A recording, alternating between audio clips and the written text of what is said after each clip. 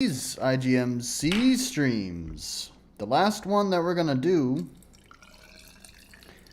I think it is possible. I think looking at the time remaining, I think it is possible to do one more of these streams if I really wanted to. Oh, I just noticed that YouTube just got caught up. I think the beginning of my thing got cut off a little bit, but anyways, all right. So I know that I probably could do one more stream of these because I think the time left on IGMC it'll still be active next week, next Saturday, but that also won't really provide a lot of time for people to actually go vote. And I'm kind of tired of this anyways, so yeah, I think it's just better that we make this the last one. And since it's the last one, let's make it a good one, hopefully. I'm not gonna, why am I putting that there? Let's put that over there.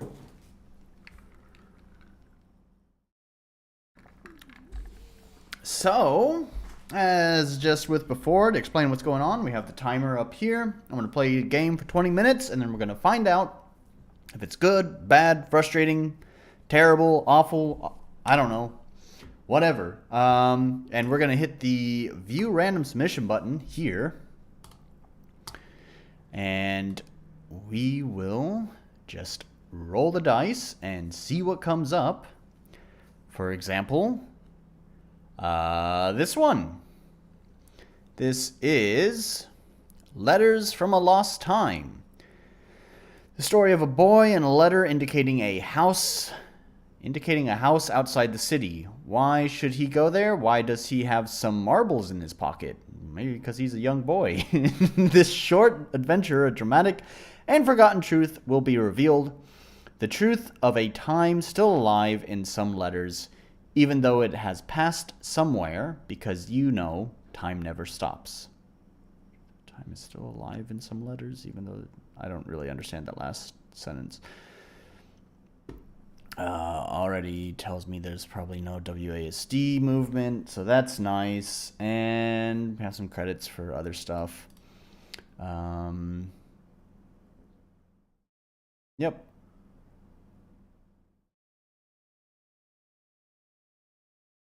All right, seems fine. I'll go ahead and download. I'll download this.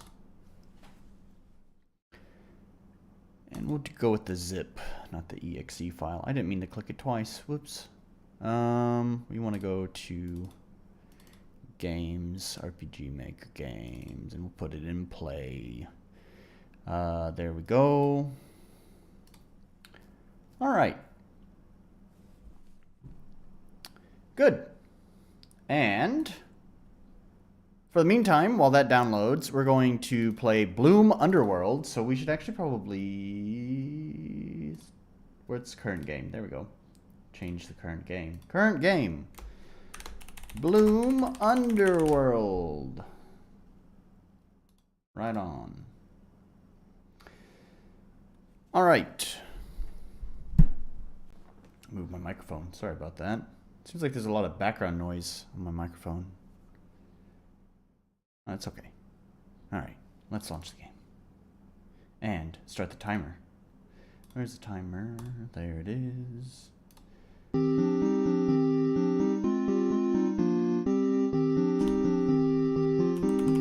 No WASD.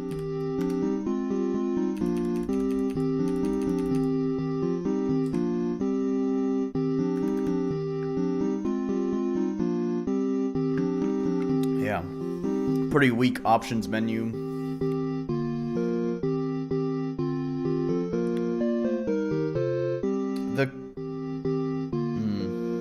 Yeah. Anyways, I was gonna comment on the music, but never mind. After death, all things are judged. Who is worthy is allowed entrance to heaven. Who is unfit, however, is devoured by the great serpent star Darka, who expels the remains into a murky underworld ruled by him. Serpent Sardar. Okay. You have been devoured. What little remains is doomed to rot in the underworld, till nothing is left but morbid waste. Wait! A mistake has been made. I do not belong in here. Do you hear me? Let me out! I say, let me out! Cork it, you trumpeting bat. Nobody is listening. There's no escape. There's only rot, decay, and endless caverns of excrement. Get used to it.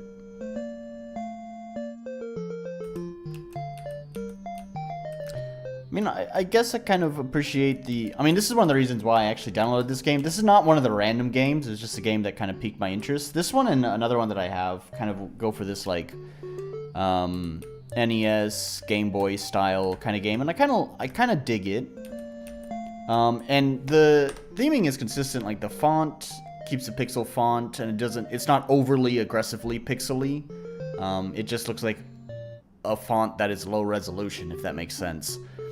And the windows themselves, too, keep it consistent. So, like, all of the theming and stuff is consistent. It's very nice. I guess you can't cross that. And, like, the music, sticking with that consistency is also really nice. But I do kind of find it not very compelling. Get out! This is my cave! These caves are all alike. Why should this cave be yours any more than another?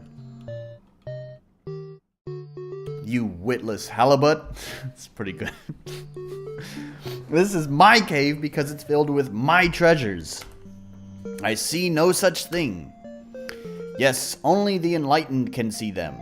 One of the few things in this hell that bring me joy, invisible to the uneducated like you. I am highly educated. And I noticed a treasure here. I am taking it.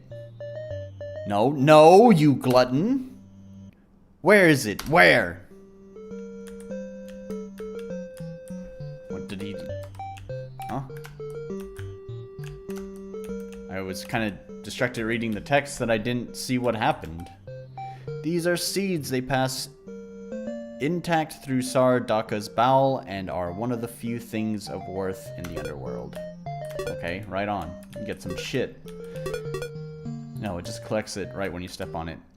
So one thing that is... Okay, so here's what I was going to say about the music. Is that, like, if you're doing chiptune stuff, it's really hard to make it compelling because of its limitations. So you have to make sure you write something really interesting. Otherwise, it's just kind of annoying. This is tolerable. I'm not saying that it's annoying. I should clarify. What I am saying is that it's not very interesting for music either. What's kind of annoying is it's hard to tell what's something that you can walk on and what's not. Like, I can't walk on, I guess, these piles of shit here, whatever it is. But it just kind of blends in with everything else.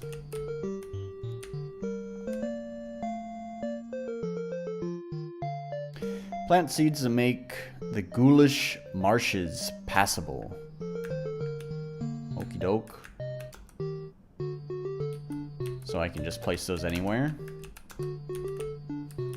Hello, Fortuna. Oh, is that all my seeds? Alright, so you have a limited number. Can I collect more seeds?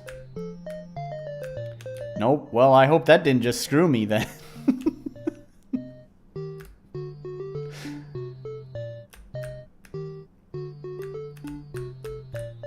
Let's see if they thought about the player fucking around like that.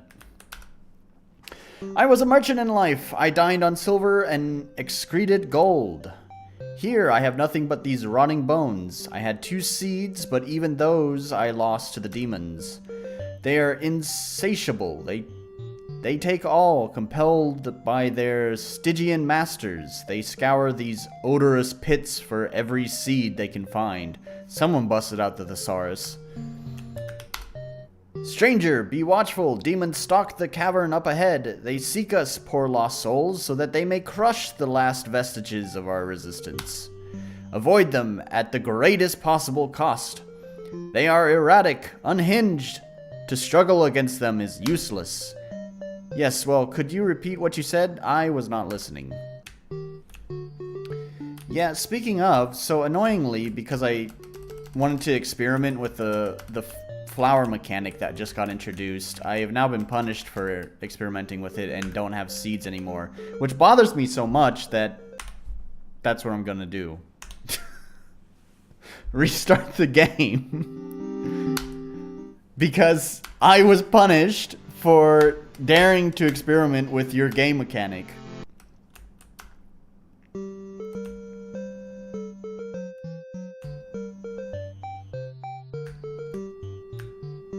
So just go through all this again.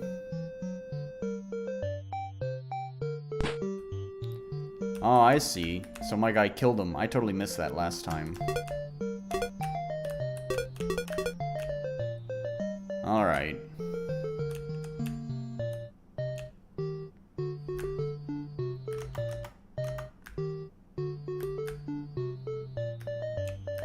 So now... see, I can go over here. Acquired ribbon. Can I do anything with that? I have a femur. The prettiest of trinkets. Its beauty confounds your foes, making their strikes miss. But is that of any use? I don't know. I haven't tried the combat yet.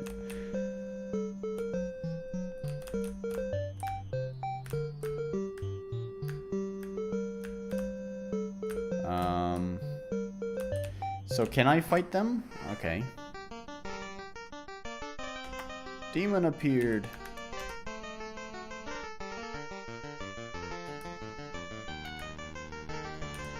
Trick, skulk, stuff.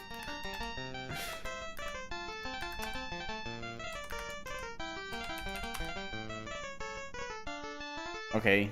What? What did that do? Trick.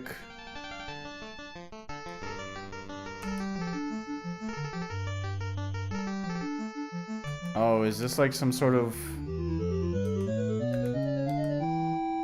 is this like, I don't know, some sort of Undertale kind of thing where you like have to guess what they'd like? Alright, matters of opinion here, but I'm not really interested in that.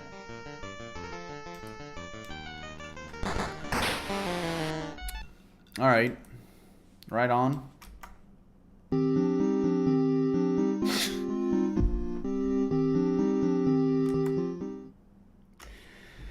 Alright, okay. Was that my fault? Was there a save in the menu?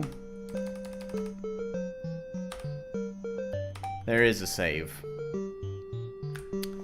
I really feel like... because this is not the first time it's happened in with these IGMC games. I really feel like...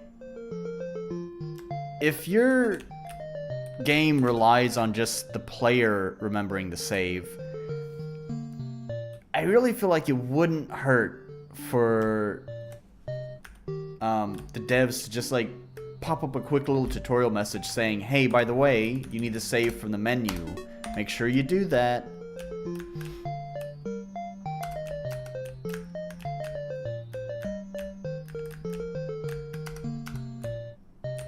So I noticed last time. Also, by the way, so this says...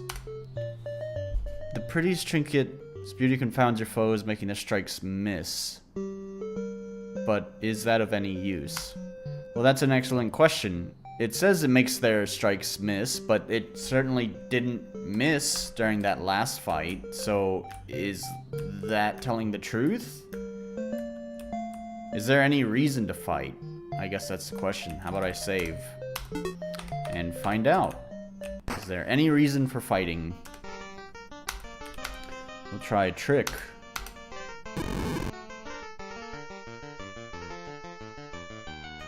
I don't know what any of this fucking means.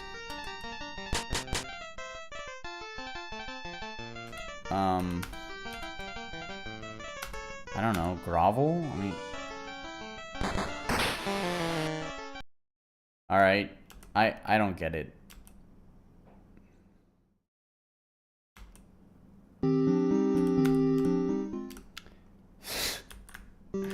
It's not really the most exciting game.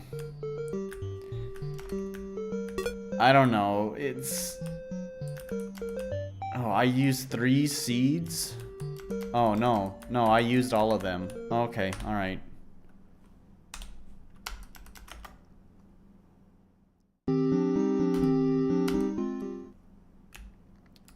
Okay. Oh, no, it's not blocked.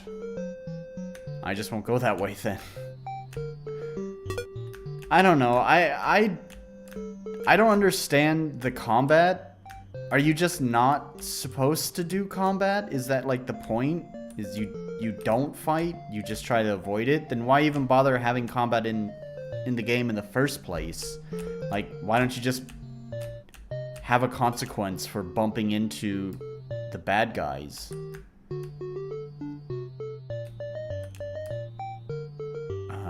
I doubt I have enough seeds to get across, and I doubt it's even worth going that far. As above, so below. How many have you brought me? Brought you? I'm not aware of any deal between us, stranger. Aha, pardon me. All faces here look alike. So you are a latecomer, a novice, a greenhorn. Let me tell you the most important secret of this place. As above, so below. Now, Greenhorn, let me do my utmost to aid you in any task imaginable. I mean it. I shall do everything in my power to help. This cave is my abode. Enter and explain your circumstance. Alright, sure. Now, how may I be of assistance? The issue is slightly sensitive. You see, I think that after death, I was put in the wrong pile. Interesting. A pile? What pile? The pile that gets devoured by Sardaka. I was not meant to end up in hell. I need to get out as soon as possible. I see. And what did you do in life? You understand that no one ends up in hell without a reason. I don't remember. Are you saying that simply because you do not want to tell me about it? No matter. If you do not remember, you can absolutely trust that you were a dark miscreant. I know I was, but I don't remember what I did. All I know is I have to go back, so that I can right my wrongs. I understand completely, but you see, this is not a spa. You do not simply pay at the counter and walk out. This is hell, the repository of spiritual waste. Do I look like an imbecile? I know the difficulty. Regardless, you must help me. I must return and make up for my deeds. Then you must petition Sardaka himself. He dwells in the north atop a great mound of waste. He is the only one who possesses the key to this place. Very good, I shall do so. Thank you for enduring my dogged persistence. I warn you, however, your approach is wrong. But never mind that. Climb, speak to Sardaka and ask him for a few seeds for me. I could do with a few more. I do see that there are 5 tiles that don't have flowers in them. Can I check how many seeds I have?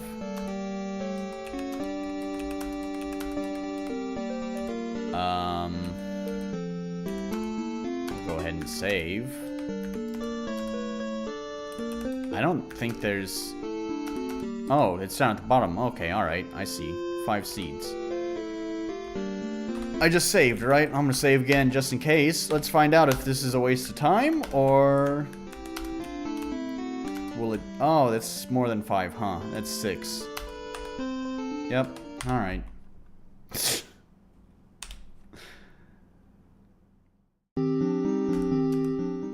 That was my bad. I just didn't count properly.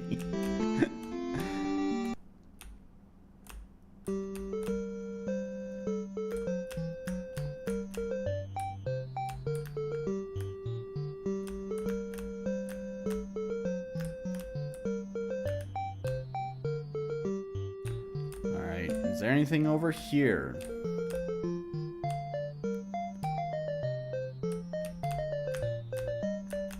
is a skeleton there who seems to be trapped. Acquired a toy. Alright. Can I just...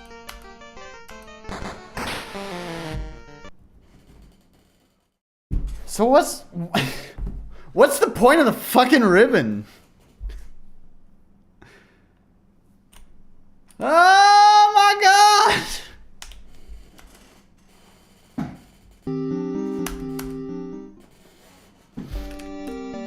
Guess I should have saved. I should have known that. That the combat in this game is some... bullshit. It's bullshit. That's what it is.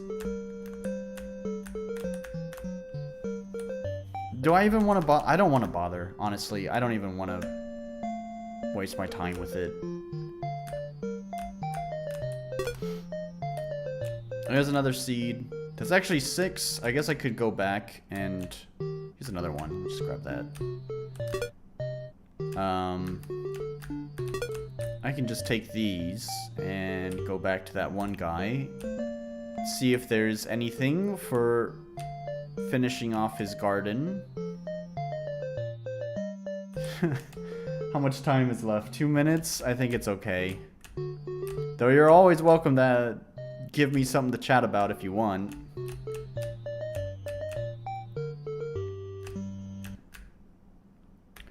Let's see. Let me go ahead and save. See if this does anything.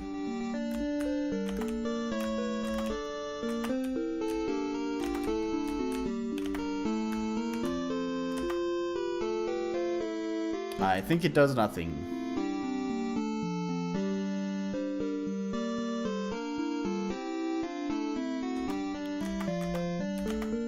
Avoid demons if you must battle them, however, don't simply struggle blindly. Unbalance them first, then confuse them. Witnessing human suffering brings them glee, but any aggravating display throws them into a fury.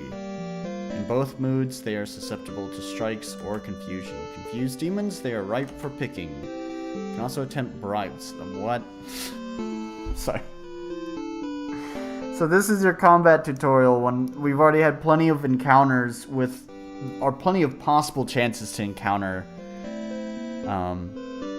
demons up to this point. And am I dumb? I don't fucking understand what I'm reading. You can also attempt bribes. Demons are obsessively interested in knickknacks and curios. The effects of such gifts may be haphazard. However, trust me in this, no one is more expert than I when it comes to demon fighting. Also, I see... Oh, right, it's not WAC. Yeah, I see that, that finishing his garden did nothing. Alright, so... That was just kind of a waste of time, I guess. Undertale tip. I'm gonna be honest with you, I never played Undertale. It just didn't really appeal to me. So, I don't know if I'm just not getting this because oh, fuck me. I didn't mean to.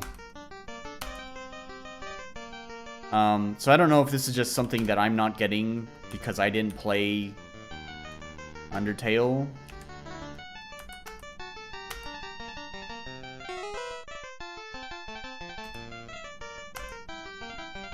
So can I attack it now? Alright. So that seemed to work. So basically, I have to perform a trick on it. Oh, okay, the time is up. Yeah, I'm done with that one. I don't know. I think... It's...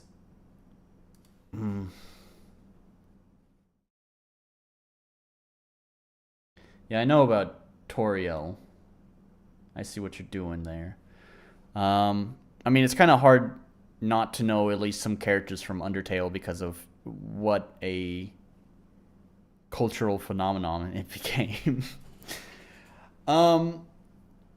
Yeah, I mean, I guess we could chalk that up to it being a game jam game. It's the whole reason why the tutorial was really weak. It felt pretty rough though. Like once, like being able to beat that previous demon actually kind of felt good. I don't know if that's just like, I don't know. It was like, oh, I finally figured this out, right? Like, so at the, I don't know, but that's kind of weak. Like, the game feels like just bashing your head against the wall until, like, it's not a lot of fun, but at least this wall eventually cracks and breaks through, and you're satisfied that you don't have to beat your head against the wall anymore. I guess that's kind of the satisfaction I was feeling. I don't know, man. It's just, but the one thing I appreciated was the consistency in its style. You know, everything was going for this like NES/Game Boy kind of vibe, and everything down to the music and the look of things, you know, met that style, which was pretty nice. It had some frustrations, some limitations that came with that too. I had mentioned, I don't remember if you had joined my stream at that time or not. There are some like tiles on the ground, just because of its limited nature. It's very, very retro style, that it was kind of hard to determine what you could walk on and what you couldn't. And some of the music to me was a little bit grating, and I think that's, again, because of the limitation. It's hard to make good sounding, you know, like authentic NES music. If they're being authentic, the NES only had 3 sound channels, if I remember correctly. And those 3 sound channels are for everything from music to sound effects. I think it was actually 3 oscillators and 1 noise generator. And that was all of it. So effectively you have 4 channels you can play with to make music and sound effects. And so if you're trying to be truly authentic with NES stuff, you would be bound to that limitation. And therefore, if you're trying to do that, which I think is what they were going for in that, you really need to make sure that whatever it is that you write for music can carry itself, because you can't just back it up with some, you know, bumping drum beats or anything like that. Like, it has to carry itself all on its own, and it's pretty tough to do. So I applaud them for giving that a try. I just don't know if they succeeded in every case. I will mention, I kind of liked the battle music. That was pretty nice. Yeah, anyways, let's move on to the next one. This is the next game I'm going to play, but let's roll the dice and see what comes next.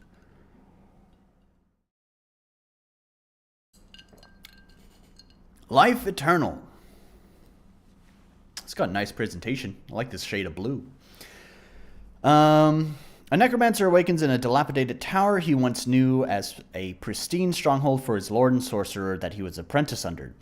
Somehow the necromancer slept through it all in a sleep so sound not even his lord's death woke him up.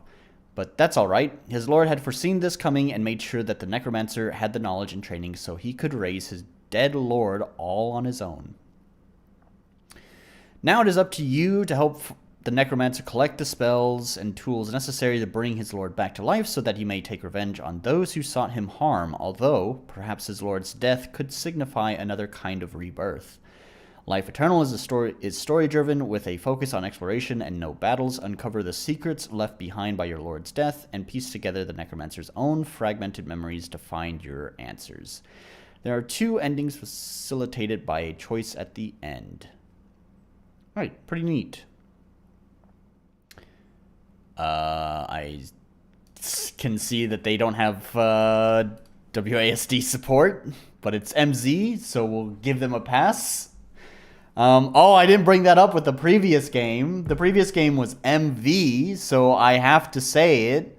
You have no excuse for not using fucking keyboard config, a free plugin for MV. Anyways, I don't know about MZ if there's a free option for keyboard rebinding stuff. The art looks pretty nice. This is very warm colors.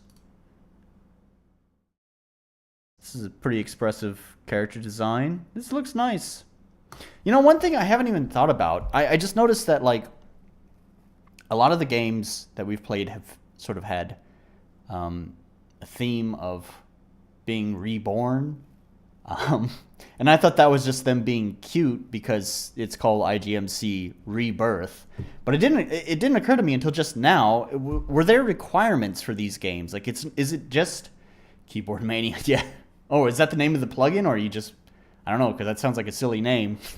Sounds like something you could say towards me for always harping on it.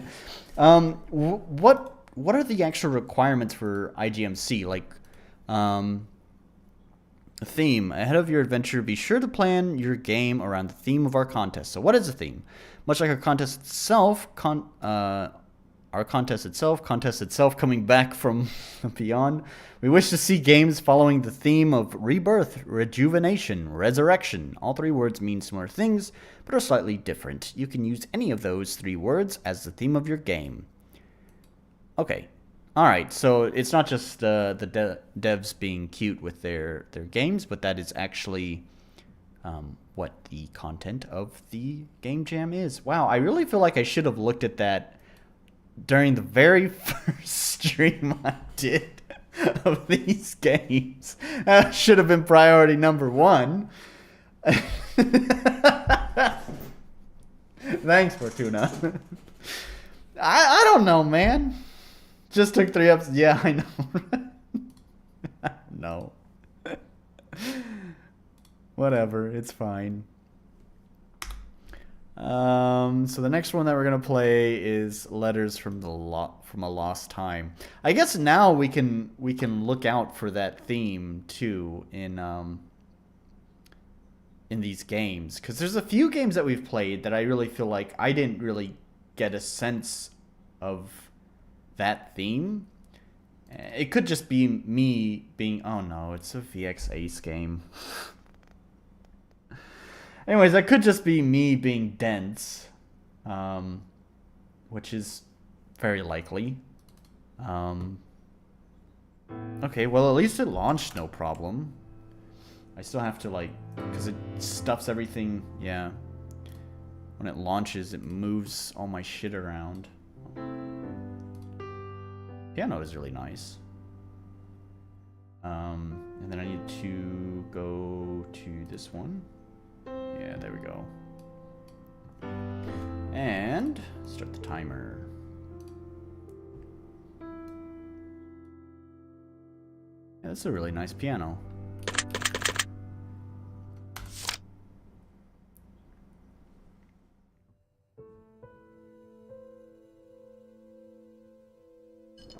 I'm old now. The youth for me has long passed. I'm running out of strength and no longer able to make the effort as I once was. I'm here because my wife is dead and I'd love to see her one last time. I've spent the past 50 years imagining a better ending for this life. I know it's possible here.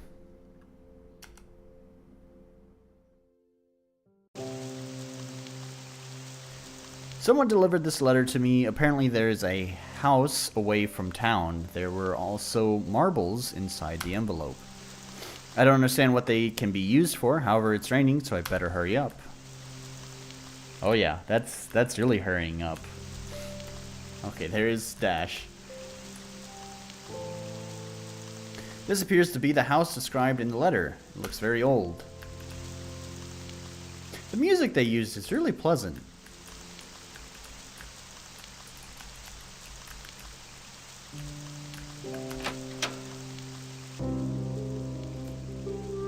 Grandpa, what are you doing here?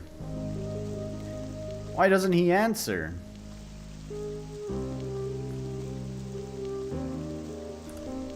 Grandpa, do you hear me? Where are they? Who? The marbles. Here they are. 9? 1 is missing. There were only 9 along with the letter. It will surely be around here. Let's find it. Could you please explain to me? There's no time. Okay, I look for it. It looks a little upset. Let's find this marble. The pacing on the story is a little bit crazy.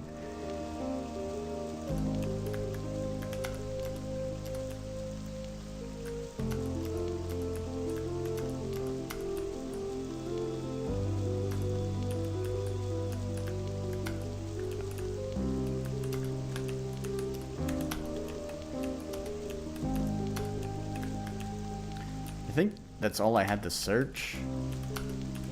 I don't think it's necessary that I search everything else. Okay. Sorry, Grandpa, I didn't find the marbles. I'm a bit tired today. Let's try to find it tomorrow, okay?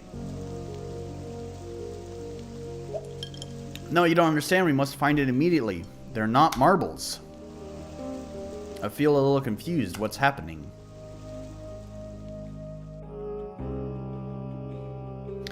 Next morning. Oh, my head. What happened? Are you okay, Grandpa? Grandpa, where are you? Where did he go? He seemed suddenly mad. I remembered he mumbled something. They're not marbles. What does it mean? Who knows? It's not raining anymore. Let's find my grandfather. I should check out the surroundings. I'm guessing it has something to do with this well that I already checked out earlier. Nope. Oh, there's a marble over there.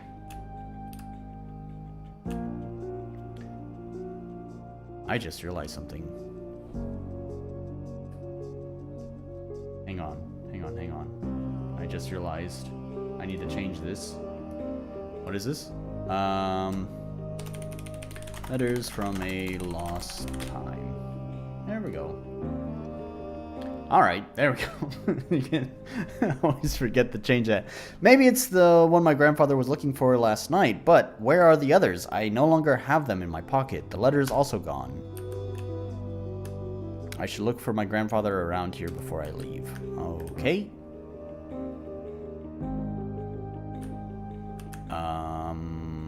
Do I need to go to the well now?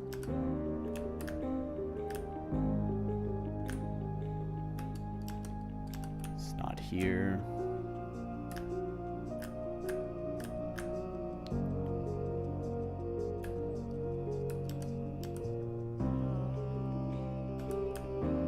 Okay, it's not around here.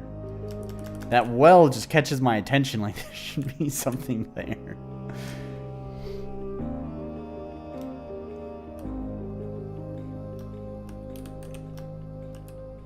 Where have you gone, Grandpa? Did you go to town? Let's try there. It really, like, searching for Grandpa around there really felt kind of unnecessary. Like, looking just around the house, that just kind of felt like that was wasting time. I don't know if it was necessary for all of that to happen, especially when the movement is so slow. I remember it like it was yesterday. Destiny made us meet everywhere until finally our love was born. That said, it seems like something forced us, but we were happy together. We have never been far from each other. The life that was waiting for us was long. We would never have stopped in front of any obstacle. Everything was perfect.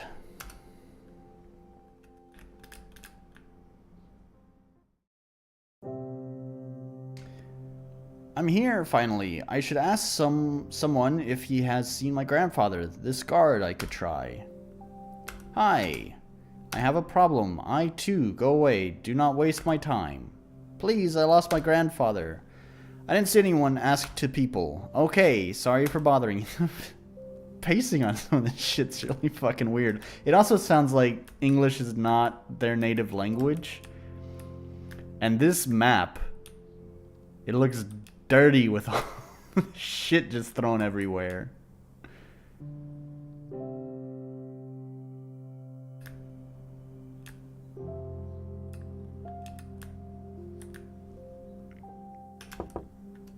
Nobody answers. Hello, sorry, I can't talk to strangers. Okie doke. Nobody answers. Nobody answers. Oh, the movement is so slow. Hello, did you see my grandfather? Good morning, boy. No, I'm sorry.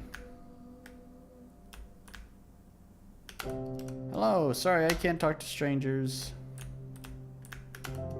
Grandpa, who are you? Go away. The child can talk to the barrel then. Yeah. Hello, hi, I'm looking for my grandfather. Have you seen him? I'm sorry, I've not seen anyone pass by here. Thanks for all that. Goodbye, goodbye. Hello, did you see an elderly man? Are you making fun of me? Sorry, goodbye. Hello, good morning, boy. Have you seen my grandfather? I haven't seen your grandfather, boy. I'm sorry. Goodbye, thanks, goodbye, boy. Okay, this game is like the game of nothing happens. I should ask about my grandfather here in town. Like, so we searched for Grandpa, like, okay, actually first we searched for marbles around Grandpa's house and found nothing. And then we searched for Grandpa around Grandpa's house and found nothing. And now we're in town and we find nothing. Like, I get like... What am I missing, by the way? Do I need to talk to the cat? Like, I get kind of the feeling of desperation, of like the mystery of like wandering around trying to find you know, Grandpa or whatever, but it really feels like nothing gets accomplished. It just kind of feels like the game is wasting my time. You say you're looking for someone. Yes, I'm looking for my grandfather. Okay, go to the house to the south. A hag lives there. She will surely be able to help you. Don't trust her anyway. The hags are very dangerous. Alright, that's... So yeah, I really think that English is not the guy's native language, the developer's native language, so we'll let it slide, but it's kind of funny because it kind of sounds like, go, you know, these people will give you information, but also don't trust their information. So it's kind of like, why do I go there? Wait, he said to the south. I guess that's not the south. School. Right on, man. Right on.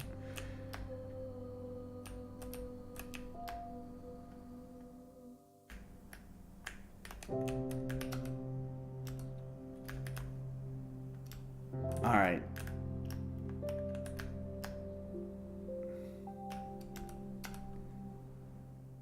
What do you mean? He said go to the south.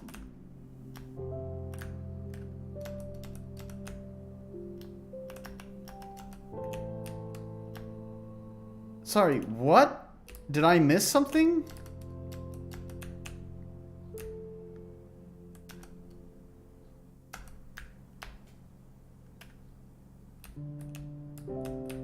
Wait, is he talking about here in the town?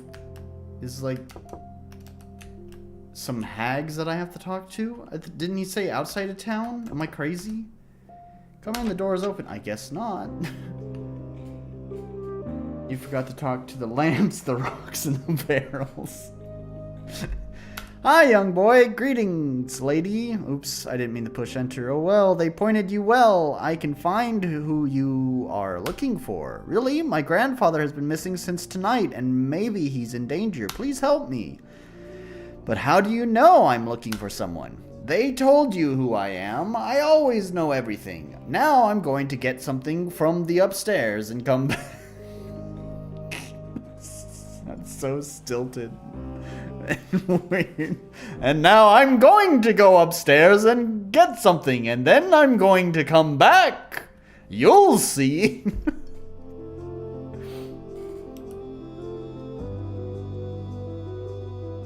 Okay, I'll wait for you. Oh, the dialogue is some of the driest, most boring dialogue I have read. Oh, why do you make me wait? This moves so slow. The lady seems to be a good person. Let's wait. In the meantime, I don't think she'll get mad if I look around. Okay, so it's just more touch stuff until thing happens. A closed envelope. A pearl necklace. A teddy bear. Where the lady has gone. Madam, madam, can you hear me, madam? She doesn't answer me. Maybe it would be better to go and check. Kiddo, you didn't wait very long.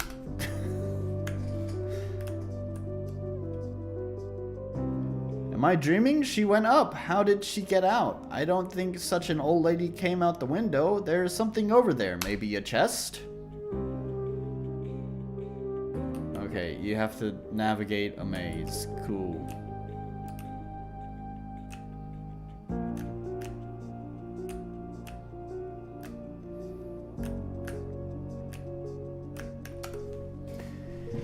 It isn't locked. Let's see what's inside. There's a letter and some marbles. The letter looks like written by a woman. Dear, the name is unreadable. Do you remember our special place at school? We used to hide there often and you and I were left alone. There we promised to remain faithful to each other. Do you also remember how they lit up and the warmth they gave off when I love you? The school may be a clue from the lady. The marbles are identical to the ones I had in my pocket. I take them with me.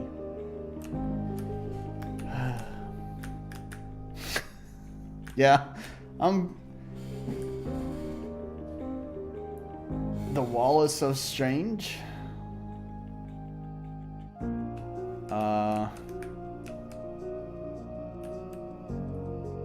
Mr. The name is unreadable is my favorite character.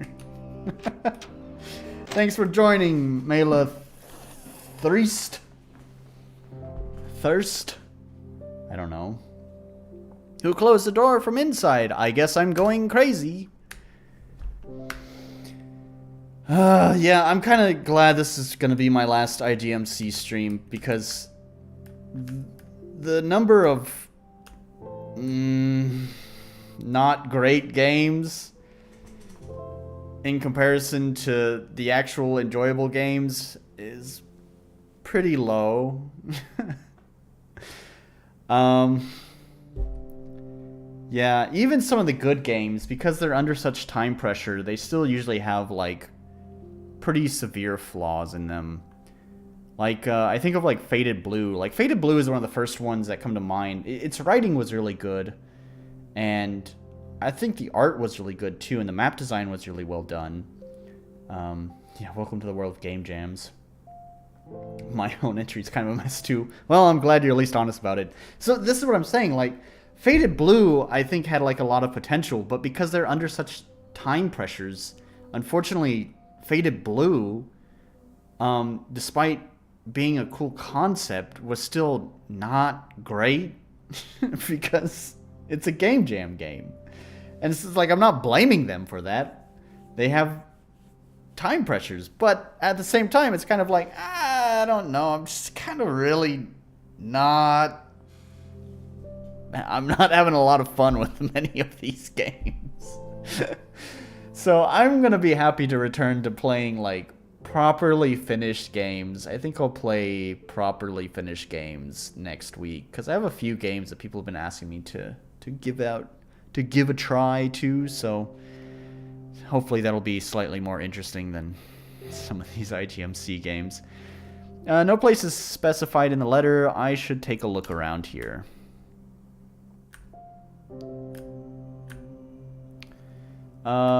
Mela Thirst. Did I already play your game? What is your game? Can we be rude assholes and make fun of your game on stream? Or did I already do that? Woof! It's not a good idea. I guess not. I'm sorry, I was... Do I just search random bushes again? Is that... yeah, okay. That's what we do now. We just search random bushes until re-end. Let's trash it to the end. Yeah, so this is what it looks like I need to do. Just touch stuff until thing happens. There's nothing here.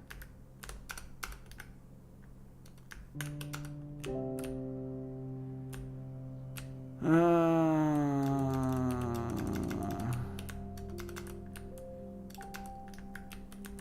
don't even know. I don't know where to even search.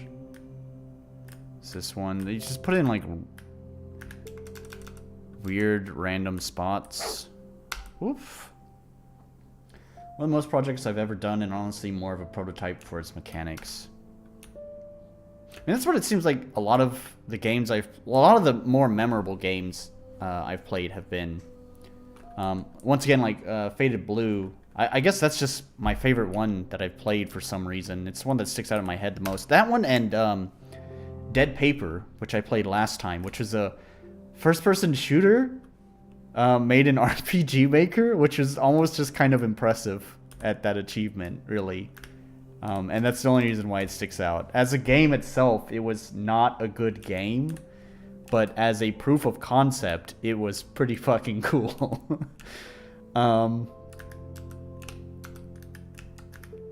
then also, also on the note of 3D engine games, last time I played... Dude, I have no fucking clue what I'm doing in this game.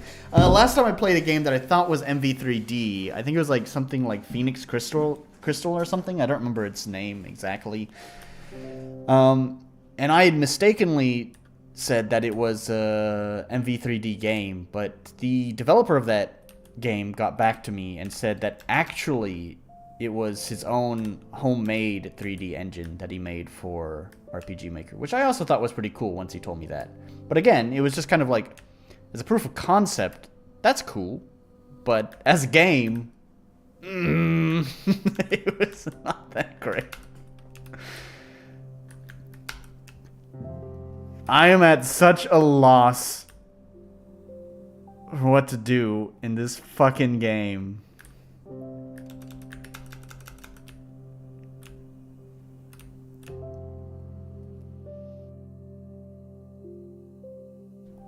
Oh my god. I don't know, man. I don't know. Will it let me leave? Probably not. So I can't even just like aimlessly wander around. I'm stuck in this area. Yep. Waiting for the timer to go to 0. That's all that's left that I can do. I don't know what else to search. I've touched every fucking tile. Yeah, the movements. Oh, okay. Oh, okay. Just, all right. I guess it also had its own timer. There's nothing interesting. This has been the whole game. Wander around an area to find nothing. And I hate this. It's like, they're like, you know, you have mystery games where like, that's the whole thing. Like you're trying to find clues and sometimes, you know, you don't catch the bad guy, but at least you feel like you made some steps towards solving the mystery or whatever it is. This game has literally been like, I don't feel any closer at all. Like, it just feels like it's just wasting my time. Play a shitty version of I Spy for, you know, however long it takes you to find wherever the dev has hid invisible things. So it's, you know, play terrible version of I Spy and then accomplish nothing and then move on to another room where you get to waste your time some more playing I Spy again. Just like IRL. NS, glad to see you. You've never joined any of these streams. I've missed you. Okay, I will say I liked the piano music that they used. It was nice. It was really good. Talbert Studios. I wonder who that is. Is that just like an asset pack that you could download? It's really nice piano stuff. Here's Dead Paper, which is what I was talking about. I played this last time, so I'm not going to play it again. But yeah, first-person shooter RPG Maker game. It's just kind of impressive as a proof of concept. Unfortunately, not a very good game, but as a proof of concept, it's cool. All right, we'll play the next game that I already downloaded, but Male Thirst. Let's see, your game is called Re-End. I don't think I played it. You have to leave in 5 minutes. Oh, okay. Well, that's alright, Fortuna. We got Mel, Thirsta, NS, and now XZ. I also blame the engine dev creators a bit. Their RTP tile sets, they give a wide scope of random objects, which was entirely the wrong way to help devs creativity and actually stunted it. Instead, they need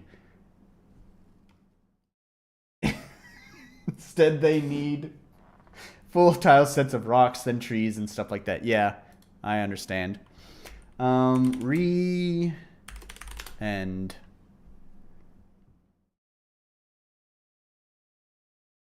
here we go. I see your name right there. Re-end. Alright, from the world seed comes existence and its irrefutable forces. The fragments of the world seed reside in undying vessels created by the Mother to guide humanity through this existence. But the balance has been broken, and the once glorious world of Tarnel is now a land of emptiness and decay. Anye, the vessel of life, wakes a long-forgotten warrior from their rest in the prison of death. Alright, interesting. I guess. That is a very minimal tile set. Well, it is definitely original art. It's on par with Roy G. Beavy that we played last time with the custom art. And we'll go back as well. And we'll do a random roll. Definitely not Dark Souls inspired. There's definitely not 300 other indie games that came out just in the last month that were also totally definitely not inspired by Dark Souls. This also looks like a first-person shooter in... I don't think so. It's kind of like a rail shooter, I think.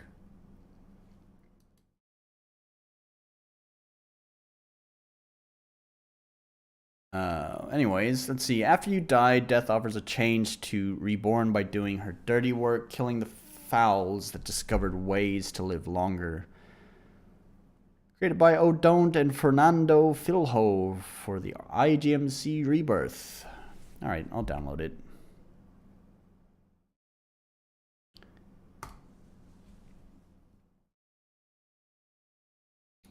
First one that we'll play, it's about what I'm capable of with Sprite. That's alright, man. I mean, there are asset packs that you could plan to have drawn battle images. Well, alright, fair enough. So yeah. One of the things, okay, so I already did my rant on Letters from a Lost Time, but now that I know what the whole theme of this game jam is, three streams into this, yeah, I didn't see the Rebirth theme at all in that game. Although I guess it could come later at some point, because I think it was about reviving a wife, maybe a grandpa, so maybe it's there somewhere, but I didn't really see it through all my rounds of I Spy, terrible I Spy.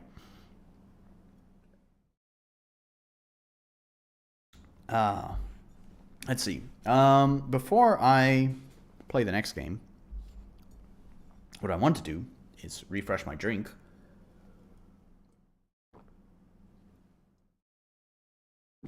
Because I'm now empty.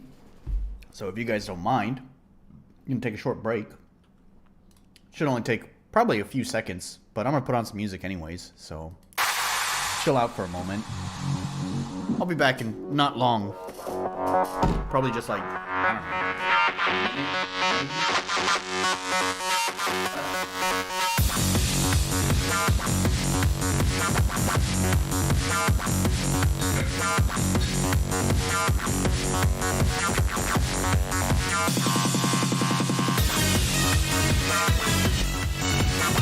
Oh, I just realize I still had the camera off. You can watch me walk away. And you can see that I'm back already. Told you it won't take long. I mean, I just went to go get ice and then top off my drink here.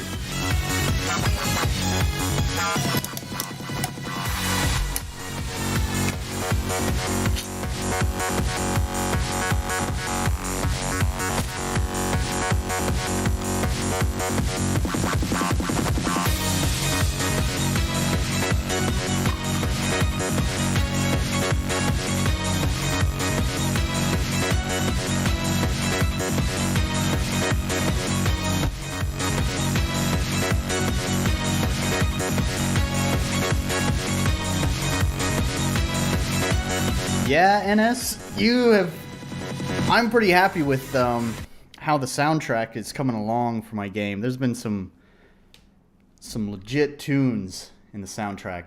I'm actually pretty happy with my most recent one. Not quite as a bop like that. It's just scoring for the events. It's not like it's not like background music for like levels or combat. It's just scoring during like I guess you'd say cinematics. I'd hate to use that word when describing just text boxes popping up, but you know what I'm talking about. It's short, but it's so effective.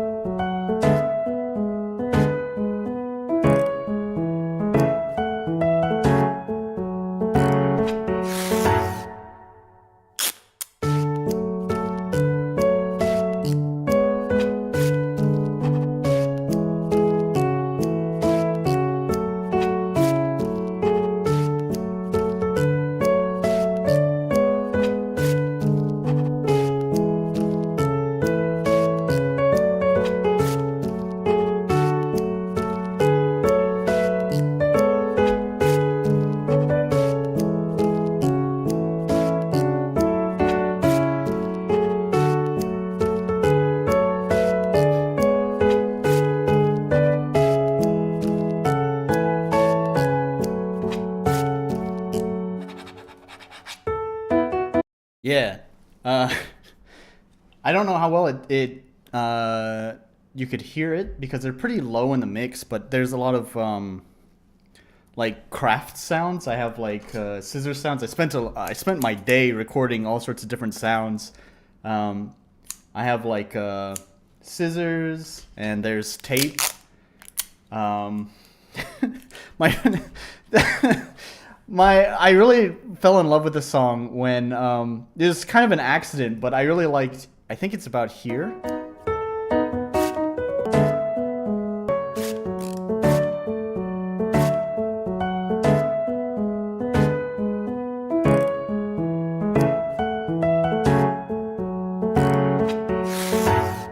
So you hit that really nasty chord. It was kind of an accident, but I really liked it. So I kind of worked with it. I added in like a really long paper tear right there. So there's like a story unfolding throughout the song. So it's like, oh no, I messed up. And so you have that dong. And then when it resumes, you hear the tape like it's mending the problem. Right? No. I recorded them myself. Yeah, I recorded them myself. Everything, like, you can see, I still have this right next to me, because there's, like, pen sounds. So you can see, here's what that pen sound looks like. This is the visual representation of the pen recording. It's beautiful. So, yeah, I'm happy with how the soundtrack's coming along. I've loved the soundtrack for my game. Like, if anything, like, the game is going to look like an RPG Maker game at the end of the day, which is depressing. But the soundtrack is going to, I feel like, is going to sound like it almost came from an entirely different game, probably a more interesting one, which sucks. But yeah, it is what it is. Anyways, let's play the next game. Oh, I totally missed. What did XZ say here? Maybe I'm wrong, but how any one of you handle tile sets? I try to place a bunch of rocks and other terrains on the tile E if the map is a cave, and then have walls on another tile set, and then decorate the decorations, set pieces. I don't know. My tile sets are just kind of set up pretty randomly. I'm not gonna lie. I could probably do with organizing them a little bit better, but I also feel like I don't have enough doodads. Like in my own, I've been struggling recently with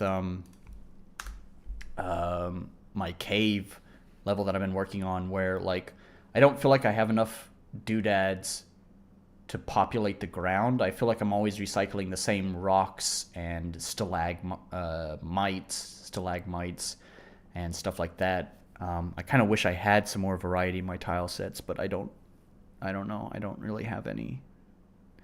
Anyways, the next one, let's check out Male Thirsta, whatever, Male Threesta. Let's check out your Dark Souls inspired game here. Take a break from the random games. I'm still gonna give you the 20 minutes though. That's all you get. So let's start the timer.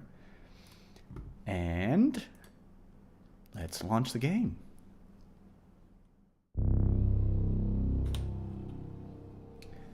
Oh, and let's change the current game. This is re-end.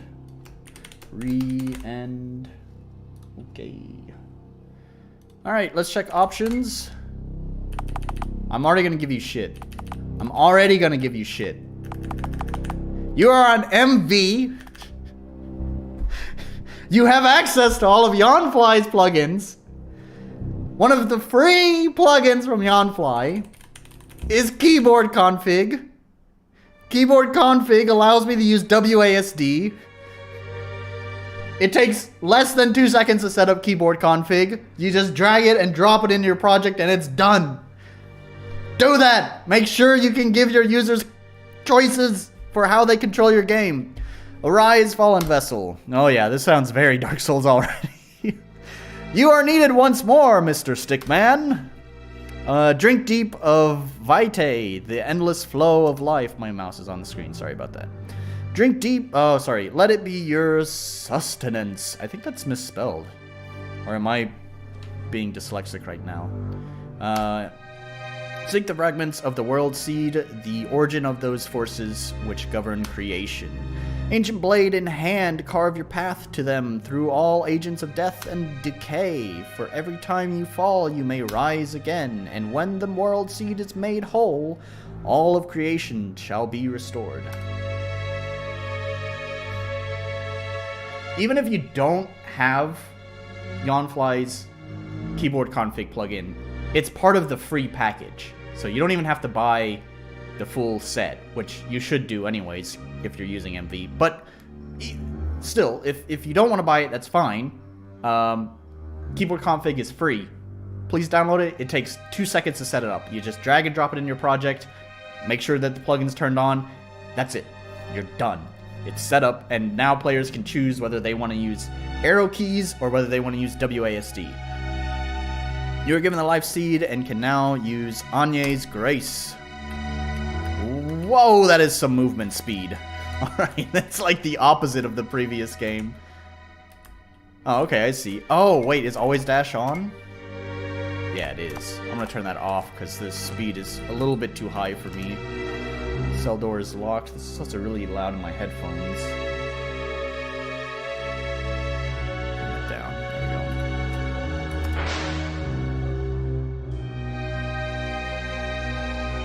I see is an ATB system. That's what it seems like. Okay, what does that do? Fully restores users' HP, removes any negative statuses. That seems really powerful, but we'll see how that works. Oh, I see. You have a light attack and a heavy attack. Alright, that's an interesting interpretation of the Dark Souls mechanics.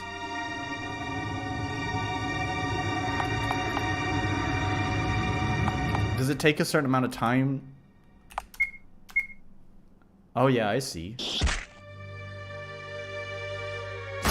Is that how the ATB system normally works in MV? Because I actually have never used the ATB system. Does it have a... Like, obviously you have the turn time that needs to fill up here, but then I didn't know that it had a second bar that needs to fill up to perform the action. That's interesting. Oops, I didn't... Oh well, whatever, sure. Yanchi was victorious, received 5 vitae.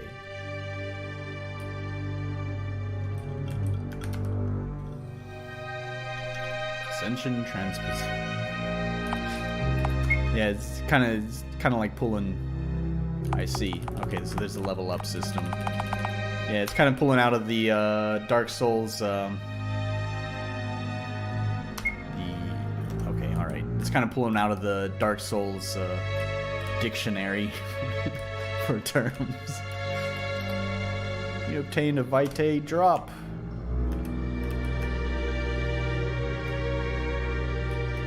So what's my goal here?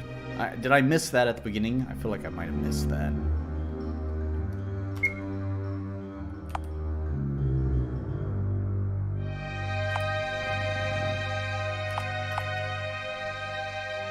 This seemed pretty powerful last time, so I'll just do that.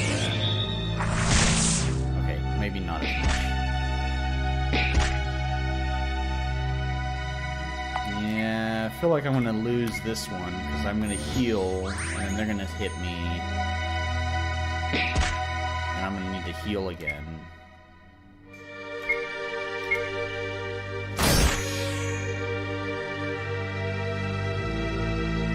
Yeah.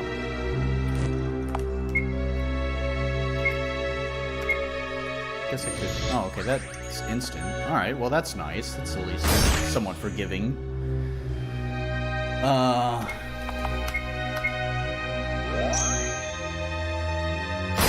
It's an interesting way of interpreting the Dark Souls mechanics. I'm not gonna lie. I don't know. I think as a game jam game, I can already tell that this is gonna suck. But just like I was talking about with Faded Blue and Dead Paper, it's a cool concept that maybe would be interesting to see explored in full and not just as a game jam game. I'm also...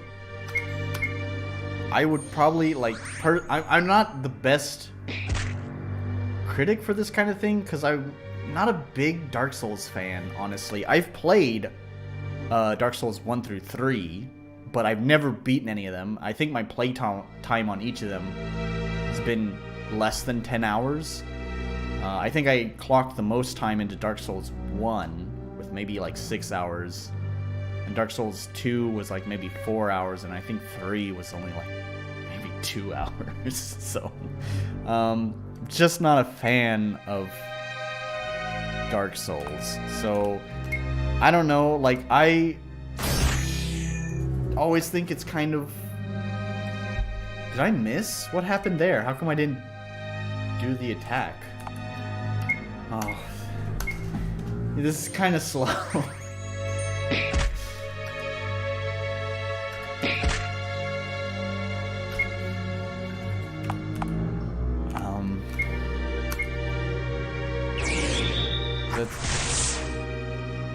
Yeah, that might have been stupid. No, I still live. Oh, no, I'm dead. Okay, alright. Magistra Vitae.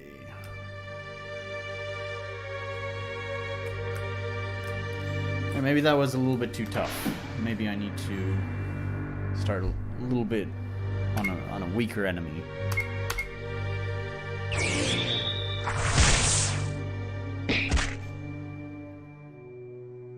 Yeah, I just like... I know, like, I don't know, some of the Dark Souls, like, storytelling and... I mean, that's one of the things that, like, really bothered me about Dark Souls was just, like, its method of storytelling. As a Dark Souls fan, I approve of how immediately punishing this is. Yeah, see, because I would probably take it a different direction. I probably wouldn't make it so immediately punishing. Nanchi is victorious, 5 Vitae.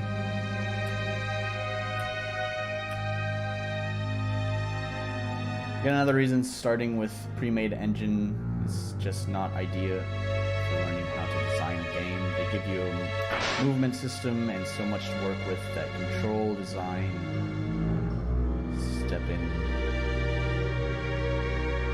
Control design step in making a game from construction gets skipped over.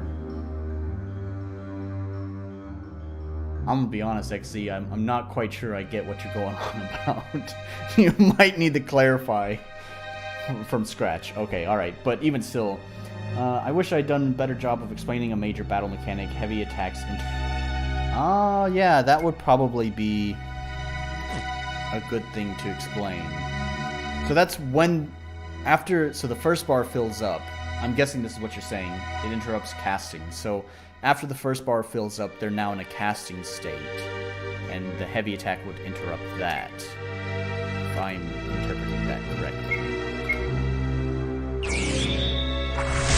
That's kind of interesting, but I wonder how often... that, like, those two things line up. Because you have a casting time. So, I mean, I don't know. I guess if you get familiar enough with the game, you could kind of predict how long it would take for a skill to cast, and hopefully they'll be on the, I don't know. I don't know, I guess maybe that's okay. I feel like it would be hard to, like, time that well as a player, but I guess it's also a very Dark Souls kind of thing. It's just kind of learning timing. Alright, if he's gonna guard, I'll guard too. Yeah, what are you gonna do about that? I'll just guard again. Alright, I can't... See, it happens enough that Death Blows is the most broken skill in this game. Okay. Alright. Cool, right on. Fuck me. Oh, and I just... Okay, just like Dark Souls, so I lost all of my Vitae. Oh, I see, but I can pick it up. Okay. Alright, let's try this again. Alright, I'm gonna try Death Blow.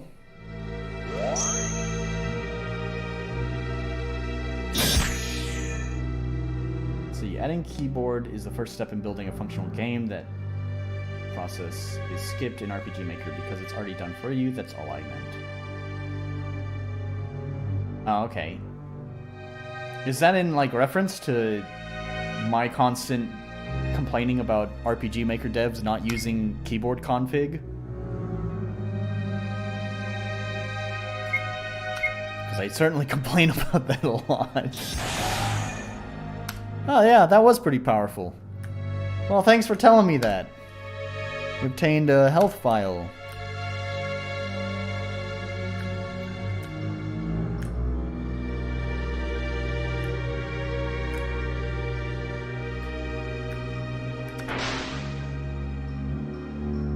Alright, let's see if I can use this new skill that you've taught me. Oh, I should have done that on a different guy. Oh no, that worked out just well. Oh my gosh, you're right. Wow, that is broken. Alright. I don't know, like, Dark Souls is all about, like, it's, like, hidden mechanics and stuff, right? Like, wasn't poise, like, a hidden mechanic for a long time in Dark Souls? Like, Dark Souls 1 didn't have poise, it was kind of like a hidden stat, if I remember correctly. You know, that's kind of like Dark Souls' thing, is it's all about being obtuse. So, I don't know if you should tell folks about that. Maybe that's something you want them to figure out. Just swap your arrow keys and one.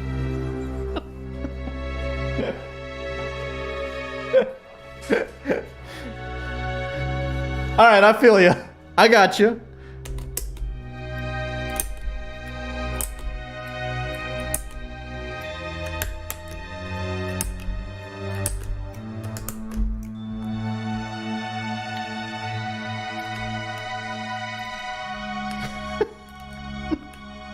Oh, NS. Oh, you're on to something. Oh, you're a genius.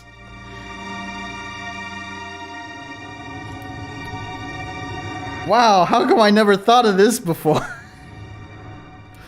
NS the genius.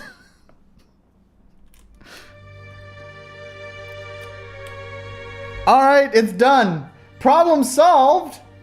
There we go. See? Problem solved. Hang on. Let's switch.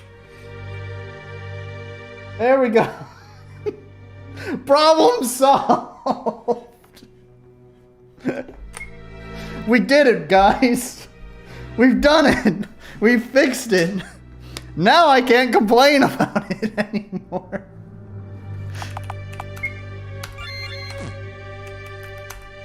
I'm using WASD. It's as natural as can be. You obtained a health file. All right.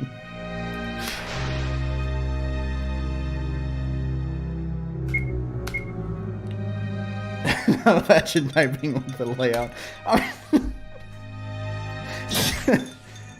mean, if WASD was actually over, like if WASD was actually over on this side, then yeah, this would be a nightmare to type on.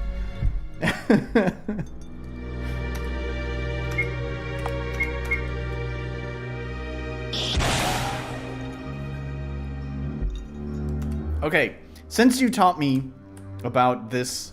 Oh, oops, there we go. Sorry about that. Since you taught me about the heavy attack thing, yeah, this game has become so much easier. How many do you need? 100. Oh, not even fucking close. What's transposition? Oh, bye. Okay, but since you taught... Oh, God, just like Dark Souls. Okay. Since you taught me about this mechanic, though, yeah, it's kind of, like, just made the whole game busted at this point. Oh, I was a little bit slow on the heavy attack.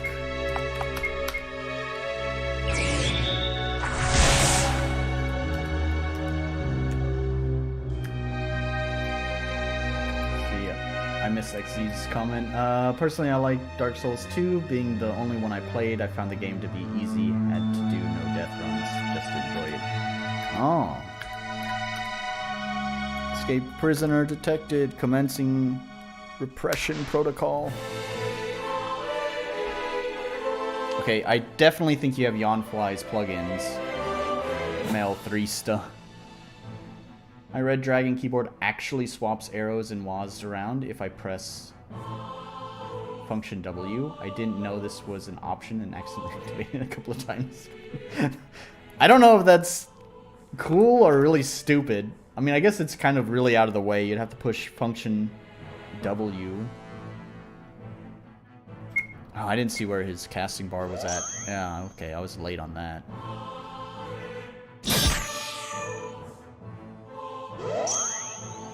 Alright, if he's gonna guard, I'm gonna guard. I can guard too.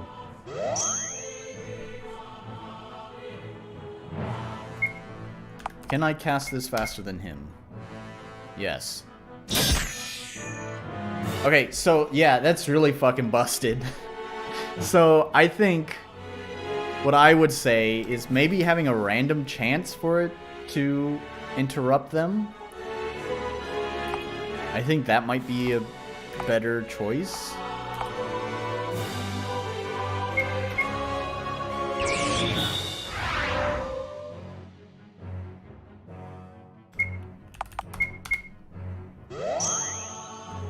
I see potential, but I also see, like, this being pretty tough to balance. But I think if you can get it right, I think this would be kind of...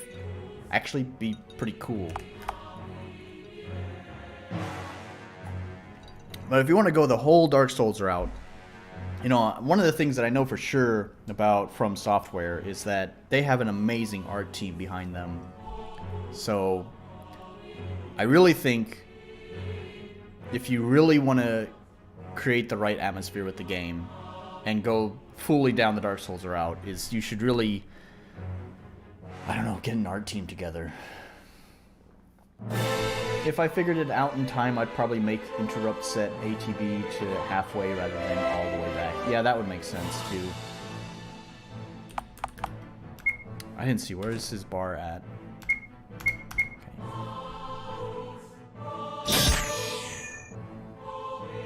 Okay. This is really fucking busted, man.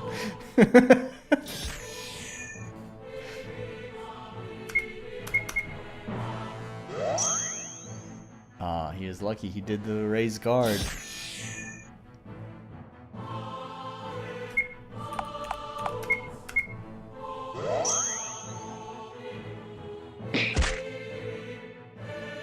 I don't see any kind of stamina resource, so I would just death blow every time.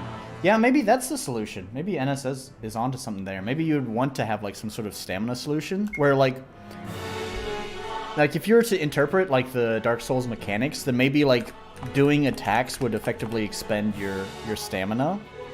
But then you could have like your instant cast down here, like guard or whatever, may recharge your stamina.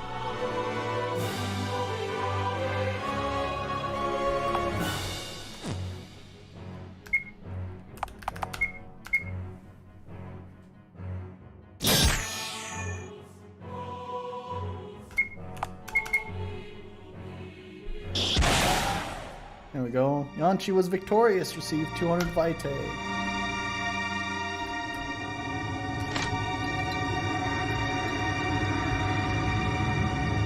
There we go. Hey, me me streaming your game to trash it was valuable. No, I don't know what that does. Ascension. Ah, we're out of time. Oh no. Alright, well, let's see what happens when I ascend.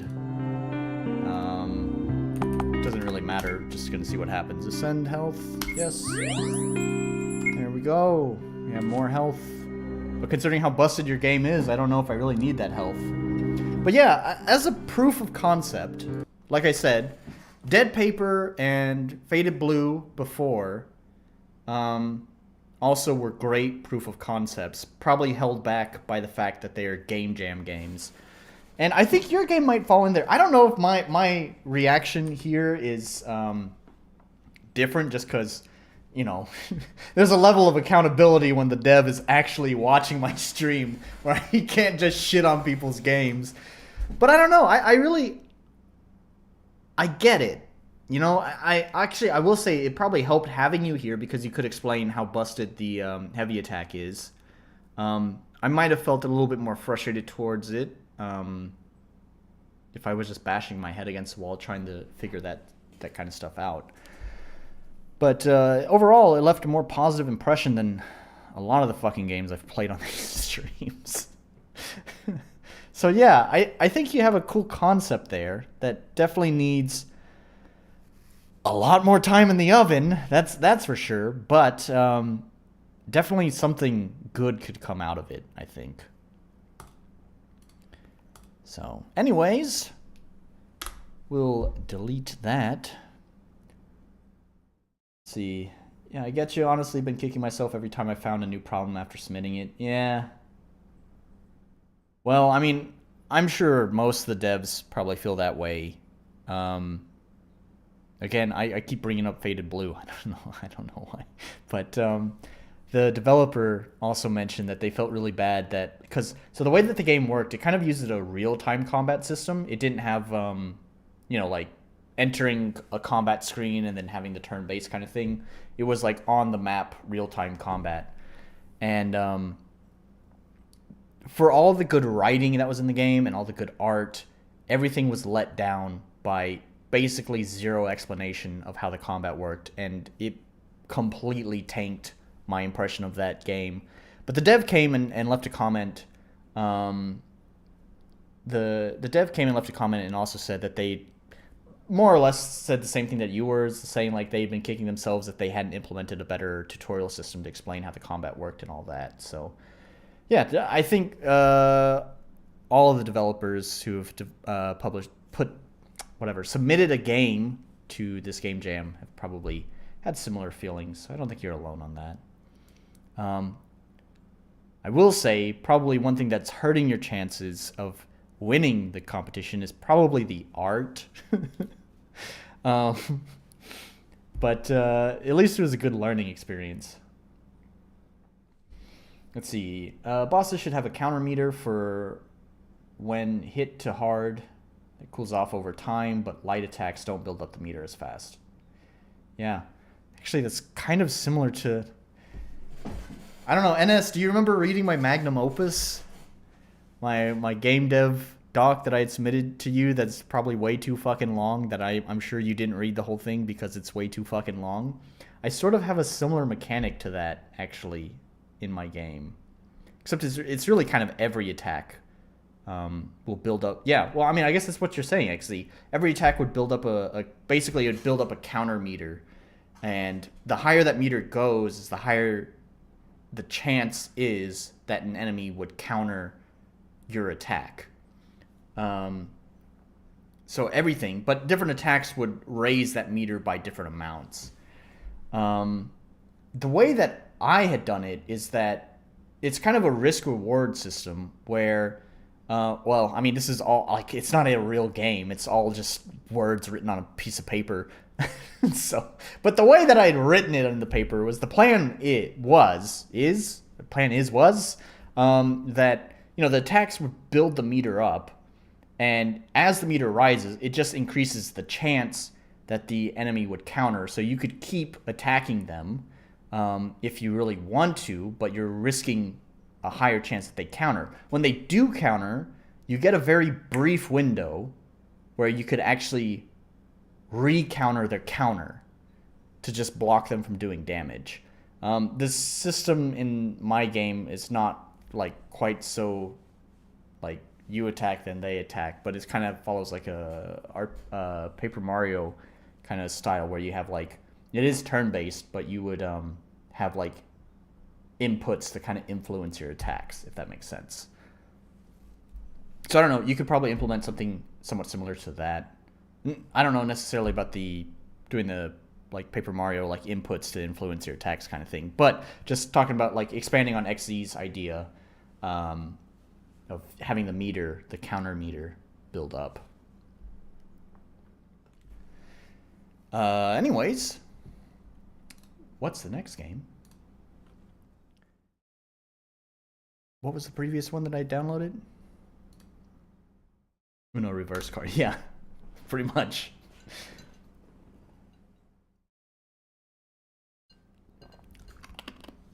I believe Life Eternal was the next one that I downloaded. So we'll extract that. And let's see what the next game is. Eurydice? I don't know. Eurydice is a visual novel game with hidden object puzzles. Hey, this one's for you, NS. Between scenes that focus on retelling the classic geek? Oh my god. Sure, we'll go with that. The classic geek myth of Orpheus and Eurydice from the perspective of Eurydice. I'm sure I'm pronouncing that horribly. I am butchering the pronunciation. That's okay. I butchered the pronunciation of Greek. So we'll just call this the butcher pronunciation stream. Note that not all features were planned. Not all features that were planned were able to be implemented. Back and skip are not functional. Additional endings are planned to be added. What am I drinking today? I am drinking Suntory brandy right here, which is not a very nice brandy. It is some really cheap brandy, but cheap brandy and Coke, which is in a bag because, I don't know, I ordered some pizza the other day and they put their Cokes in a bag for some reason. So anyways, sure.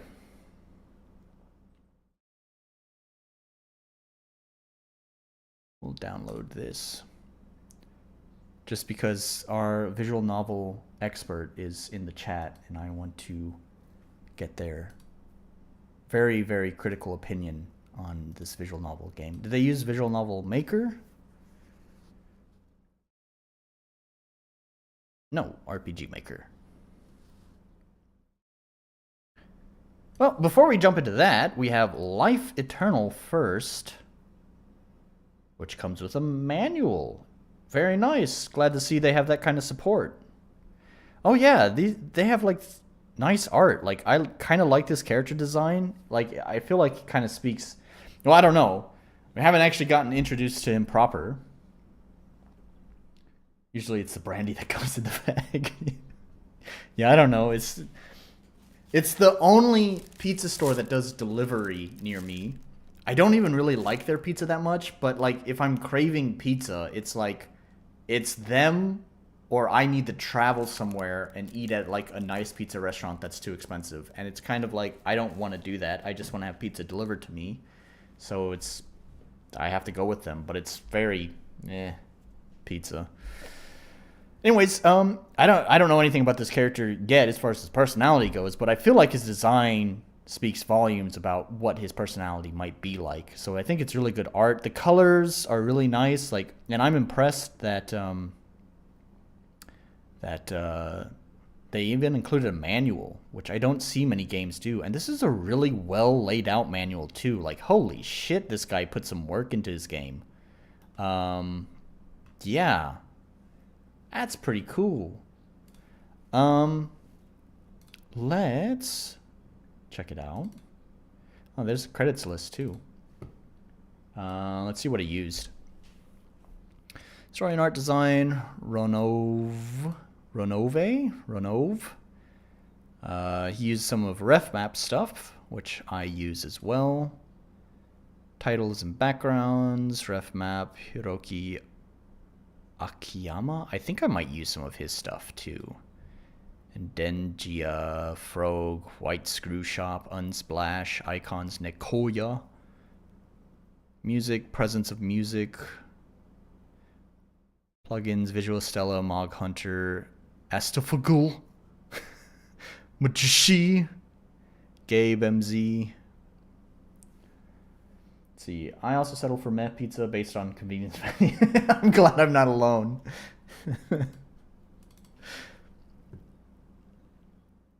Ooh, look at that. They even replaced the icon. Wow, these guys know what's up. I'm pretty impressed with the presentation so far. Oh, I didn't start the timer. Let's start the timer. There we go. All right. So...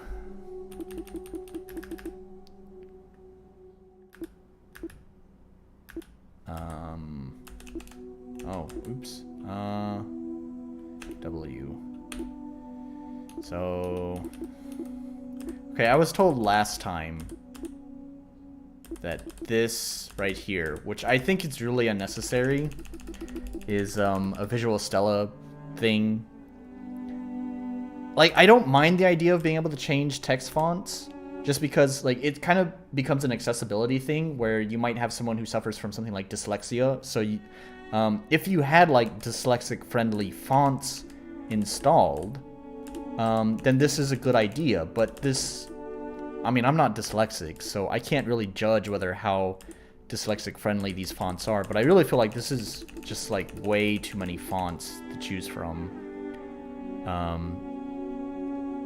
But yeah, I guess I've been informed last time that this is just Visual Stella weirdness, and not necessarily the fault of the devs, but if this were not a Game Jam game, if this were my own game, I would remove the number of options here and probably limit it to 2 options, my default font of choice and then a second one for dyslexia friendly fonts. We don't need touch UI. Yeah, it sucks that they also don't have WASD support. I've, of course, thanks to NS's suggestion, have my own WASD support. We can't forget that, but unfortunately, my right hand is still doing all of the main controlling of the game, where I prefer doing main controlling of the game with my left hand. So I cannot change that, unfortunately. One day I will never fall. One day you will stay as you are forevermore. My blossom until the end of time. It's cool that they put the pause message cursor at the end of the font. See, this is laid out really nicely. I'm awake. That means I have to get up. He must have left me something. Oh, my legs are so stiff. How long was I asleep? Let's see, what's that on my desk? A letter? It is. My lord left me a letter. Good morning, my blossom. If you are reading this, then it means I have fallen and my spell for keeping you safe has withered. People proclaiming themselves heroes are such pesky things, don't you think? Please do me the honor of breathing life into me once more. See, he's dead. No. Oh, thanks for telling me that. See, this is why I need a chat, because I always forget that. Yep. Wow, I wish I could rewind a little bit so I could show off what I was talking about now, but oh well. Anyways, no, what's dead doesn't have to stay dead. It's what he taught me. I'm his necromancer. I can bring him back to life. We hid my spellbook somewhere in the castle. If I had it, I could begin the necessary spell. What I was saying is that the pause message cursor here is always at the end of the text. I think that was really nice. That's a nice addition. I would do that in my own game if I knew how, but instead the pause message cursor just goes down to the bottom right of the text box. So, oh well. This blasted headache will not stop me. Before I gather anything, I should see if my lord's body yet survives in some form, and see what state the tower is in.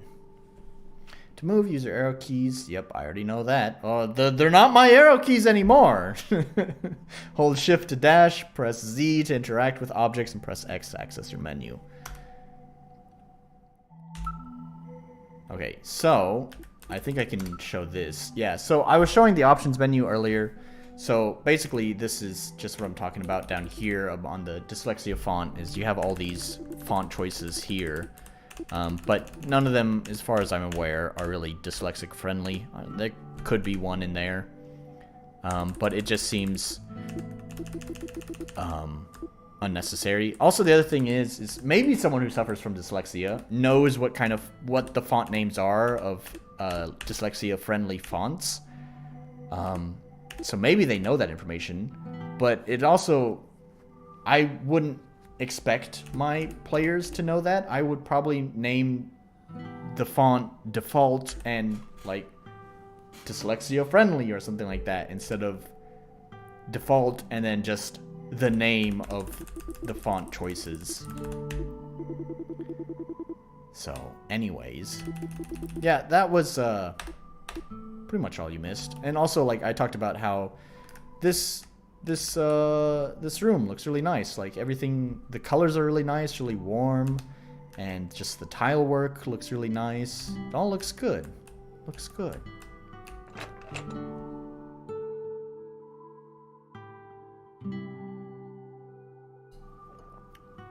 My lord's ward held, but the hallway did not bask in the self-same safety.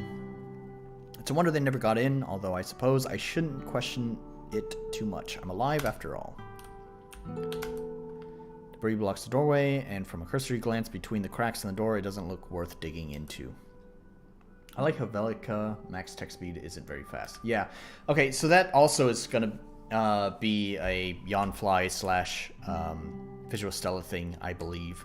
Because it's the same thing in my game, where, like, I think my game is set to text speed 9, and which is one step below the max speed, and it's still somewhat slow.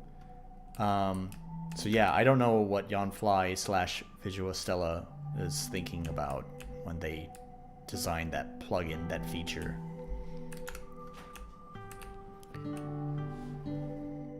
Wait, I do not feel my lord's presence this way. I feel his magic leaking out of the great hall past the curtains there. Let's try there first. Great hall past the curtains. I'm guessing I'm talking this way.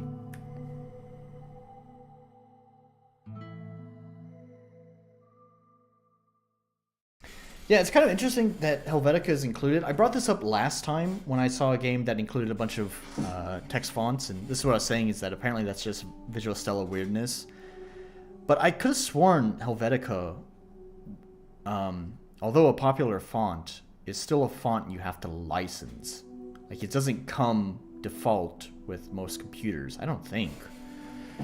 So, if it's included with Visual Stella, that's strange. I guess I must be wrong. There's no way that they are just distributing Helvetica. This really is you, isn't it, my lord? I think you are laid bare so succinctly by those proclaiming themselves as heroes. I slept so long when I should have been by your side, and now your body is broken, your magic even more so. I don't have long, but I'm here now, and I will bring you back. Have I always had these headaches, my lord? Wouldn't you have done something for them if they make me imperfect? No matter, it can't matter. I'm getting like gay undertones from this. Is it just me? There's like some homoerotic undertones between their relationship. I literally can't start to read a text box until it's fully written out, so having text scribe out solely like that is torture. I think there's a way, I'll need to look into this, but I think there's a way to, at least in Yawnfly's version of the text plugin, so for MV, I believe there's a way to set it to just display text instantly without it scrolling out. Glad you brought that up, because I'll look into that to make sure that I can add that option there. I know what I have to do, and no headache will stop me. My necromancy codex is hidden somewhere in the tower. I can feel its magic, albeit faintly. It'll have the spell I need. I'll be back, my lord. This garbage that's on the... Oh.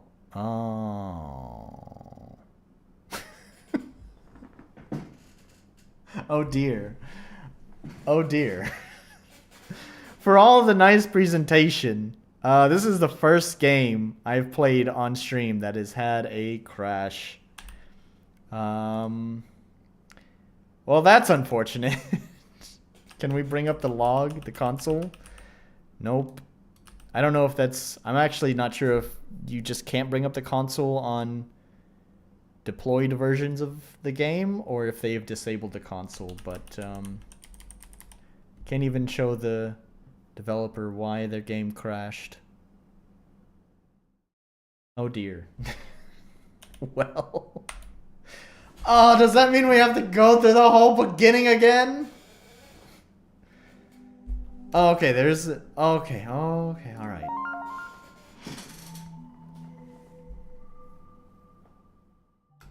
Oh, but we do have to watch... Oh, no.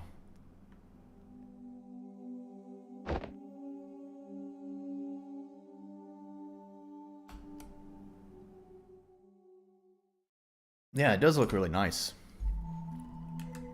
So, I was just trying to interact with some of this garbage on the floor. I was about to say before it crashed, it looks like stuff I should be able to interact with. Yeah, alright, so... Apparently it's the garbage on the floor that is missing something. Great lighting, yeah. Yeah, I mean, this game looks really, really good.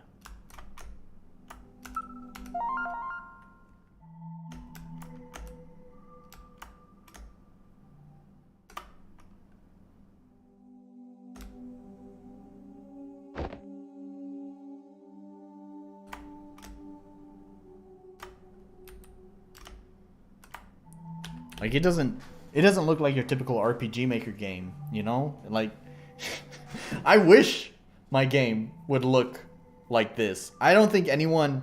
Like, if this was put on Steam, you wouldn't get a bunch of comments on your Steam release, a bunch of reviews on your Steam release talking about what engine you use. You would wind up with probably people who just appreciate the game for what it is. Yeah, it does not have a set anim... Yeah. So it's trying to display some sort of animation whenever you touch these pieces of garbage. But I guess it's missing the specified animation.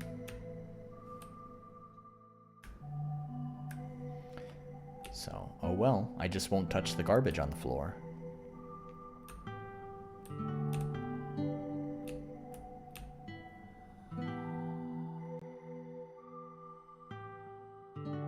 See, this leads outside. I don't need to go out right now.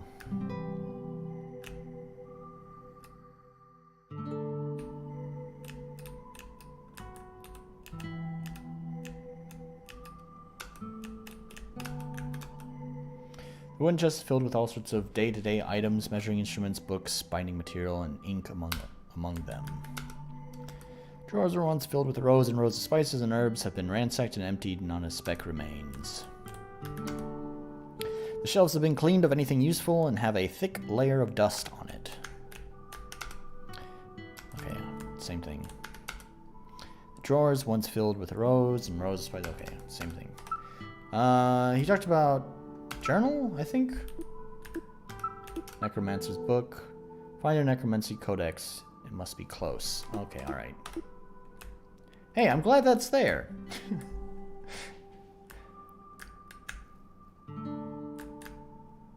So, close was in here. I sure hope it doesn't mean interact with the garbage on the floor, because we've discovered those are not working.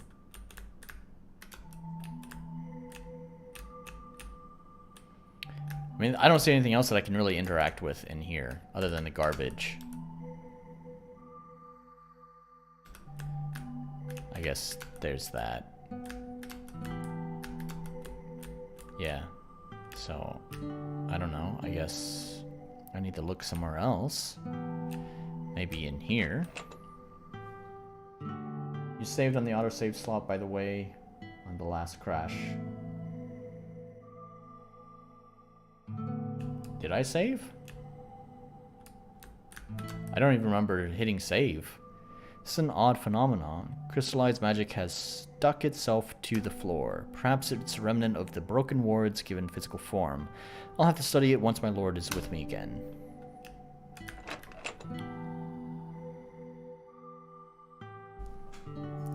I'm glad to see my lord's wards kept everything in here safe. All the years we spent filling up the shelves and penning our own spells together. Well, let's see what's here. Perhaps my necromancy codex is in here. The ashes inside the fireplace have a faint sparkle to it, almost like it was made with magic. Maybe not, because it reset. As I suspected. Found necromancy codex. We set it on fire when we were not using it because its pages will never burn and magic keeps the flames light. That was a little bit stilted with its dialogue. If anyone had made it past the wards, likely they would not have thought this more than mere logs. The spell's here as I thought. What's this note scrawled? What's this note scrawled in the margin? Do not forsake your own life. Curious, it looks like my handwriting, but when would I have written that? There's no time between preparing for the assaults and raising skeletons for my lord.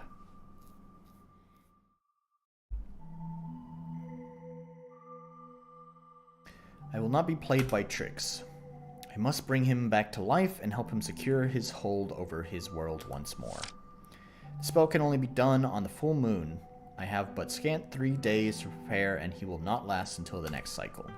First, I should clear the room of rubble and debris. It's not fit for my lord to open his eyes in, and it would be remiss of me not to at least clear the cobwebs.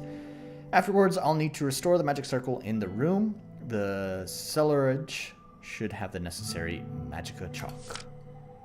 Then I'll need 3 magicked orbs, no matter what state they're in. Those should be with the chalk, or at least nearby. Those I'll arrange around my lord so it creates a circuit with the magic I push into the arcane circles.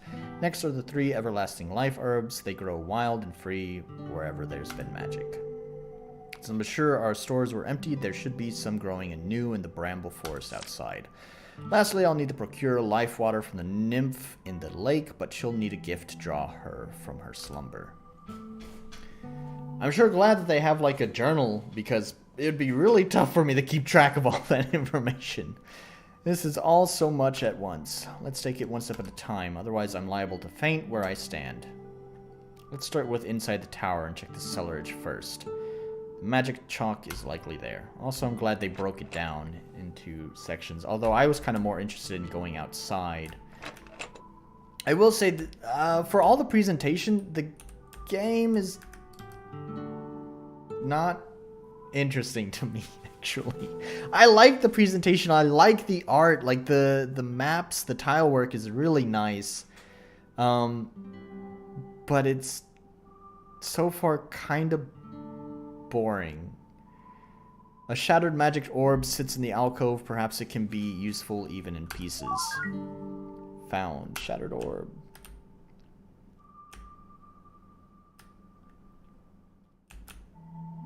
I think it's just maybe not my kind of game, maybe. Because it's just... It's I Spy again, but at least the difference between this game and the previous I Spy game that I played is there's actually, like, noticeable stuff to interact with. As with the previous one, it was just random invisible spots you just tap on and hopefully there's something there to interact with. One chest filled with all sorts of day-to-day items, drawing instruments, book bindings, materials, ink among them. Dig deeper. I really like the setting and story. Alright, well see, we have someone who does like this.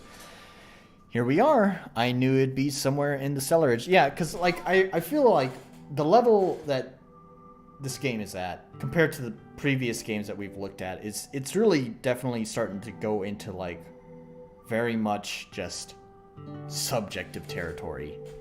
While some of the previous ones, I think there were like objectively bad things about them that like most people could agree with. So, but in this case, it's really just a matter of opinion. Found magic chalk. This should be enough to draw all the magic sigils I need for the spell. Well, good news, NS. I probably won't be playing the whole game because you can see there's not a lot of time left on the clock, but it is free, so if you like it, if you're interested, then you can download it. It was made for a game jam, so I imagine it's not very long. This leads outside. I don't need to go out right now. Okay, does it want me to put the chalk around the guy right now? This is a good time to clean up a little bit. It'll help me think when I do the spell. Yeah, there we go. Time's up. Alright, well...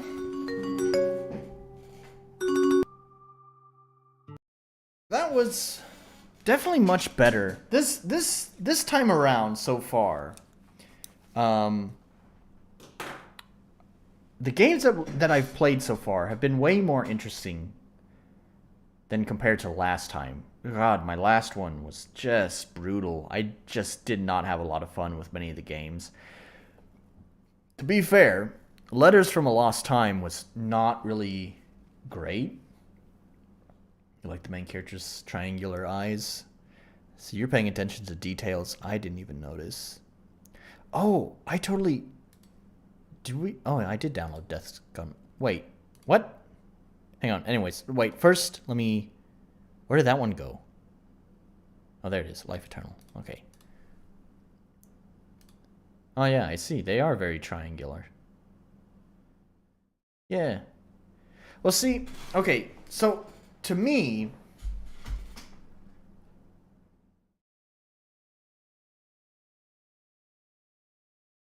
the chunk on the floor was probably crashing because they tried to lock it prior to this step in the quest. Yeah.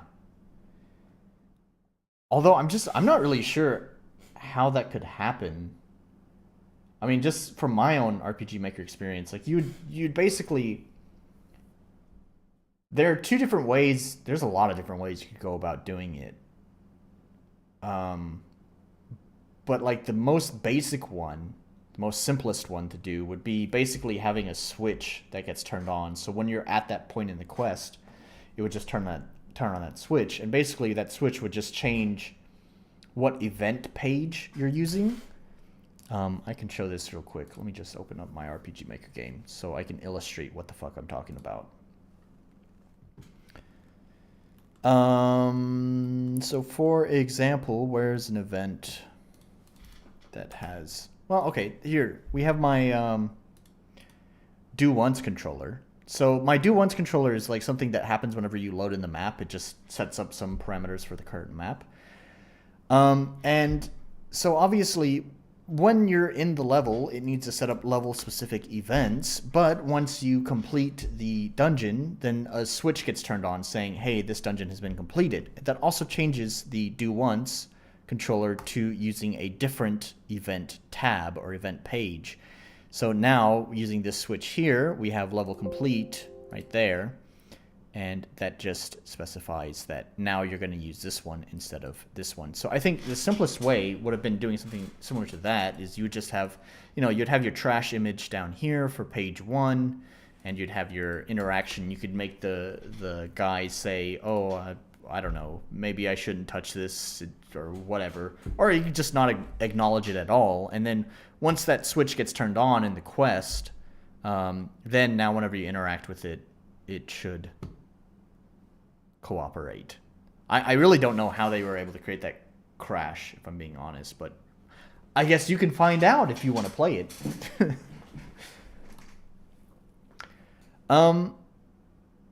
Yeah, I was a little bit disappointed that the writing for the main character here doesn't quite, like, his design is I think really speaks volumes about what his character should be. You can kind of see these subtle like lines under his eyes, like they're bags, like he's very tired. Makes sense because apparently he'd been put to sleep for a long time until some spell wore off from his master. So he should be sleepy, and he has like bedhead, so like all of that makes sense. And he kind of has a very long face too, which kind of to me speaks like, I don't know, maybe he's there's a saying like long in the face, like you're kind of sad, so he's kind of more like a deeper, more, what am I trying to what's the word I'm trying to think of here? I don't know, but I really, like, other than maybe the sleep part, like the sleep made sense, like he clearly woke up, so that makes sense, but it just doesn't, like, that was showing but not really telling with his character, if that makes sense. Like, it showed him waking up, so, like, yeah, okay, we assume that he's just woken up from a long nap. But his character didn't feel like he had just woken up from a long sleep. Again, this is all, like, this is all very subjective at this point. So, yeah, I had Death's Gunman, too. I didn't need to download a game.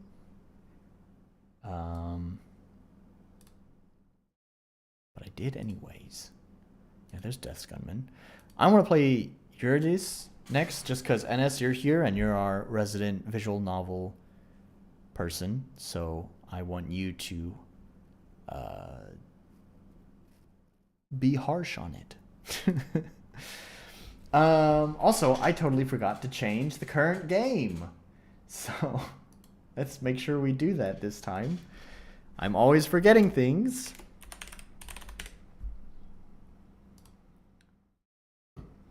There we go. And there's the timer. Let's launch the game.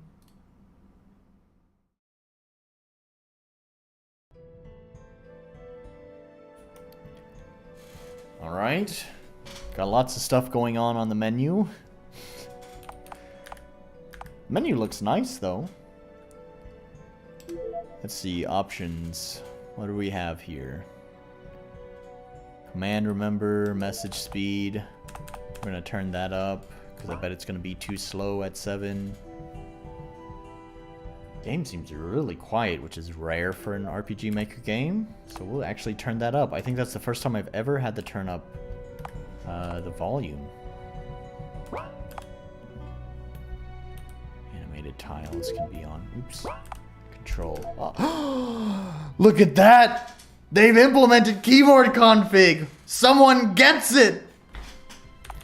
Look! Look at how easy that is! That's how easy it is! You can switch just like that because it has the... it has the profile set up, so it's easy for people to use the layout that they want. It's not hard to do this. It's a free plugin. Just more devs need to do that. Thank you, Eurydice programmer dev, for actually implementing that plugin. All right. I do love the art style, if nothing else. Are you talking about this game? Or are you talking about the previous game? That scrolled by really... Hang on. Slow down. Whoa, whoa, whoa, whoa, whoa. Slow the fuck down.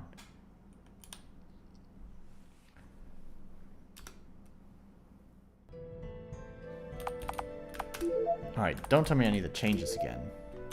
No, I'm using WASD right now. Alright. Oh, no, I'm sorry. I forgot. I'm actually using arrow keys now. Just the way I've always wanted it. Okay. Please note, when you see this symbol at the bottom... Okay, you may hit any... Okay. I am what I am. I am of nature, but I am... Okay. But what I am is dead. I have been reborn so many times, so many... Okay, can you help...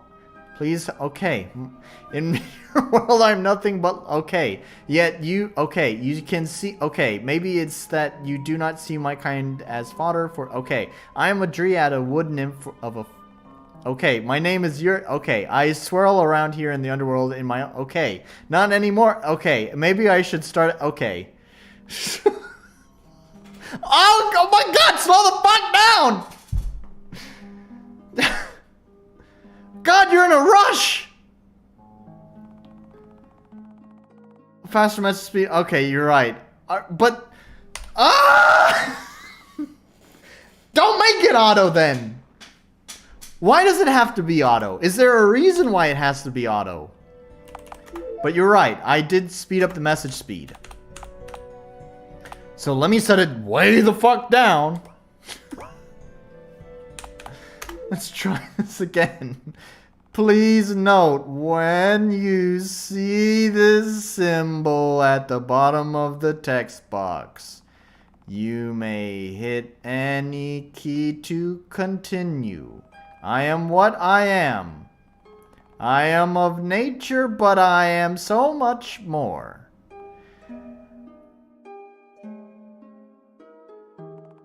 But what I am is dead. I have been reborn so many times. So many lives I have now lived, yet they all end the same. Can you help me? Please help me. In your world I am nothing but lumber. Your kind generally cannot see me anymore. Yet you seem different. You can see me. But maybe it is that you do not see my kind as fodder for your fireplace or splinters to pick your teeth. Maybe you believe in my world. What am I, then, you ask? I am a dryad, a wood nymph, or a forest fairy. Depends on what you believe, what area you have listened to the folk tales in. My name is Eurydice. I swirl around here in the underworld in my own private torment, with no hope of being set free. Not anymore, at least. Maybe I should start at the beginning. My kind start as a seed, a few of us would awaken to help tend the forests and its inhabitants. Look, there I am, just a little seedling. I like 10 out of 10 speed more. I do like how the text shows smoothly in various places. When we became old enough, we would take the look of human girls and frolic and dance to the sound of the forest. Our laughter filled through the woodlands. I hate that it's auto-scroll though. We all dreamed of and giggled about finding true love. That love would raise us up into the heavens, where we could then become one with the great tree of life. We wished. We hoped.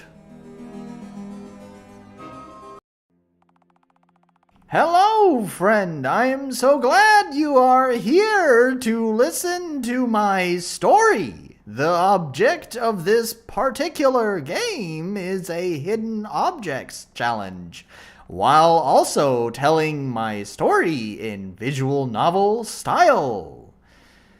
Oh, so we're playing I Spy again. That seems to be a running theme of the games we're playing today. I don't know why it needs to auto-scroll. That's the thing. That's really the annoying part. Was that an option? Did I miss that? I probably can't open the options menu right now. So let's get you started on a practice. Imagine first. This one is pretty simple, so we won't worry about a timer this time. Well, we already have a timer.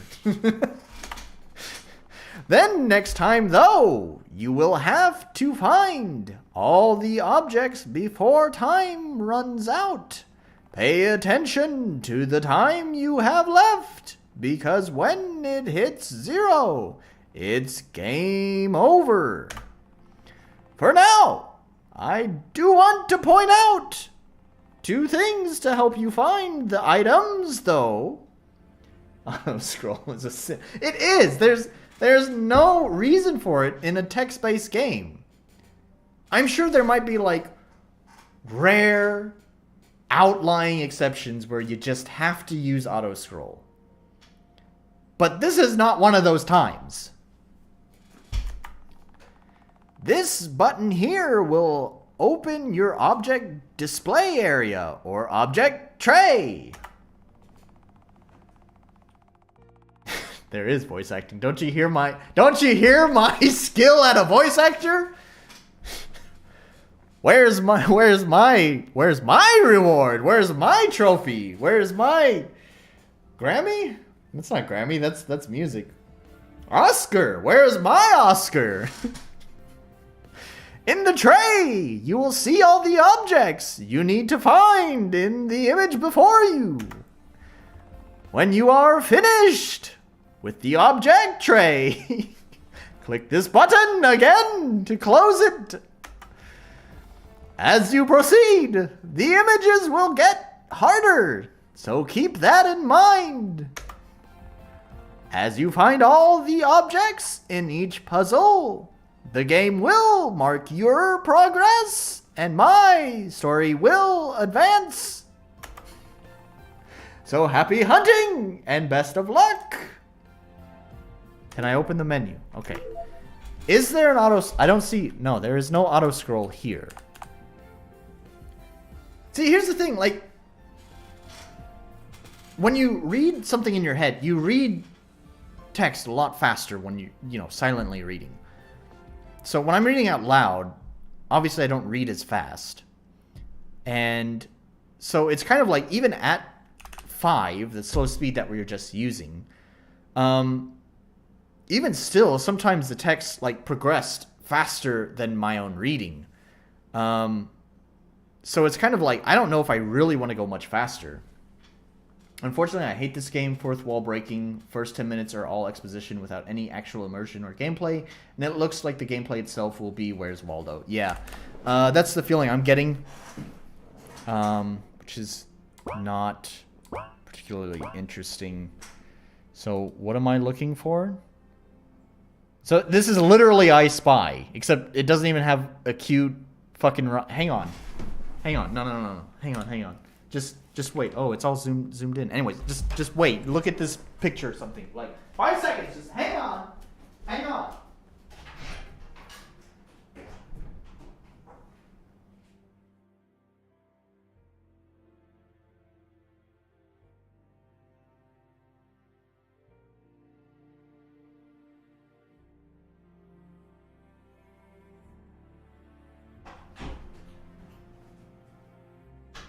Okay, see, it didn't take long.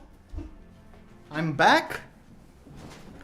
See, I have the original right here, see? Look, here's the nice thing about I Spy. Where's one of the creepy ones? There's something so, like, just mysterious and eye-catching about some of the, like, this. Like, some of these photos are just really fucking cool, man. This is probably not one of the best ones. There's some that just are like almost kind of there's something like almost sinister about how empty it is, you know?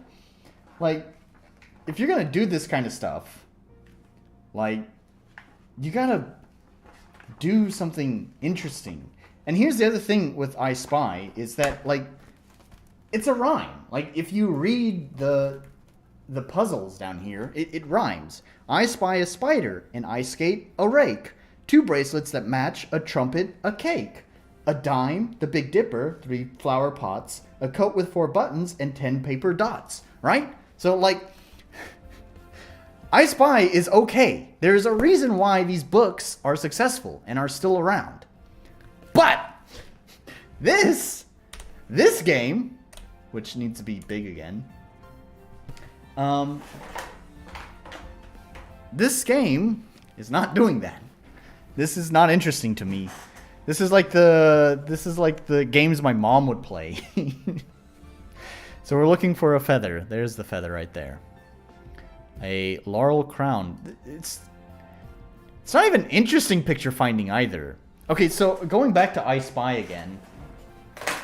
Like a lot of times, some of these things are pretty tricky. I mean, first of all, like in dense ones like this, right? In dense ones like this, you are just looking for like blatant things like a magnet. So that's the first one on here. So you just have to kind of look for where the magnet is in this. It's not like something hidden amongst. It's not just like a silhouette that like blends. Like what I'm trying to say is like sometimes. Let's see if I can find a good example of this.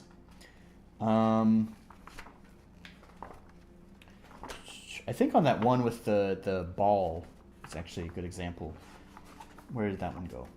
Okay, yeah. So like on this one, you do get like some pretty hidden stuff where sometimes there's either like erased chalk. There's like some erased chalk on there or whatever. I guess, all right, to be fair, we're at the beginning. Let me not, sorry. We're just at the beginning of the game. Let me chill out. All right, let's just look for it. All right, maybe it'll be better. There's the mandolin, handbell. There. A lantern. There's the lantern. All right. You found them all! Great job! Before you continue listening to my story, let's get something important out of the way. This little symbol here will appear during the visual story elements of this game. When you click this gear icon, a small menu will appear. It is important to note what you will be able to do at this time and what is still being worked on. You will be able to save after each puzzle is complete. But this allows you to freely save during the story parts. Okay. Alright. No, you can't even hold space to make it go faster. Oh no! How did they do that? How did they disable that? Okay, if you don't know this, what I'm talking about. So in RPG Maker, you can press and hold the action button, whether it's spacebar or enter, whatever. You can press and hold it during a cinematic, and it will run at 2 times speed. And for whatever reason, they have somehow disabled that because I am currently holding down the spacebar. And it was still, I mean, okay, now it's asking to save, but it was, wow, that's really dense. Wow, that's a lot of tile work. Anyways, yeah, okay, you can see. So the speed is not moving any faster, even though I'm holding it down. So I don't know how they've managed to disable that, but that's kind of frustrating. I haven't even been reading this. I don't give a shit anymore. I don't give a shit.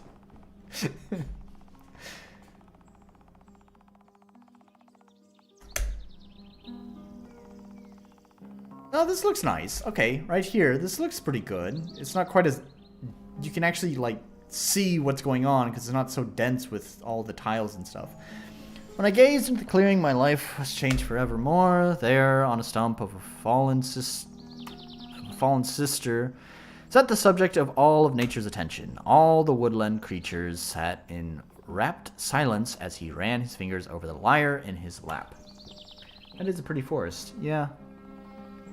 I watch from the shade of my sister trees, oak and ash. He comes here every day. The stump he sits on grew moss as soft as a baby rabbit's fur, so that he would not bruise himself as he plays.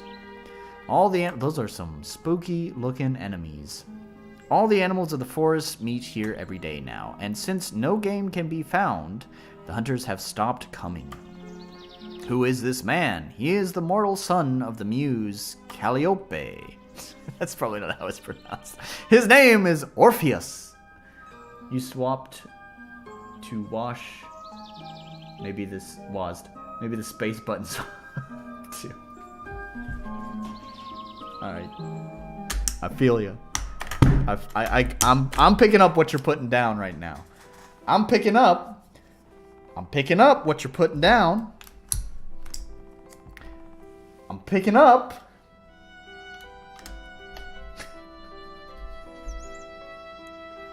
What you're putting down. Oh, now it's like a Japanese keyboard with the tiny space. I got you, man. I'm sorry to say, though, it doesn't seem to be working. I have swapped the keys, but it hasn't changed the behavior. So now I have to, like, juggle. So now that it's not auto-scrolling, I feel like I could change the option.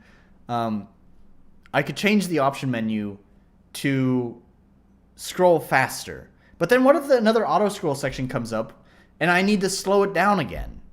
Like, why do I have to sit here and balance your game's text speed? Why do I need to do that?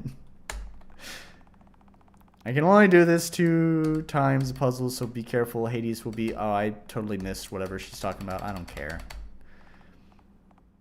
Go. Try again. Oh, did I... What? Did I fail the puzzle? Okay, let's try again. Try to remember you'll have to beat the timer displayed in the top right corner. I'll add a little more time to the clock this time around. Once more, best of luck. How did I fail so quickly?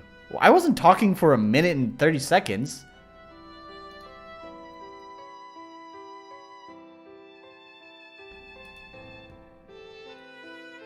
I'm not even looking. Like, I can tell what the objects are. They, like, stick out. So clearly. Like, I haven't even looked down here what I'm looking for. I was just like, I noticed, oh, that's an out-of-place object. That's an out-of-place object. Is this in the way? Yeah, it is in the way. I guess that was something. I don't know what I clicked on. What am I missing? An hourglass, cornet, and butterfly. I don't know what a cornet is. Oh, we're out of time. Oh, no. Oh, no. I can't believe we ran out of time. What a shame. Alright. My keyboard is a disaster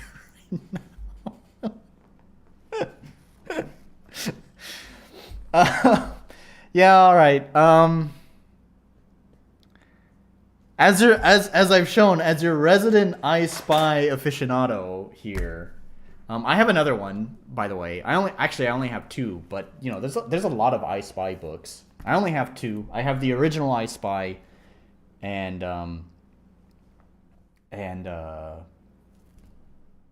this one, School Days. Oh, the butterflies in the hair. All right, you said hair. Making fun of this. I get enough shit over this. How dare you? Don't you start making fun of my hairline. Anyways, yeah, right, NS, I agree with that. It's annoying that the UI gets in the way of things that you're looking for.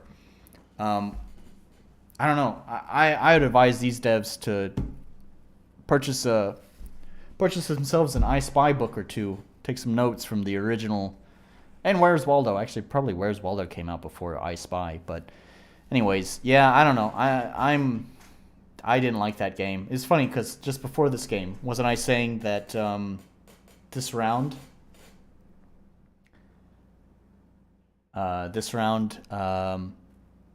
we've played more good games, more interesting games than last time, and then we played this game and I just was not feeling it. I believe that character design came from one of the packs. Let's just go to... Where's the store page? There it is. I think let me go to browse all. I'm not gonna like look specifically for that pack, but it's just all. Where's like this is no, this character generated parts. The website itself, I probably should have just gone to the website. The website's so much more well organized in the Steam store. But, you know, you have your character packs here. I think that character came from one of these packs, probably. So, yes, it is a nice design because one of my own characters came from one of these packs as well. But also, it's definitely not their original art. Somewhere in here is going to be that character pack. I'm not going to spend time looking for it, but it's in here somewhere. So, as for the tile set, I actually am pretty impressed with the tile set. I'm not sure where that came from. I'm sure it's another asset pack that they found somewhere. There's nothing wrong with that, by the way. I mean, obviously my game uses asset packs too. I don't want you to, like... I don't want you to think that these are like there's super skilled artists that drew all of this. I don't think so. In fact, actually, I'm pretty sure even this menu background here is from a battle background asset pack as well. So, yeah, it's not custom art. Anyways. Okay. Yeah, I didn't really enjoy that one. Let's get rid of that. Life Eternal was the previous one that we just played that you liked, so yeah, we'll leave that there. So the next one's going to be Death Gunman, which I'm not sure if it's like a light gun style game or if it's actually a first-person shooter game. If it's first-person shooter, it's pretty impressive. So we'll play that one next. Let me change the game to Death. Oh my god, this tiny spacebar. Death Gun. My keyboard is a wreck right now. And let's roll. Let's see what we'll play after that. Oh, come on. This is it?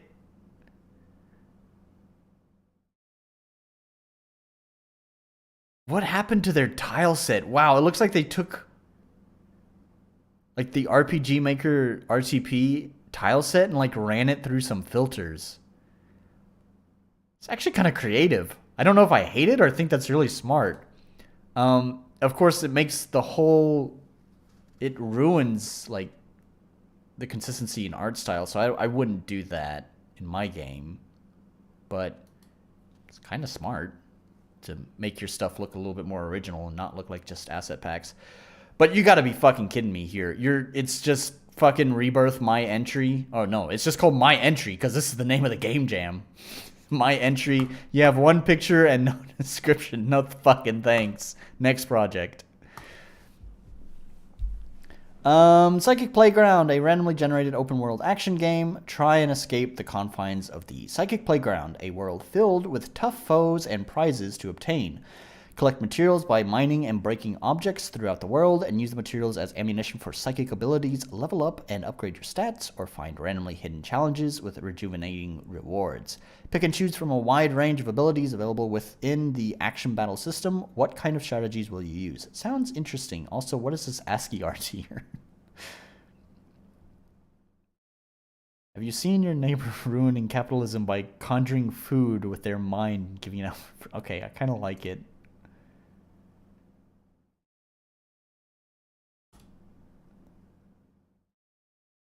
Very interesting. Okay, alright. Yep. This one definitely looks a lot better than the previous one that we were just looking at. But let's find some music because I need to pee and I should probably refresh my drink too. So let's finish this off.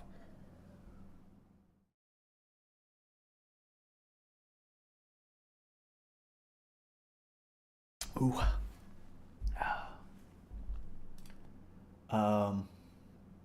Where's some? Here, this one. This is a good one. Right. So I'm going to play some music while I go pee and refresh my drink.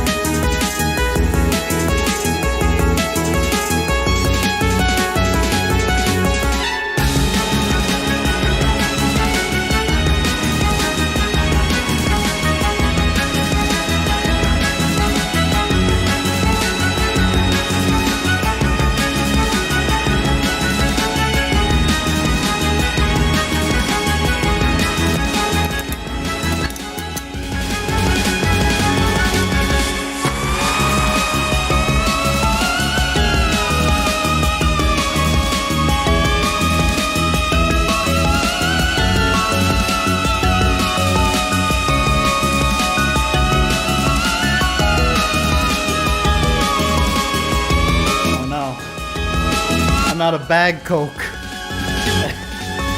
This is like a 50-50 mix of brandy and Coke. It might be a little bit too strong because I didn't have enough Coke. Oh no.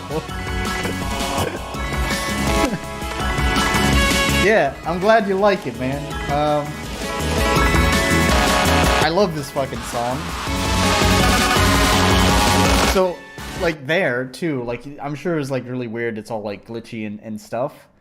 So, in my game, you know, obviously I don't have voice acting, but to indicate who is talking, I've given each character their own voice, which is just represented by different instruments. And so, this is kind of like the song is intended to be kind of like the final levels music, I guess you would say. And so, right? Thanks, Ennis. Yeah, like I said, I'm really happy with how the soundtrack is coming together.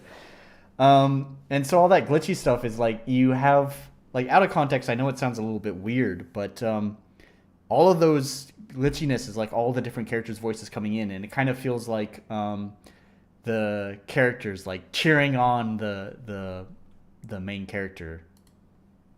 It's kind of the feel that I get.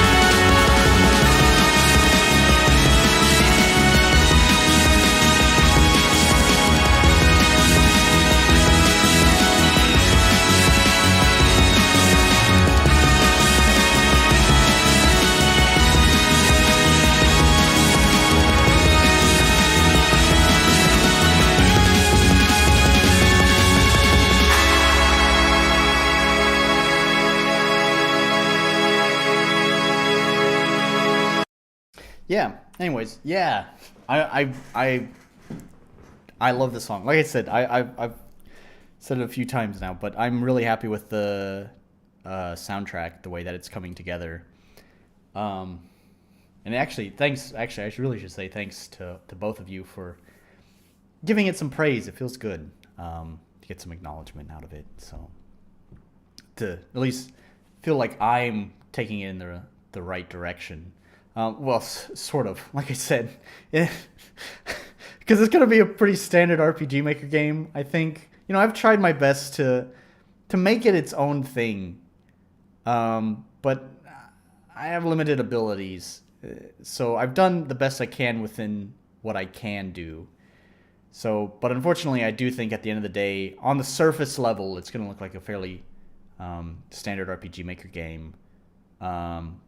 So the soundtrack is just going to feel like it came from an entirely different game.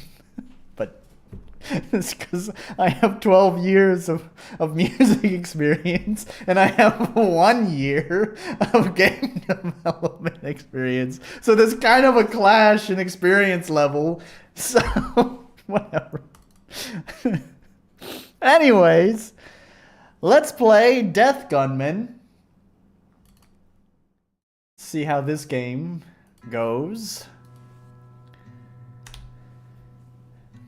It's MZ. Oh, I don't have an enter key. My enter key. Okay, what key are we using?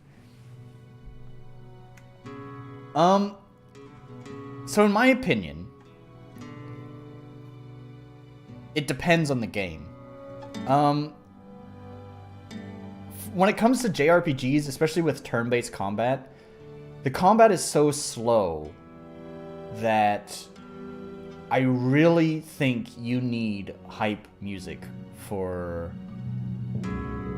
battle, because just turn-based itself is so slow naturally that you really need something that, you know, listeners can dance to while they're waiting for their turn to play out. Just use the backspace key, you'll never need that. Alright, there we go. Alright, got my key pooler. Here's my backspace key. This stream is... this stream has become... How fucked up, how mangled can I make my fucking keyboard? There we are. Let's switch to the... Oops, I'm on the wrong side of the keyboard. Nope. There we go. Nope. There we go. Alright. There we go. We have backspace over here now. So escape key. Oh, it's too late. I've already put backspace there.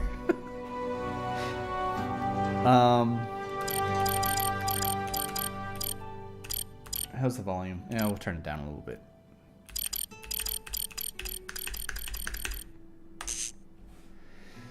But yeah, I have a strong appreciation for Jesper Kyd. If you don't know who Jesper Kyd is, we haven't started the timer yet, so I think it's okay if I take a brief moment to show off who Jesper Kyd is. You've probably heard Jesper Kyd, because he's done a ton of video game soundtracks. I think that's how you spell it. Yeah, almost. So Jesper Kyd has done, as I said, a ton of video game soundtracks. But he's most famous, or at least I became most aware of him with the Borderlands series. He was their original music director for Borderlands 1, but in Borderlands 2 and 3, they added a bunch of other composers to the game. So, like, he did all the music for Borderlands 1, but he did not do all the music for Borderlands 2 and 3, is really what I'm trying to say here. And I think he is the master at creating atmosphere. His songs are not really good songs to jam out to. They rarely kind of reach that level. But as far as creating an atmosphere, it is great, man. So, if you want to create an atmosphere, I think first-person shooters or any sort of atmospheric kind of game, like adventure game, exploration game, I think atmosphere is better for that. But like I said with RPGs, especially turn-based RPGs, you spend a lot of time wandering through menus. And in my opinion, if you're spending a lot of time wandering through menus, not doing a lot of interaction and stuff, not existing in the world, then you really should give something for your players to kind of dance to while they wait for stuff to happen and while they navigate menus. That's just my opinion. Let's start the timer. And let's see what Death's Gunman is about.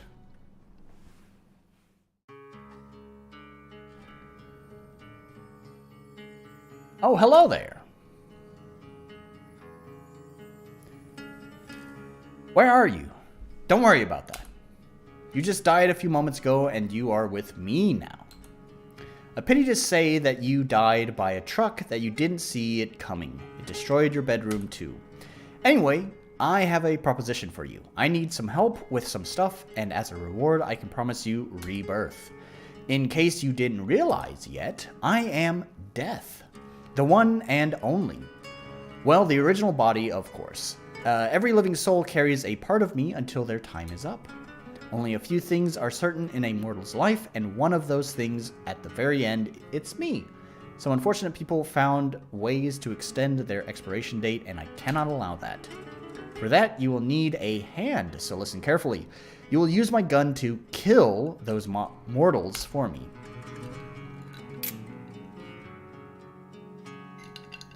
The art, I'm not gonna lie, is kind of brutal.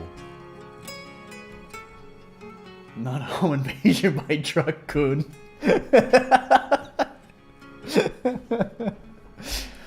That over there is your health bar and the bullet count inside my revolver. Use mouse one. Okay, so it is, at least there is a shooting mechanic using mouse. Okay, so yeah, I think it is kind of like a light gun game. Ah, that's disappointing. Especially with a mouse, because like mouse, you're so accurate with. To reload, press R or X. The reload takes time, so watch out. That sight of yours is a little sad. Let's change it. You can change it using C and V for shape and color. This box will show... Oh, cool. You can change that on the fly. That's really nice. This box will show the remaining health of the target. Off the target.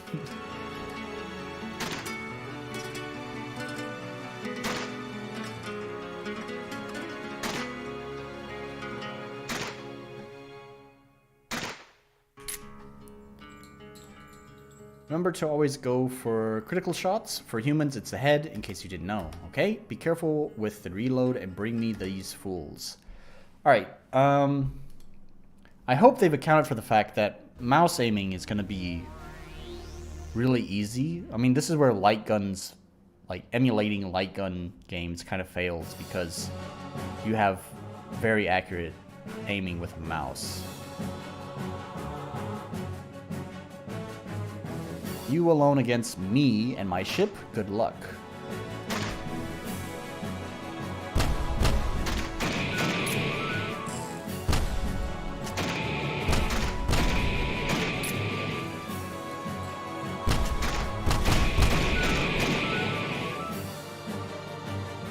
It's not exactly aim labs. I mean, it basically is aim labs, actually.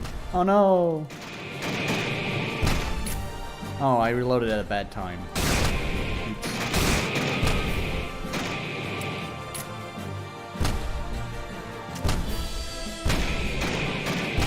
It would be nice if there was some sort of sound whenever you finish reloading.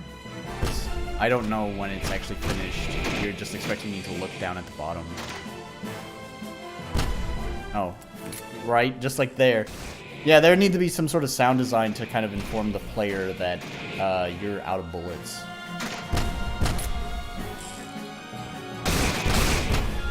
Oh, well, I guess I'm dead. Truck-kun invaded my house again. Go! Do something! Okay, that would took way too long. Alright, it does seem at least somewhat balanced around it. It's partly because the reload takes so long. One of my least favorite mechanics in fucking first-person shooter games is the fucking reload. You've been having fun shooting stuff. Now let's wait 3 fucking seconds for you to... Let's stop having fun for a little bit. Okay, that... Alright.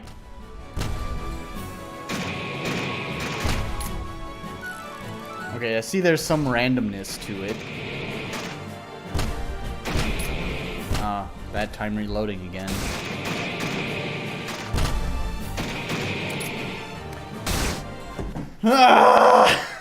Well, at least my one concern about the game being not balanced around mouse aiming has been squashed. Oh, this death screen takes so long!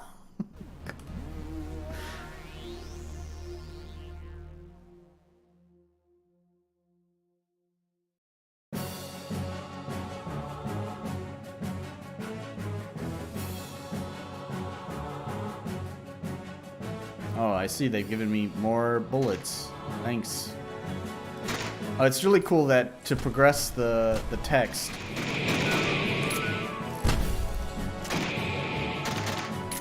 To progress the text, you have to click, which also wastes the bullet.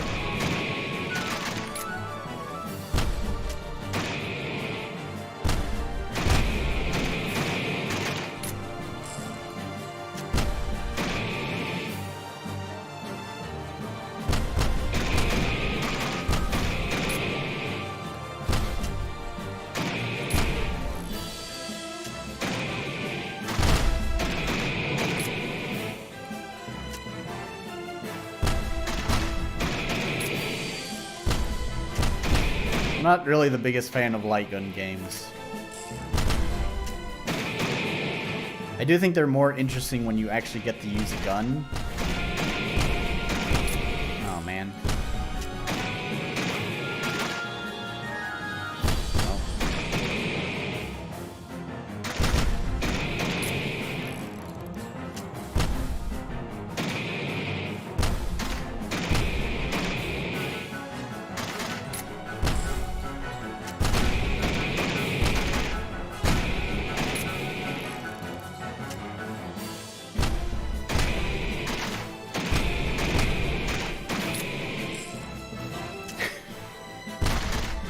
Is this fun? I don't know. Is there an accuracy mechanic?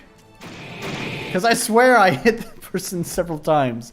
That's quite impressive, lad. Finally I found my end after these 200 years. So long! So long, Gay Bowser.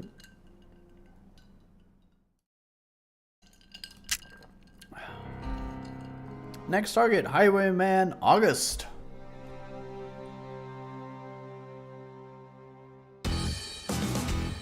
Hello, amigo. If you want to fight, we going to fight the fair way. Faster draw wins. Send Lady Death my regards.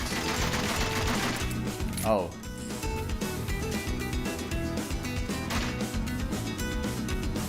I see. Okay, well that's cool. They at least changed up the mechanics. I like this music too.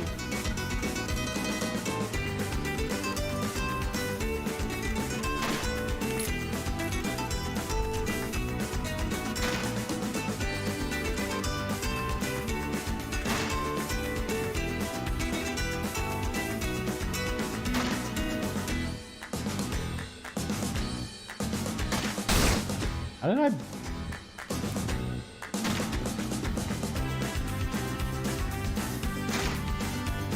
This one's a lot easier. It should have started with this one. Let's see, it seems like they start you on hard mode, then give more hearts as you die. Yeah, that's nice. I think that's how it went. Ain't that a kick in the head? Yeah, it really should have started with him. That was a lot easier than the first one.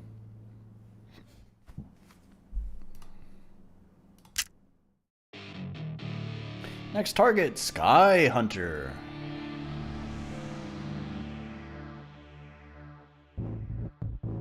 We're in space. Nope.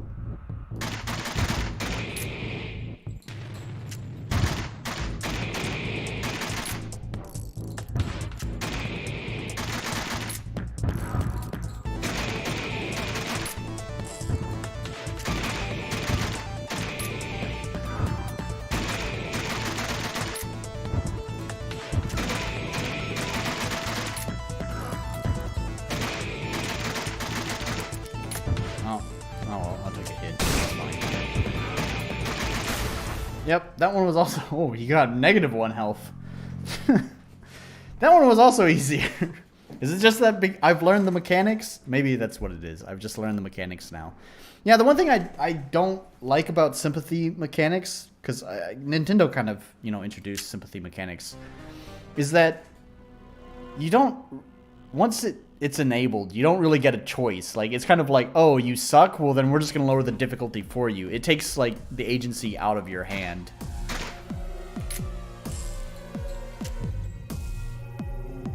Hello again, Fortuna.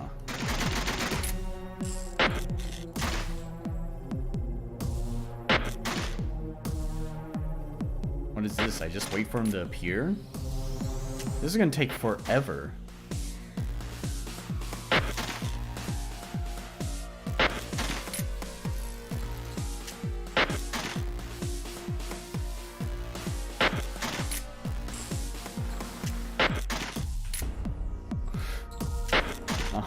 This is gonna take forever to kill him.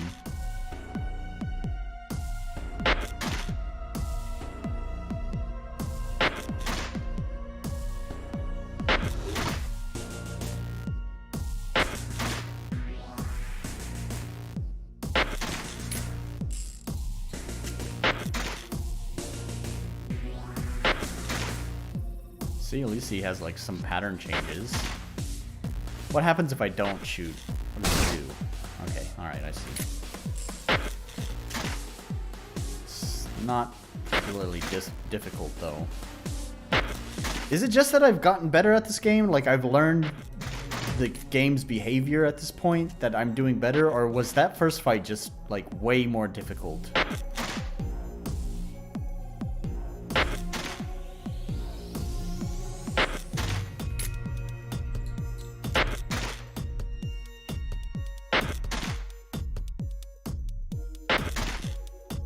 It do appreciate they kind of give you feedback on where he's going to show up. Like, you can kind of see him scrolling in the background.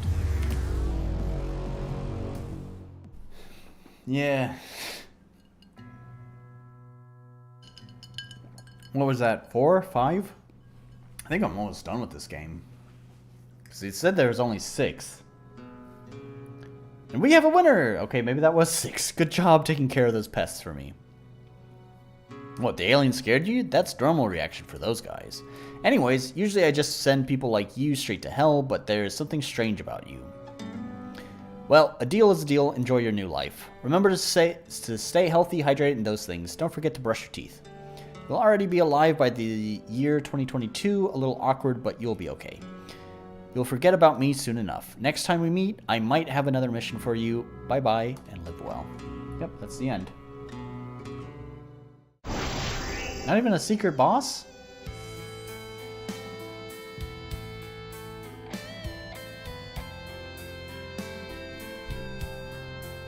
Any credit for the music? Music used, there we go. Rebel Rapture, Spanish guitar strings. Okay, so that was a resource pack, Epic Strings, Modern Day Music Mega Pack. I've never looked into any of the music packs just because, I mean, why would I?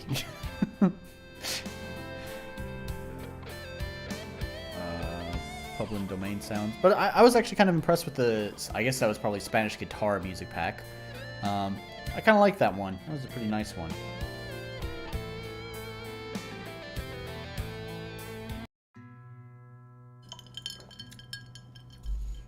Well, damn.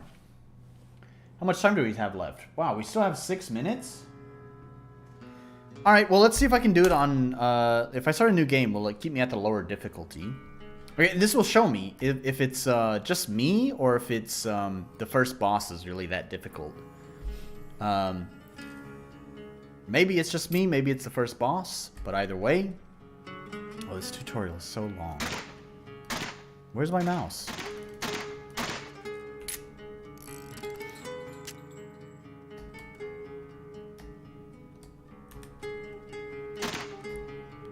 Alright, so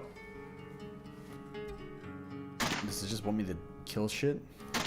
We'll find out if the first boss is hard, and we'll see if I can do it on a higher difficulty.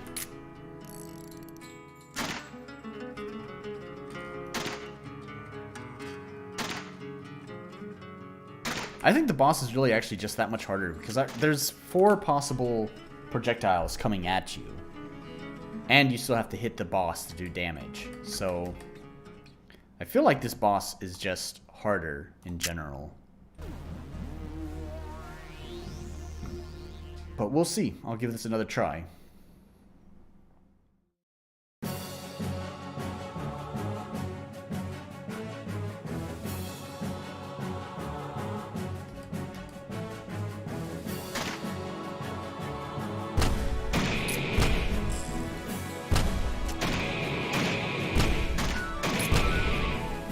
Yeah, the bullets are... The cannons, like, fire really inconsistently. Yeah, I really feel like this one is so much harder. Oh, man. I didn't mean to reload. Still got it in time.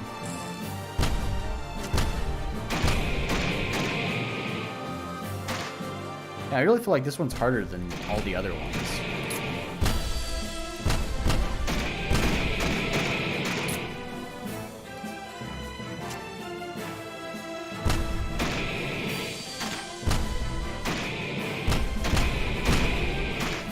Oh no. I got greedy.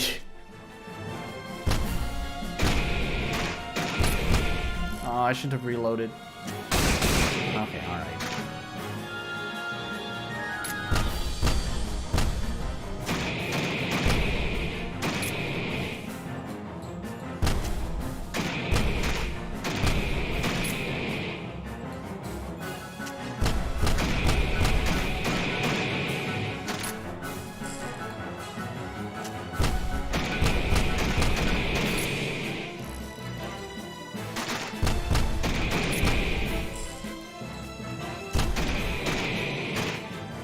There we go. Did it first try. But yeah, that one's definitely way harder than like all the other enemies. Let's see if I can beat it on this difficulty.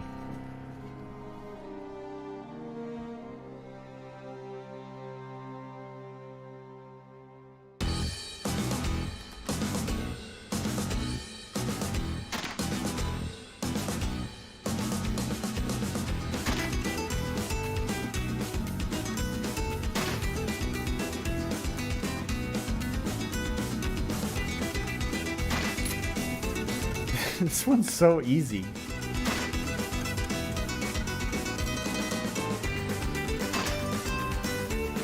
I think one thing that would be nice is if the health carried over between each level.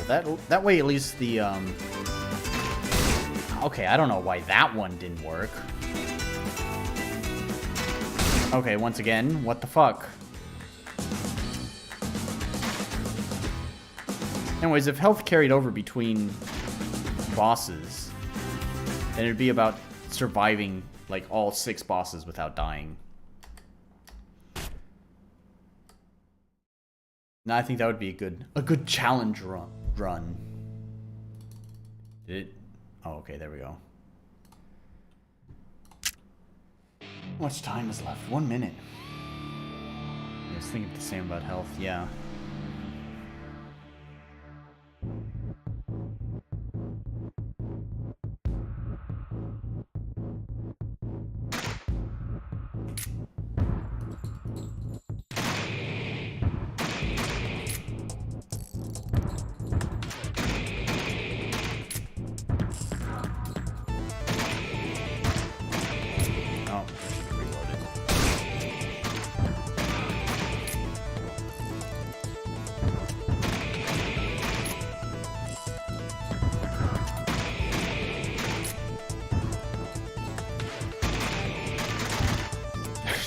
Was stupid.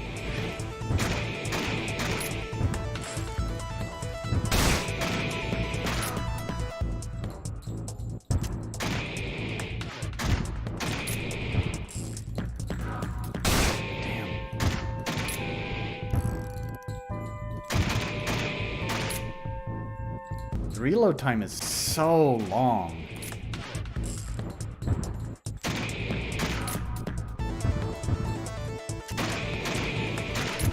Ah, fuck. And if I... Yeah. Alright.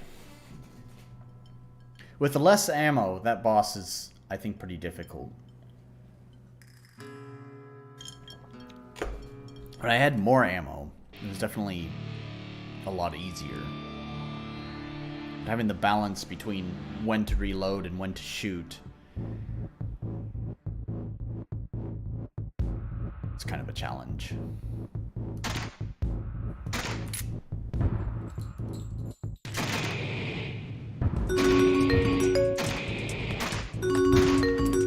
Can I pause? I can't pause. Alright. Then, we'll just call that good. Alright. Yeah, I don't know. That was a cool idea. A light gun game in RPG Maker I also think is pretty interesting.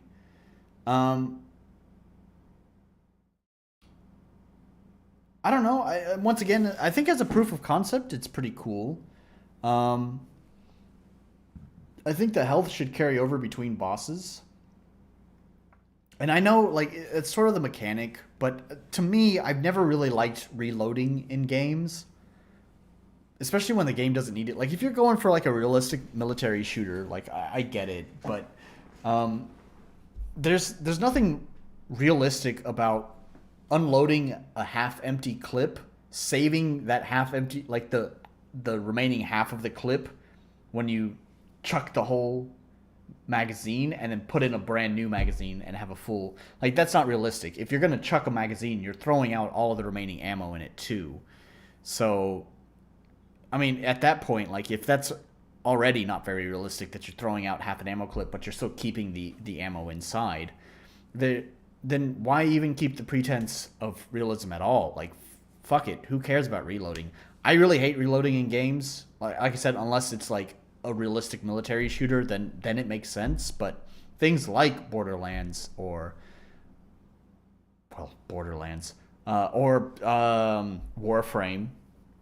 I just it's like I don't see a lot of reason for reloading mechanics, but I see the purpose for reloading in this game. I'm not saying that there's no reason to have it at all, but what I am saying for this game is that I hate reloading, and that the reloading time should be a lot shorter. That's what I think would feel a lot better, because the reload time is really long, and you're just sitting there doing nothing, just watching yourself die because you chose to reload at the wrong time. You know what would be cool? So I thought this was happening when I was playing the game, but I'm not sure, 100% sure about this. But first of all, since it's a revolver, right? So a revolver has the what is it called? I used to know what this was called. Cartridge? I don't know. You'd have the barrel with not the actual barrel that the bullet fires out of, but the barrel that you put the bullets into. So obviously, if it's a revolver, then the less bullets you have fired, then the less time it should take to reload, because you're only putting in like one bullet, right? Or two, or however many you've shot. In which case, I think having the reload time, yeah, at least in arcade games, you hide behind cover while reloading. Yeah. I think the reload time should be dependent on how many bullets you have remaining in the chamber. So if you've only shot one bullet and you hit reload, then the reload time should be significantly less. I think it might have been doing that in the game, but I'm not 100% sure, because I also think the amount of time was still pretty high even for just one bullet. So my other idea is that I think it should just be reload by one bullet. Speaking of Warframe, one of my favorite guns in the game is the Corinth, which is a shell-loaded shotgun. So you put each shell in one at a time. But one thing that feels really satisfying about that gun is that you can interrupt the reload. So, like, since you're putting in one shell at a time, you're only putting in one bit of ammunition each time you play the animation. So you can sit there for a long time playing out that reload animation, and it's very slow because you're loading in each shell one at a time. But if you're in danger and you need to shoot, you can interrupt the animation and fire off whatever shells you've already loaded. And I think that feels good to do. And especially since it's a revolver in this game, you could definitely get away with that, where if you push reload, it could just load in one bullet. Or it could keep continuing the reload animation. And if you press shoot, then it should interrupt it, like that. In most games, you swap to another weapon and only reload out of combat. Yeah, there's also that. You have the standard 2-weapon layout, and you'd swap between weapons when you need to reload in the heat of combat. So, yeah, I think there's a lot of options. I guess the short of it is that I don't like the way that reloading is done in the game as it is now. But there's definitely ways around that to make something more interesting. So, how many games have we played at this point? We started with Letters from a Lost. So we played 1, 2, 3, 4. Plus, I don't know if he's still here. He hasn't said anything in chat in a while, but it was like, I have to scroll back here. Myla Threest. We played his Dark Souls game, so that's 5. And then this one that we just played. No, that's 5. All right, then I think we still have time. Let's play another game. We'll roll the dice and see what's next. The Respawn Banter. The chosen hero of the prophecy must save the world again. This would be a normal story if it wasn't for the fact that the hero sucks at not dying. And the hero doesn't want to be no one, and the life goddess is somewhat moody, and slimes won't let you read? The Respawn Banter is a comedy game set in a fantasy world about a hero and a life goddess talking every time he dies. Dying was never this funny. While I explore, every single time you die, a new discussion in the afterworld will take place, even when you die multiple times in the same way. Experience lots of funny exchanges between the chosen hero and the goddess of life. Is this a dream? The prophet was a fraud? Slimes can really get drunk? Also, not dying is not as simple as it sounds. The world is unfair sometimes, so the game is literally about dying. Interesting. So, I really am a muffin after all. Oh no, this sounds like lol XD random humor. Can't you feel the thrill, the vibes, the need for divine retribution? Imagine a mob on screen eats the text as you try to read it. Sounds interesting. Not all our dreams will become reality, but some of them can. Is it possible to postpone this quest? I might still be on time for lunch. Yeah, I think humor is probably one of the most difficult things to do. So props off. Props. I was going to say hats off, but then I said props off. Hats off to the developer for attempting to do humor. I think it's one of the hardest things to execute well. But I have a feeling this is not going to go over well. Reading some of those pictures, I feel like this game is really going to have a tough time actually being funny. Anyways, but before we play that, let's clear out Death Gunman. I do like that it was short and I was actually able to complete it, because it's rare that I actually complete a game within the 20-minute time limit. So that was nice. We're going to do Psychic Playground next, which actually did not sell itself as a comedy game, but did sound pretty funny. So let's see how this works. You ready for Zoomer humor? Wow. Oh, no, that's Life Eternal. I was going to say, wow, another one that has a manual included, but no. First, we're going to try Psychic Playground. Maybe there's not going to be a lot of Zoomer humor in this one. Let's start the timer and launch the game. Move that out of the way.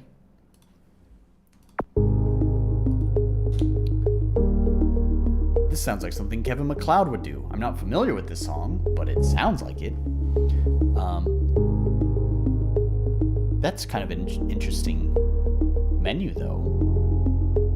It's kind of like a cross between like MV3D and like Mode 7. Ultra Mode 7, I think is what the plugin is called. I don't know. It's pretty cool. Oh! Look at that! It's not. This keyboard's pretty heavy. It's not WASD. It's actually arrow keys for once. No, it's not. Nope, never mind. I got excited for nothing. What's going on here? Huh? Sorry, I have the wrong keyboard profile set. That's what it is. No, it's still not doing it. What? It's just mouse settings? Okay, alright. Well, that works like a normal game. Most games you'd use your mouse to control this stuff anyways, but also weird. Always dash. Wow, it's weird that it's like an RPG Maker game, but it actually controls like not an RPG Maker game.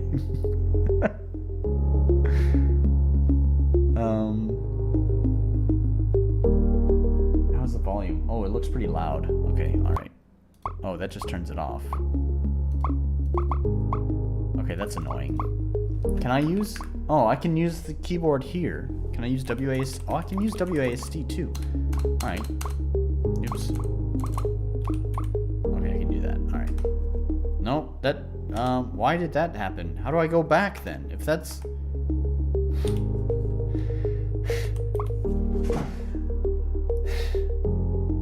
Why have you changed all RPG Maker controls? How do I go back? I just have to click here. Alright, right on.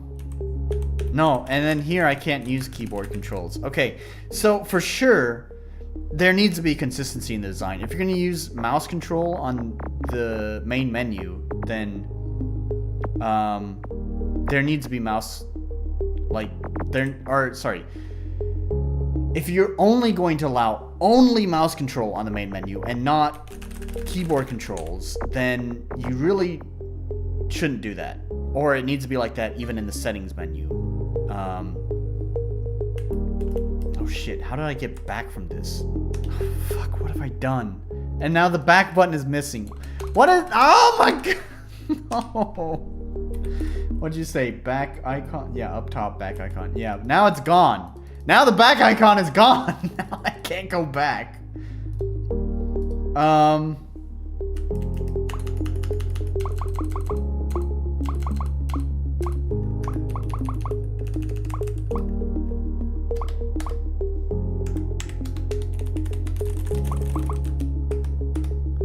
Why did they change escape to that?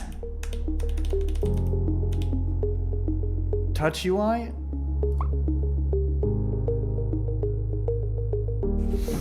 I did try backspace. I tried real backspace, which currently doesn't have a key.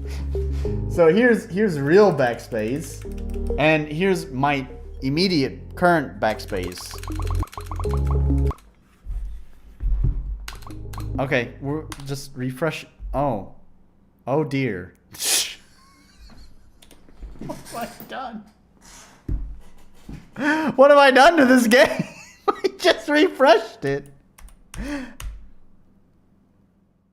What? I just hit refresh and it crashed. What have I done? Can I relaunch it? Okay. Alright. We're not fucking with the settings.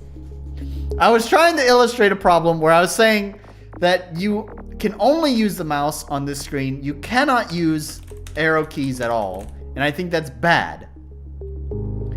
I'm not gonna show this example again because I got stuck. Alright. World name. The name of the world. This is kind of like Minecraft. I don't know. We'll call it XZNS Fortuna. There we go. That Xn's Fortuna. Xn's Fortuna. The randomness seed used to make the world. Leave blank to randomly generate one. We'll leave it blank. This is almost kind of impressive that this was done in RPG Maker, but also it was not a very good impression at the start. We'll also go with Xn's Fortuna for the name. Okay, we get to choose different classes. We'll use... let's go random. Oh, okay, we have points. Oh, we can get some points back too. Let's see. Trades control for greater powers. Randomness of their power is the cost incurred for using forbidden techniques. You notice how... oh, it's not actually just randomly going to pick one. It's actually its own class. Whatever, I'll also try it anyways. I have no idea what to do here. Increase damage done by abilities and materials. Increase movement speed and shoot frequency, aiming, increase shoot accuracy and reduces cooldown time. That sounds probably like a pretty good option. Increase speed at which structures can be mined. That doesn't sound very useful. Decrease material cost of building structures. Yeah, so I'm sure there's been plenty of video essay on this topic about how I don't like putting these stats at the beginning. Like it doesn't mean anything to a new player. I have no clue how, like, the speed at which structures can be mined. To me, that sounds useless. For at least for 20 minutes, you know, like if there's maybe a longer gameplay session, I might think that might be useful. But so I feel like I'm just gonna lower that. But I have no idea, like, how important is mining to this game.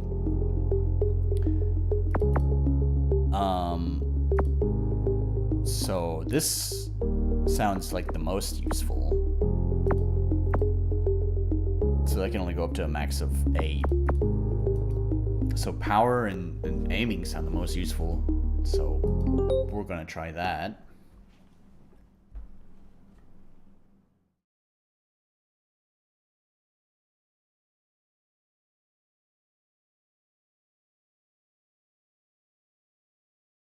Alright, there's a cute loading screen.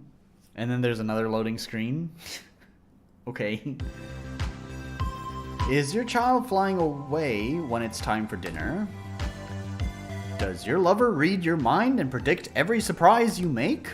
Have you ever seen your neighbor ruining capitalism by conjuring food with their mind and giving it out for free? Worry no longer. Call now and we'll send them to the Psychic Playground. A safe, fun-filled, government-sponsored environment for all the special-minded. A place for them to become reborn. Meet like-minded friends. Join fun activities. Explore the entire isolated confinement. Your psychic buddy will love it. You both can take a nice break for however long you need. Them at our fun location, and you with your normal, not freak brain at home for as long as you need. A week, a year, we'll keep them forever. Call us now. 555-83RR4. There's probably a joke somewhere in that I'm not getting. But oh well. Psychic Playground. You don't have to look at them any longer. I missed your comment, the hardest boss menu screen. Yes, indeed. Okay. Oop. Okay, I don't like... why would you make escape change from full screen to not full screen? Who does that? It's either Alt-Enter or for RPG Maker games, F4. No one puts change full screen on escape. That's to cancel.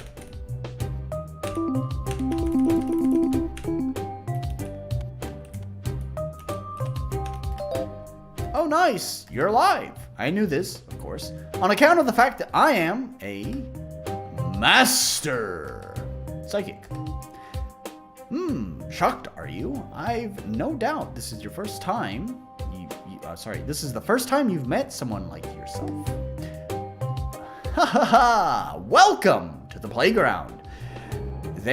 What'd they put you in for? I'm having a terrible time reading this. You are a randokinetic, right? Let me guess. You tried to do a little magic trick and boom! Someone's head ended up exploding. Ha ha ha! That's a good one. Well, no worries. Here, you explode as many heads as you'd like. Anything sent to these confines has been deemed worthless to society. Ha ha! Ha ha ha! That's not very funny, actually. Well, enjoy your time, young, person. What gender are you? Yes! You just said yes. Just what society needs. Another yes man. Well, as long as it helps you survive. If you're lucky, you'll make it out. You'll make it as long as I have, which says a lot considering I've only been here a week. A week! Alright, well, I kind of like the presentation. It's just that the, menuing, I don't know how else to put it. Controlling the menus is just terrible, but, yeah. I think everything else is pretty neat. Touch this weird orb? Yes.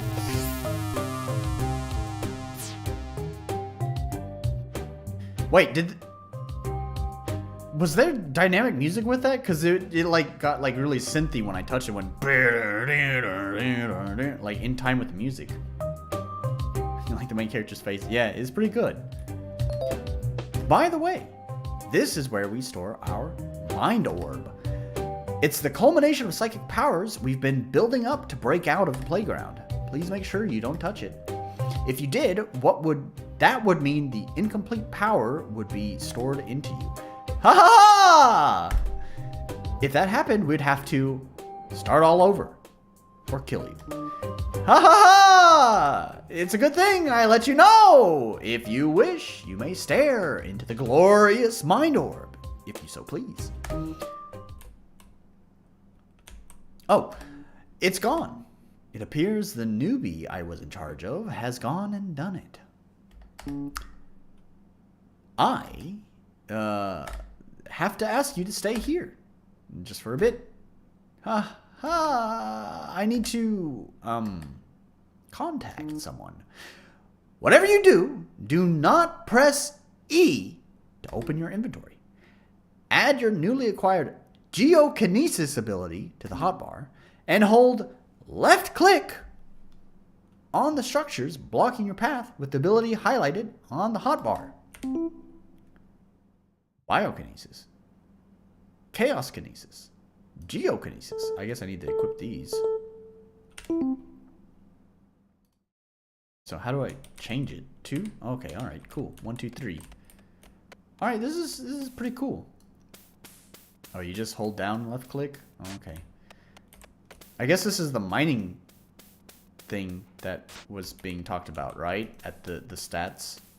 See, this is what I was saying, is I have no idea how important those stats were.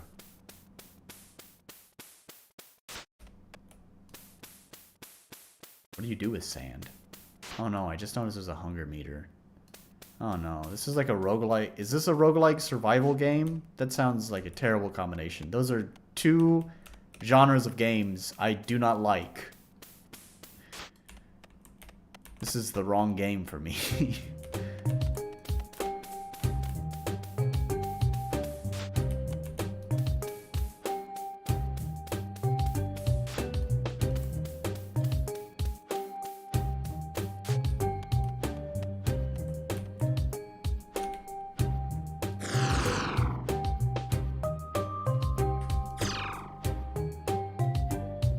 Okay, that hurt me. Neat. I wish I had known that. Randomly change hearts. Oh my fucking god. Ha! Oh god, you startled me. How'd you even get through? Well, no matter. You'll not be able to make it past here. These spikes are so intimidating, you couldn't walk on them even if you wanted to. Whatever you do, do not press E to open your inventory. Add the sand material you've acquired from mining the pillars to the hotbar. And hold left click while pointing your mouse in the direction of that crystal to the right. Okay. Is that just 4? Okay, it's 4.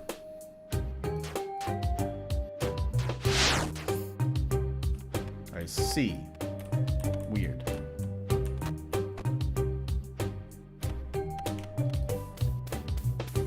I am kind of impressed that this is an RPG Maker game. This feels like something that would be built in Game Maker, not RPG Maker. It's pretty cool. I like the little squash and stretch on the... whenever you're mining something. And you have like hotkeys using 1, 2, 3. Again, it's just navigating menus that's been the most frustrating part about this.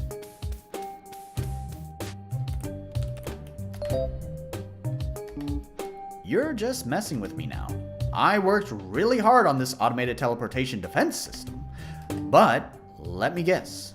You're going to collect at least 16 pieces of sand, highlight sand on your hotbar, hover the mouse over the desired position, and press right click to construct pillars to block the projectiles. Okay, that's pretty cool. So you can build stuff too. Yeah, that's pretty impressive.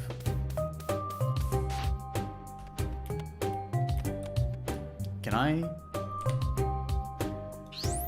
Yep. It kind of almost seems like it doesn't matter. I can target anything, anywhere on the screen. Interesting.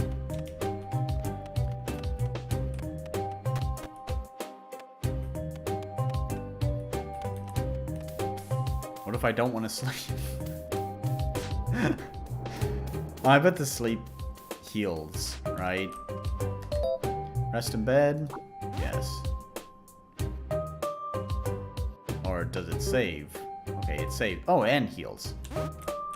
And fixes everything.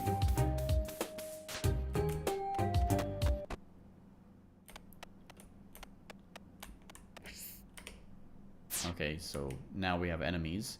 An enemy has appeared. Shoot materials or use other abilities to defeat.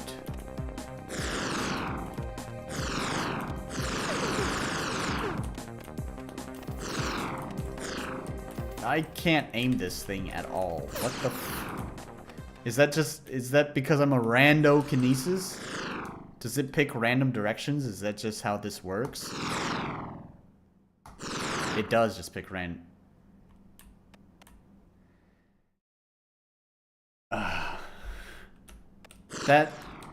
Is that fun?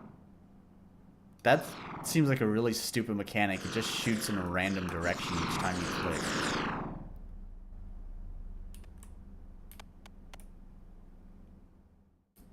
Lowered hunger on sleep too. I missed that.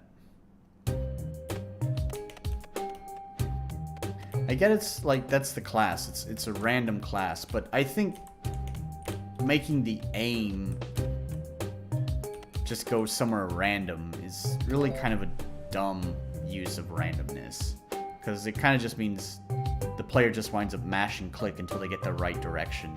It feels like the player just doesn't really have that much control over things. Ha ha ha ha! How are you feeling, my beloved new ally? It seems you have bested me. I have nothing left to stop you. That's right. Up ahead is the exit to this cave, but listen, there's a small problem. That mind orb you borrowed was important. Pretty important. If the community ahead learns you borrowed their power, they'll think I'm so lame! And I'll lose my spot as the recruiter. And they'll stop making me free food. And, oh yeah, they'll kill you to extract the power. We're both in big trouble, aren't we? However, we have an out. What if we use the power as it was intended? Break free from the playground. We'd be heroes. It's simple. Our town is not the only ones building power. The playground is filled with many individuals and communities trying to do the same. If you venture out and borrow more power from others, you can accumulate enough to break out of here. I'm going to give it just a little bit more time here. I want to stop reading through the text. I'm just going to go mash through it. Is this an MZ thing? Because I think no, wait. Oh, sorry, I talked to them again. He's disabled the thing I was talking about earlier with one of the previous games where I can't just hold down space to let it just, like, go faster. So this whole section is just a tutorial. Yeah, I think so.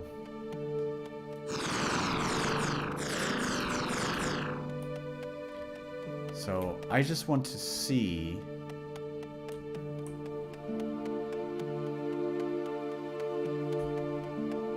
I'm guessing the water is just kind of the... I don't know. There's an enemy.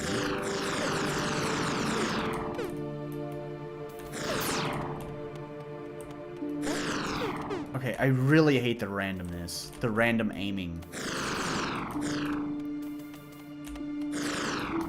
It's... okay, yeah. Oof, that's terrible. Alright, yeah, so a lot of, like, it has more than just the foundation. It's not like the other games that we've looked at where it's a cool proof of concept. Like, I think it's gone beyond that point of a cool proof of concept. It's just what it's missing is like some of the final polishing. Menuing was terrible in that game. I'm not really sure what the developer was thinking by putting change between full screen and windowed mode on escape. That one's kind of baffling to me, especially when escape is typically used to exit menus. So, yeah, that one's weird.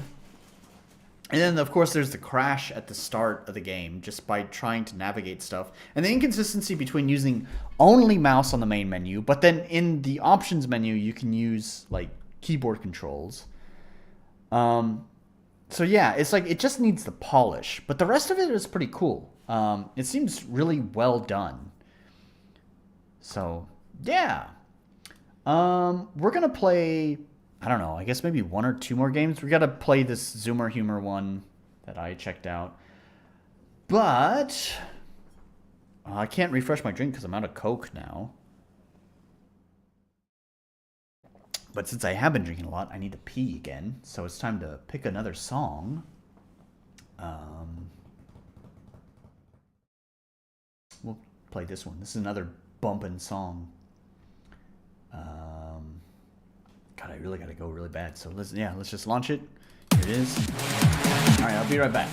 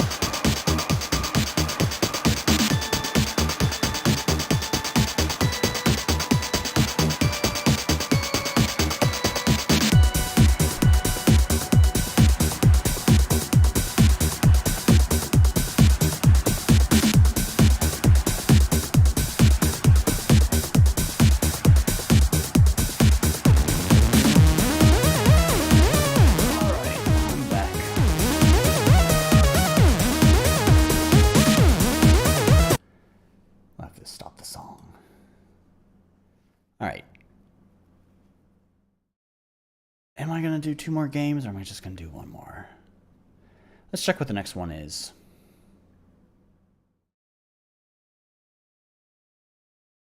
A nearly late entry into the indie game making contest, Rebirth Edition. Travel through and escape the underworld in this ASCII-based action game.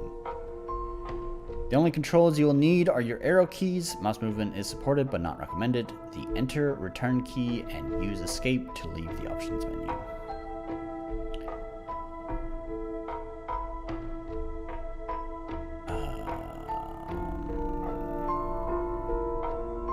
I'll go ahead and download it.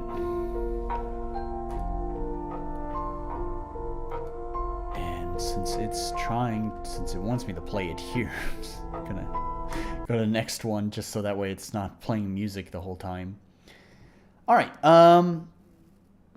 So next one looks like a really tough game to appreciate, but we'll give it a try anyways.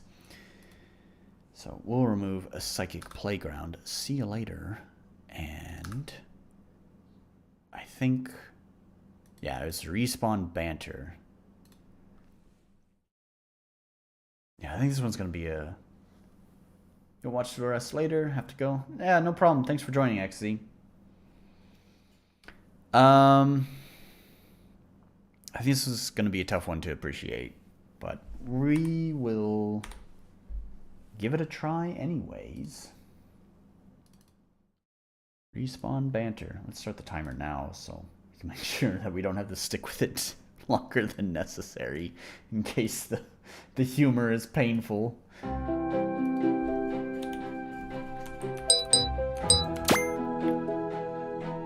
Alright, let's see.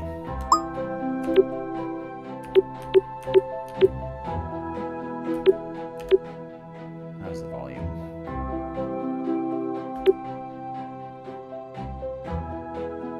Kind of loud. I at least appreciate that it goes in 10% steps.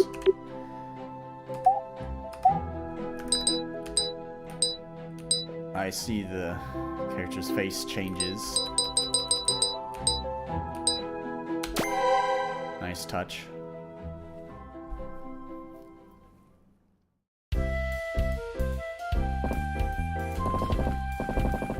I'm just 2 seconds in and something feels really off. Oh, I know. I need an intro. Let's read the prophecy again.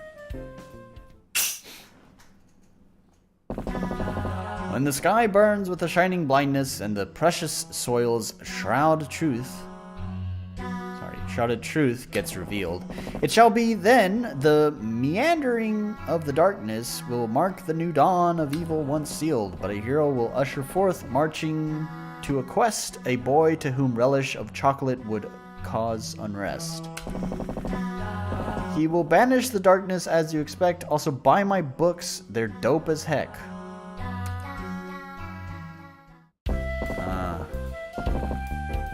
That random solar eclipse just ended. Talk about lucky timing. Surely this shining blindness is not a sign of anything, of course. Still, I don't think I made it clear enough. Okay, time to show off my NPC impression skills again. Oh, what illustrious weather. Surely this is a good time for me to banish the master of all evils from this world. I already hate this, honestly. And I don't eat chocolate to celebrate because it causes me unrest. Do I need to give more subtle signs? Note, use the arrow keys to move and interact with items with the Z and enter keys. You can also use the shift key to dash. Please, don't get me started on tutorials. Sure. I do like the parallax effect. That's nice.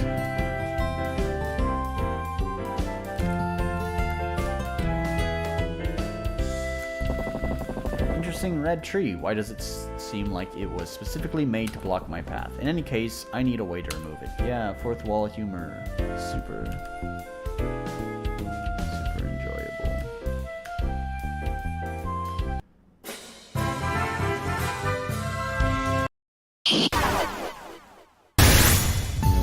The hero is dead.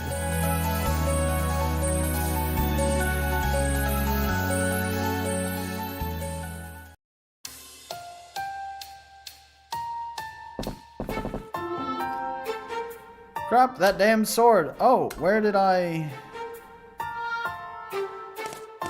Welcome, O chosen hero. Your arduous path has led you to an unfortunate end. But fear not, I, the goddess of life, will aid you on your perilous journey. Oh great, another boring dream. But it becomes less boring if I can trick my mind into making something appear. Let's spawn some zombie squirrels and a drunk slime. Fret not, O chosen one. You are in... This is just lol XD random humor. Oh god.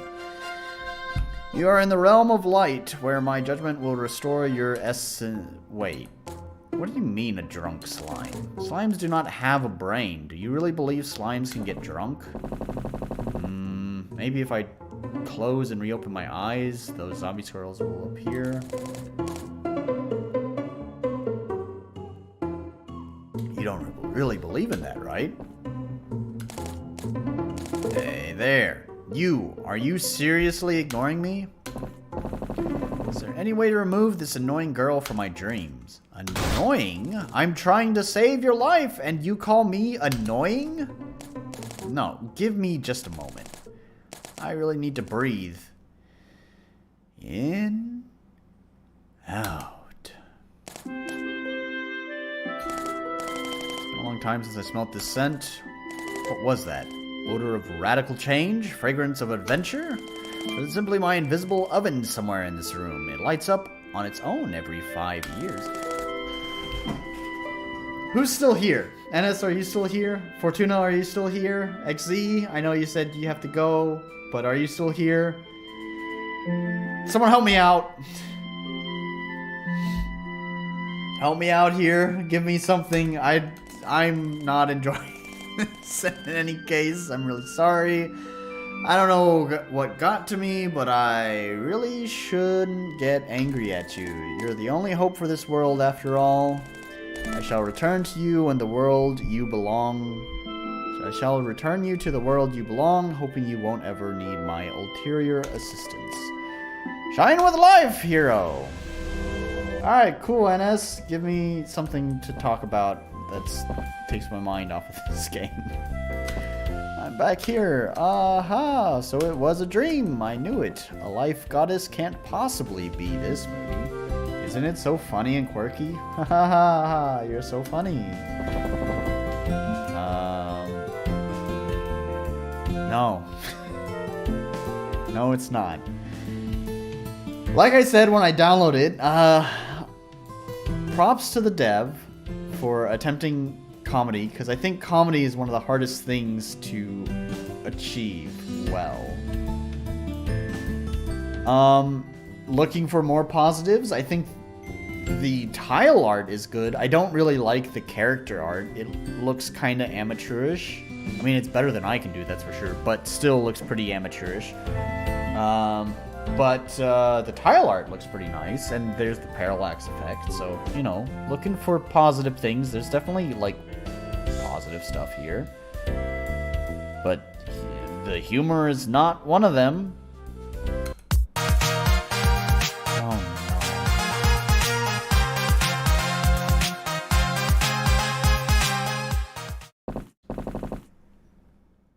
Wow, that was much funkier than usual. This is painful. The fun is over. Let's get back to my duties.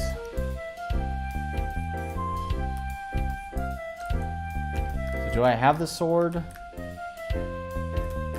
No. This time I'd better be less ceremonious. There, that was easy. How do I use it? How am I supposed to know what to do when nobody explains anything? I shouldn't have been upset at that tutorial before. Maybe it's written somewhere around here. It has to be. Or I can simply try random buttons until I find the right one. I'm kind of tempted to just do that. I'm sure there's not a lot of controls. An interesting red tree. Why does it seem like it's so simply... Well, I have a sword. Swords can cut things, so... Was it the X button, maybe? Well, I didn't know.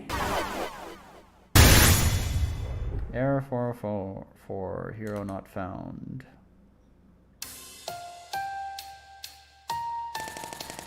I hope you're happy to cut down a completely helpless tree. Helpless? It literally fell on me.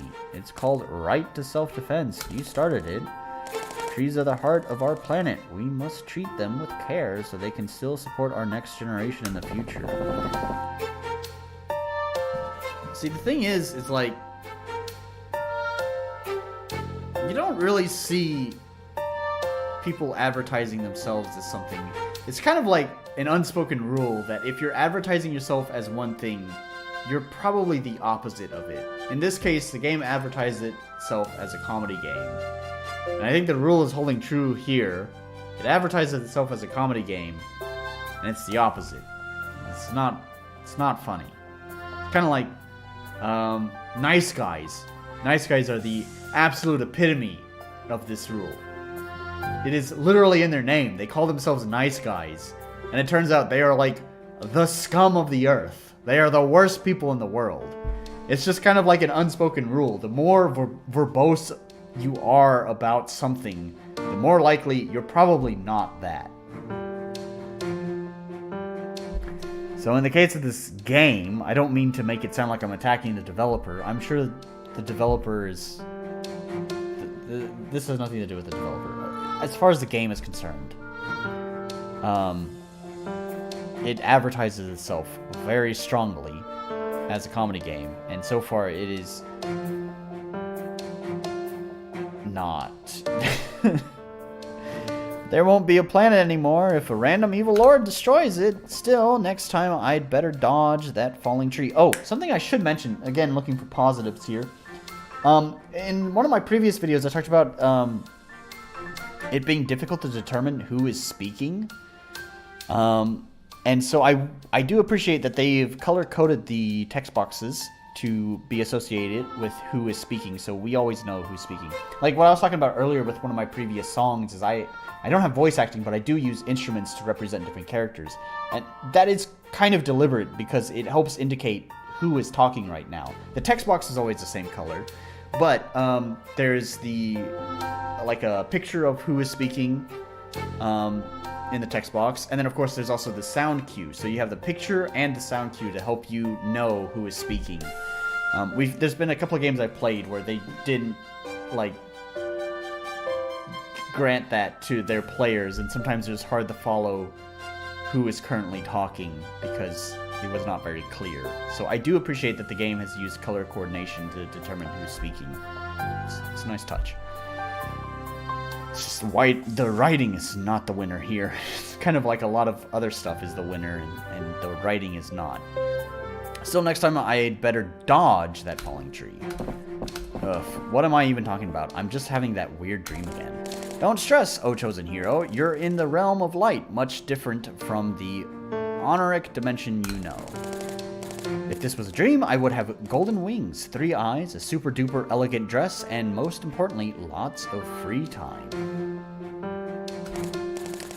Oh, I always dreamed of a vacation. I'd love to try some XP grinding. They do it all the time. It must be really exciting. Anyways, you're here after another ahem, not so heroic death. But my task remains the same, engulf you with light so you can resume your heroic quest. Please, can someone wake me up? I said, this is not a dream. You actually died, and in a pitiful way, if I may add. Oh, never mind. Stuff is getting interesting. This dream is so meta. You're a lost cause. Having a normal discussion with someone who does not convince you, or maybe, you know, the fact of you are unable to wake up. Wow, this dream is really trying to convince me I'm not dreaming. This is top-tier material for writing a novel. We'll get in line to read my amazing work. Please say something else to me. Please inspire me. Ouch. Are you convinced yet? Wait, I can feel... So, do you mean that I can really feel pain in this dream?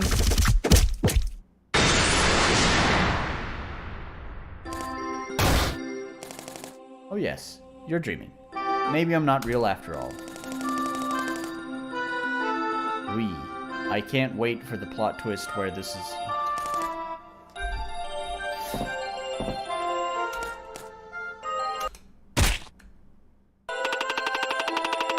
No, the oversighted line from the life goddess must be treated as sarcastic, marked by the fact that she is speaking with an exasperated expression. And it saved me. And also, I need a healer to fix my bruises. A cute childhood friend would have been nice. Well, I might have gotten a little carried away. You can even say I overstepped. It's not funny. It's not. I'll still revive you, but please, don't die again. Dealing with you is such a hassle. Shine with life, hero. Is it me, NS? Am I the problem?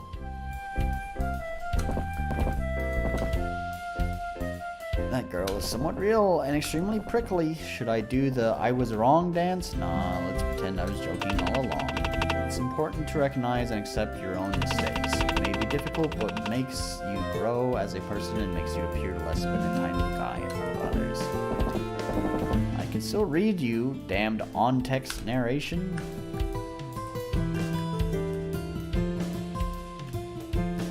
So what do I need to repeat?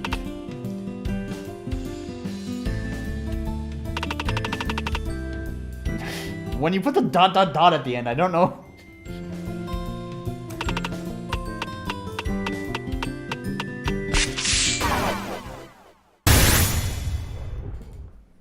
I don't want to go back to this.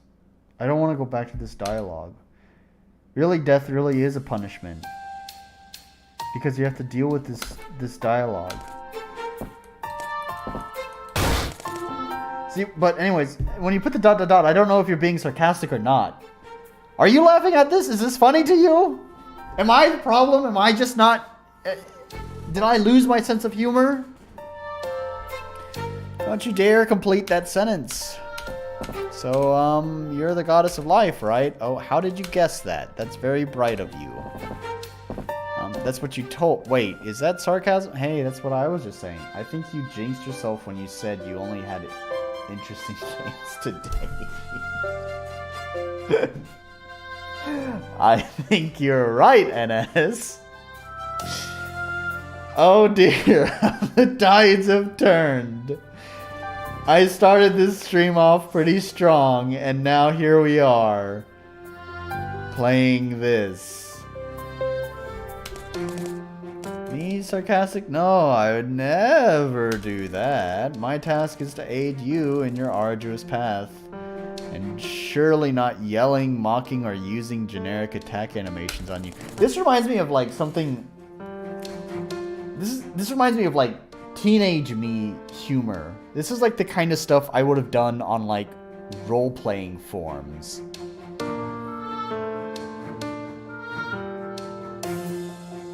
I was a pretty cringe kid, by the way. I was a pretty cringe teenager. Our business relationship is really important for the fate of our world, as you know. Let's just say we got off on the wrong foot. Wrong foot. You got off on me on the wrong foot. You got off on me is poor phrasing. No, with both of them. It was my mistake, but I learned the lesson. It's important to recognize and accept our mistakes. It can be hard, but makes us grow as a person. Did you read that on-screen narration too? It's the god of overlays. Please don't ask questions about him. Now I'm only more curious. So, goddess of life, do I really need to refer to you as the goddess of life every single time? It's too ominous for my likings. That's because it should be ominous. You're in front of an actual deity. Do mind. Can't you feel the thrill, the vibes, the need for divine retribution? No, not really. I get divine retributed at another day. Actually, I'm getting bored. Do you have another thing to do in this place? We'll see if you're still bored after hearing my name. Behold, goddess of life. Yeah. You know that there is no voice acting, right? I have literally no idea how to pronounce it. Yeah, that's the joke. I got that. See, okay. Alright, if we're going to critique things, we're not just going to sit here and say this is shit and not actually give, like, feedback on how to improve. Like, there's a joke there that, you know, the god has, like, an unpronounceable name. I don't know if it's a good joke, but at least to make it entertaining, in my opinion, what I would have done is, like, not broken the fourth wall. So the joke is that the characters in the universe have heard it, but then the player, the person who is reading it, has no fucking clue, and that's the joke. That actually, coincidentally, that is literally a joke in my own book. In my own book that I wrote, there is a character who is spelled like this, right? How the fuck do you pronounce that? And that is literally a fucking joke. The character remarks, wow, I wonder what that would look like written out on paper. That's the fucking... That's the... So, like, all the characters are totally aware of how it's pronounced, but they don't know how it's written. And then you, as the reader, have no fucking clue how it's pronounced. But you know how it's written. Is it a good joke? No. But at least you're not, like... I don't know. I don't know what to fucking say. Anyways, I feel like any semblance of humor that may have existed is constantly being ruined by either explaining the joke or trying to just break the fourth wall. Actually, when they break the fourth wall, that is basically them explaining the joke. Like, humor is funny to the people who get it. When you have to explain it, it's not funny anymore because there's nothing to get. Anyways, also, I don't think Greek language is canon in this universe. Levine. You can call me Levine, but don't take too much confidence. Your name is Levin? Wow, now I understand why you're the... Okay, thank God.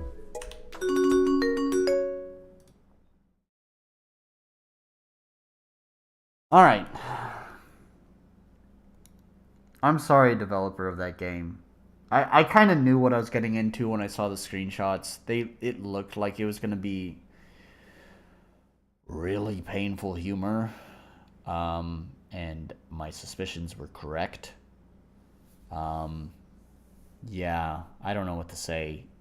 Like at the start, I mentioned that humor is probably one of the most difficult things to do.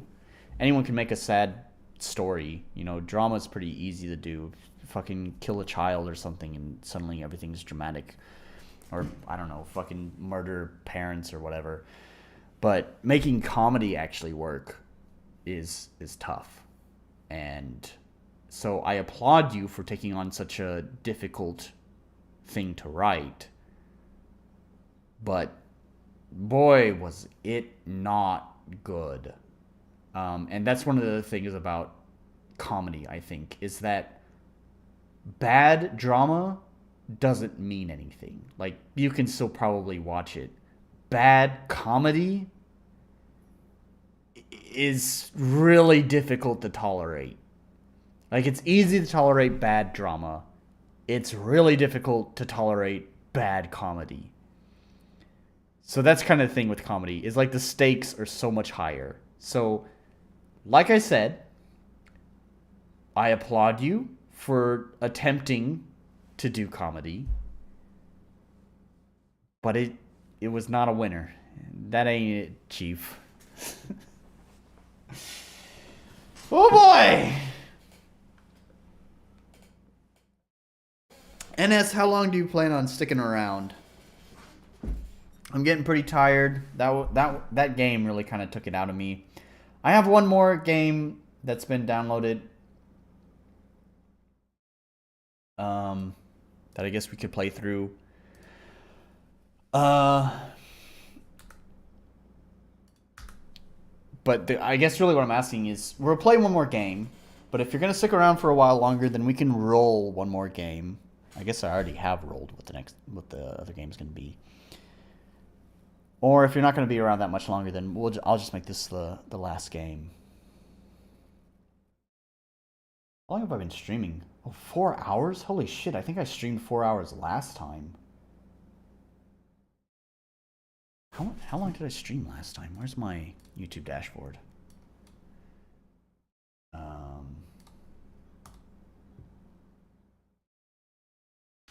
Was it... I know it was 4 hours, but it was like 4 hours 20 minutes or 4 hours 30? 4 hours 16. Okay. Yeah, so I feel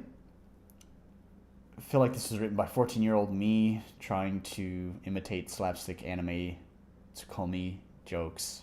Around for a bit, but no need to stay up all night. Can be the last one for me. Yeah, let's make this the last one then.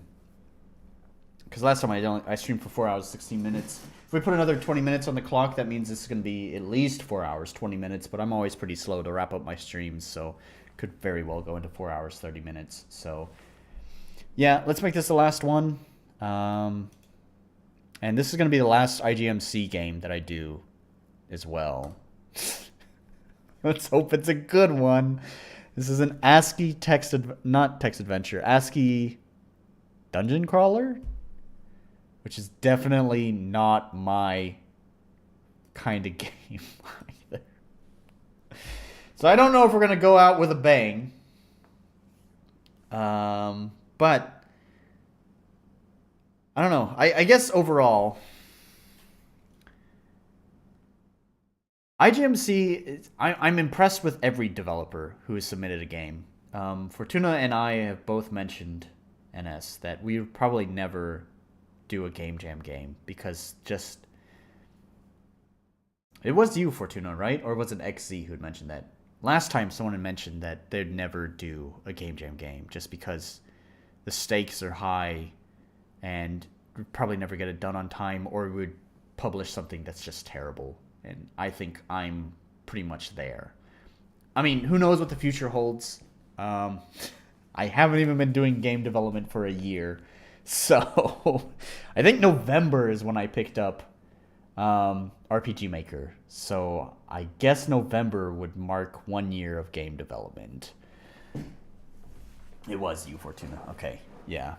So who knows what the future holds. If I stick with game development, maybe sometime another year in, like 2023 or maybe 2024, maybe I'll feel confident enough to be able to do a Game Jam game.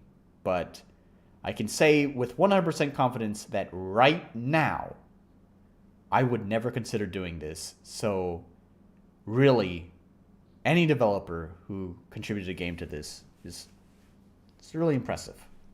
Even if it is the equivalent of 14-year-old NS trying to imitate slapstick anime humor. Even if that's what it is. It's still impressive. Alright, let's do the last game.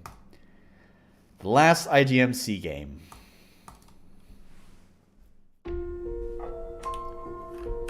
Alright, options. It's a little bit loud, so we'll turn it down. And begin. Wow, this basically is Rogue, isn't it? It's not a rogue-like, it is just Rogue. I do like that these are clearly tiles. They didn't, like, create some sort of plugin to actually use ASCII. They just made ASCII tile art. But that's totally fine. It's creative. I'll give them that. Where am I? That's a complicated question. Who are you? Again, that's a complicated question. What are you saying? Just tell me who you are and where I am. Sure thing, kid. You're dead. Who? What? I can't be dead. I'm young and healthy. I've got so much more that I need to do with my life. Sorry, kid, it's the truth. You came knocking on my door and I opened it. I knocked on your door? Wait, does that mean you're... Yep, I'm the guy. So I really am dead. Yeah, it's a tough break, kid, but hey, at least you went out a hero. I did? Yeah, kid, you did. You're pretty freshly dead, so it might take a while to remember. But I don't want to be dead. You and everything else ever lived. Wait, you and sorry, what? You and everything that else ever lived, kid. Alright. Alright, so now we play the game. Is English the guy's native language and they are filled with typos, or is English their second language and we can excuse not great grammar and typos? This actually right here just sounds like a typo, honestly, from a native speaker. They just kind of got ahead of themselves with typing and just made a mistake. But some of the other typos I've seen kind of look like English might be a second language. But, I mean, you're death. Aren't you supposed to... No. Okay, maybe that one... I don't know. To, like, let me play a game for a chance to stay alive? Yeah, I stopped that policy once people stopped playing chess and started playing Black Ops 2. Anyways, kid, your death earned you a nice reincarnation. Are you sure you want to risk it? See, okay, there's some humor that got me to laugh.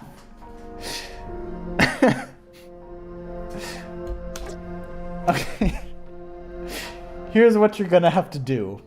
I'll do anything. Don't be so sure about that. Your challenge is gonna be simple. You just have to walk out of the underworld, just like in the myths. That doesn't sound too hard. Oh, it would be if it were not for the fact that the path out of the underworld is filled with souls that will try to drag you back down into it.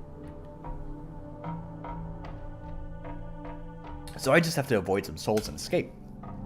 Pretty much, kid. Although it might be a little harder than you expect. I'm ready for the challenge. Don't get ahead of yourself. Why don't I show you the ropes first? Boomer humor. Yeah, I guess that's boomer humor. Oh, wait. Hang on. We'll pause the timer for this one. Let's pause the timer. I saw this the other day. I gotta bring it up first. What is it called? I think that's what it's called. Yeah, alright. Here we go. Oh, wait. Stop. Slow down. Alright. Here you go. If you laugh, let me know. Hi, my name is Walter. Cock and ball.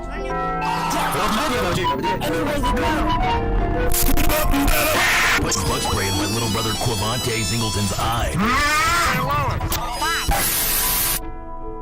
Alright. You have to say it. I want to see the chat message. I want to see it come up right up here, right above me. Did you laugh? Tell me. Did you laugh?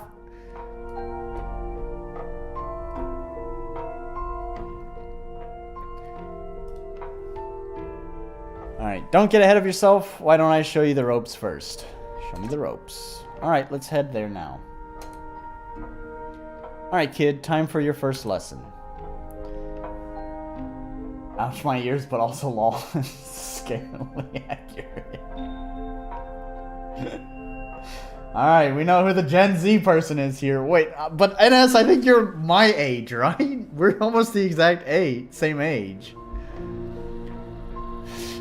Why are you a fucking Zoomer, NS? Huh? Oh, where are we? This is basically the front door is the path out of the underworld. Minus 99 out of 20 in humor. Alright, so Fortuna's clear the boomer here. Me and you, Fortuna, we're obviously boomers in this chat. And I guess NS is the fucking Zoomer. I need you to talk to the stairs. That's it. Maybe I don't need you to show me the ropes. Oh yeah, go ahead and try to walk. No, I didn't restart the timer. Holy shit.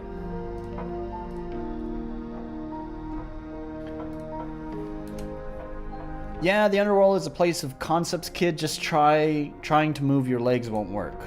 Then how do I walk? Alright, you ever use a computer keyboard? Yeah, I have. Alright, imagine you pressing the arrow keys. You should find yourself moving in no time. Alright, let me give it a try. 0% boomer here.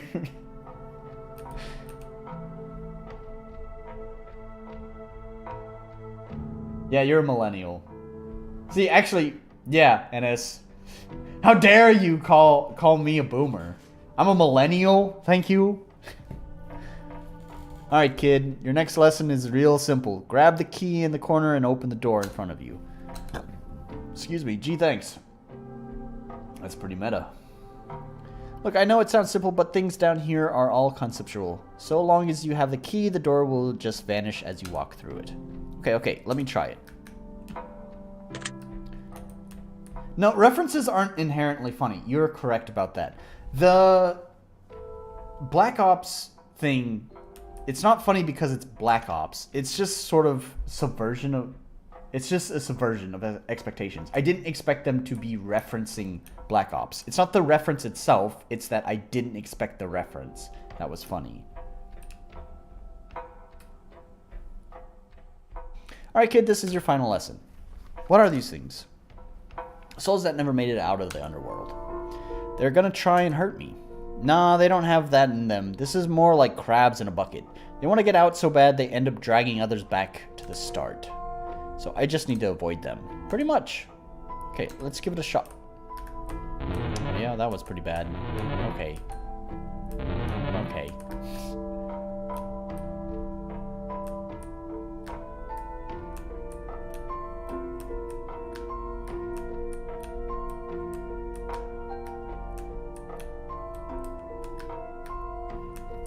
In fact, going back to what you're saying about references, I generally find reference humor to be kind of grating. When the whole joke is nothing but, haha, remember this thing? I don't find that funny, actually. So again, just going back to what I was saying, it's really just more the subversion that made it funny, but not the reference itself. It could have literally been any game that's like in the real world. They could have said fucking Apex Legends. They could have said Fortnite. They could have said Among Us.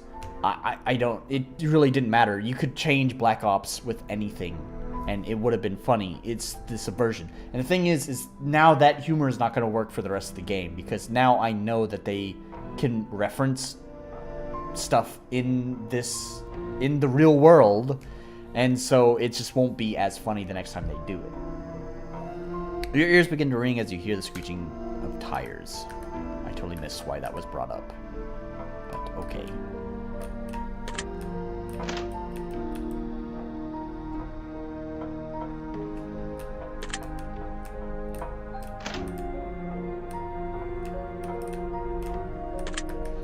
This is not quite exactly the Rogue Legacy that I thought it was going to be, or Rogue. I sort of thought it would be, what do you call it? God, I swear there's a term for this. It's like where when you move, the enemies move, which is how Rogue operated. But this is more like a puzzle game? Would you call this a puzzle game? I guess it's like a puzzle game. You just avoid stuff. Your breath grows heavy as you feel your chest collapsing. Why do they have these, like, monsters here? Weird. Alright.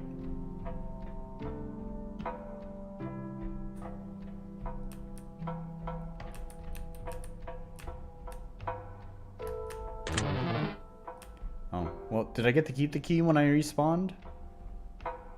Yes. Alright, I didn't mean to keep pushing forward.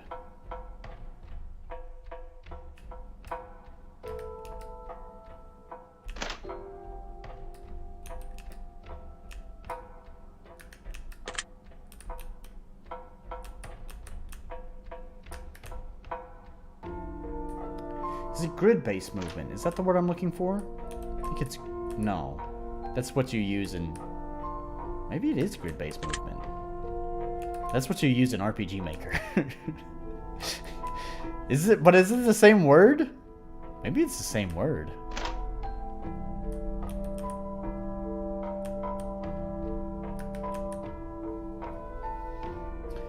Your mind races as the images of a truck comes crashing towards you.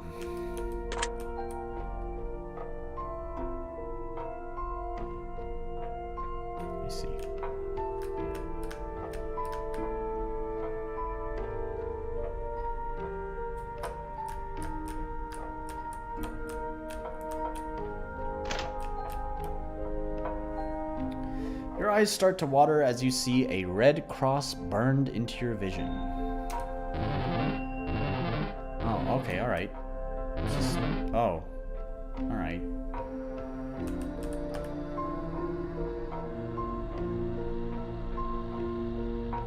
I'm out of drink.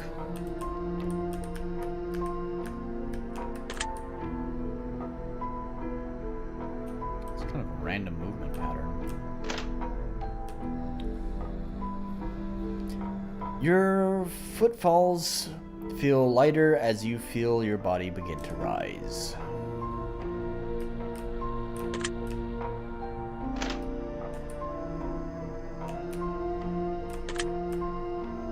Oh, I'm gonna move too slow. It's gonna catch me. Oh, no, I made it.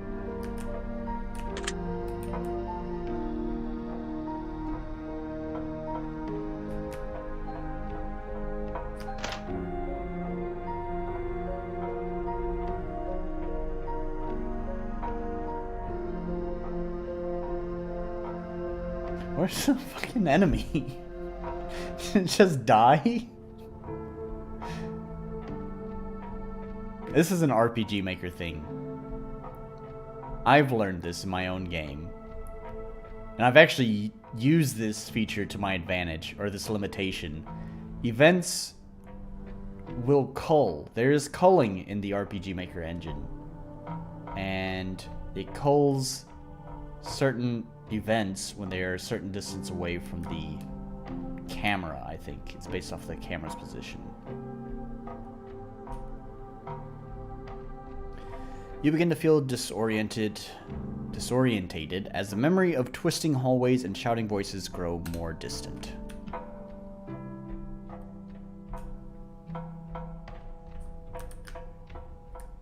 Well, this is pretty easy. Like, you just don't keep your fucking finger down on the arrow keys.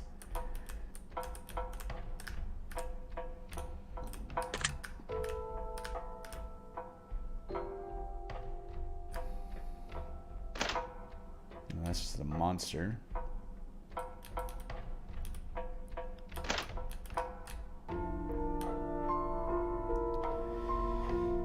You look around frantically as you find yourself in an unfamiliar space.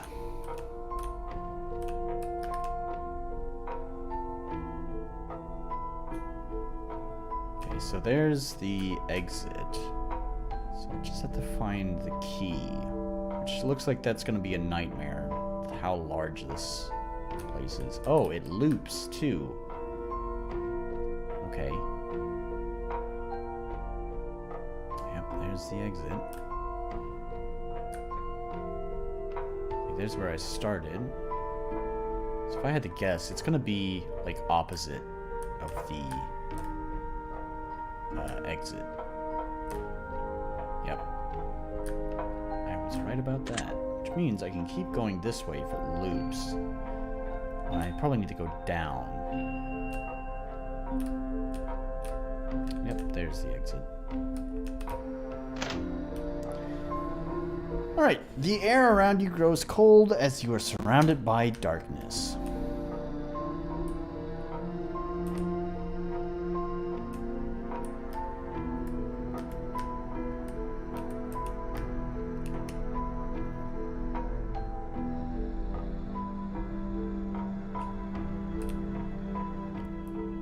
Oh, oops. Okay. Yeah, that was my bad. Alright, that was just... Whoa! What the f... Okay.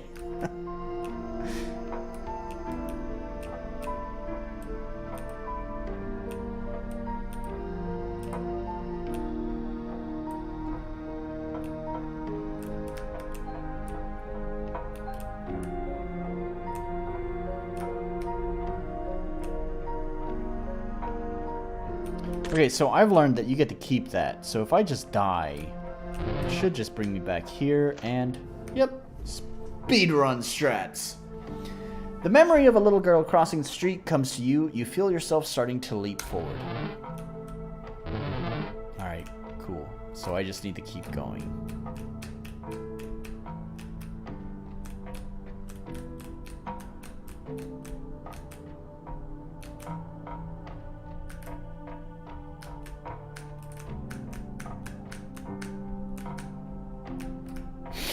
Oh my god, this is actually kind of stressful.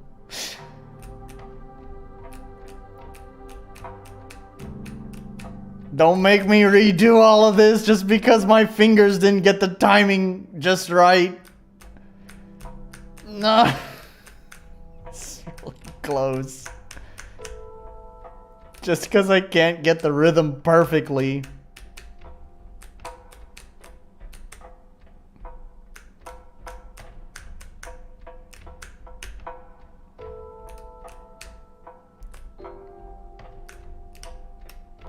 Okay. Really hate to have to redo all of that. Oh, I didn't read that. Fuck. Oh well. Doesn't matter.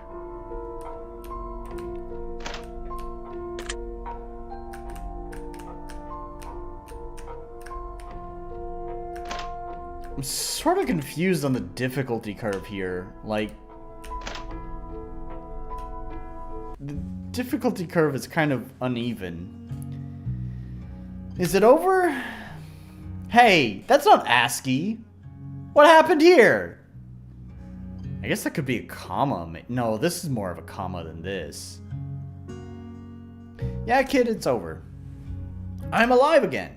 Well, again is a weird way to put it, but yeah, you're alive. What do you mean I was dead? What do you mean I was dead, right? Now I'm alive. Well, like I said, you earned yourself a pretty nice reincarnation, so we actually are a minute or two before the accident. We've time traveled? Sure, let's call it that. So I get to just go about the rest of my life now? Assuming you don't go off and be a hero again, sure. The girl. Yeah, the girl. She's gonna cross the street still. Yeah, she is. She's gonna get hit by that truck. Yeah, she will. And she's gonna die. It's very likely. And I could save her? See, this is what I'm saying. See? It's kind of getting to me, too. I don't know if it's because I'm drunk, but... it's kind of getting to me, actually. I did save her, didn't I? This is why drama is easy to do. You fucking kill a child and you fucking get man babies crying. You went out like a real hero, kid. I know it's unfair. That said a lot. That said lots of people die every day. But she's a kid. Yeah, and you have your entire life ahead of you. You have a big date tonight, remember? If I go and save her again, can you tell me, does she grow up to have a happy life? What the fuck? Couldn't tell you, kid. Can't or won't. I'm death, not a magic 8-ball. Well, kid, I'd say you got about a minute until she reaches the crosswalk. Are you saying I should go save her? Nope, I'm telling you that if you don't want to see it... sorry. I'm telling you that if you don't want to see it, you should probably start walking away now. Alright, kid, I've got an appointment to get to. I'll see you when I see you.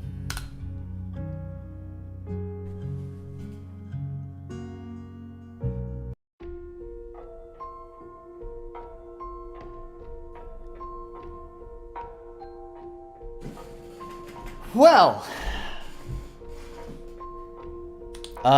for last game,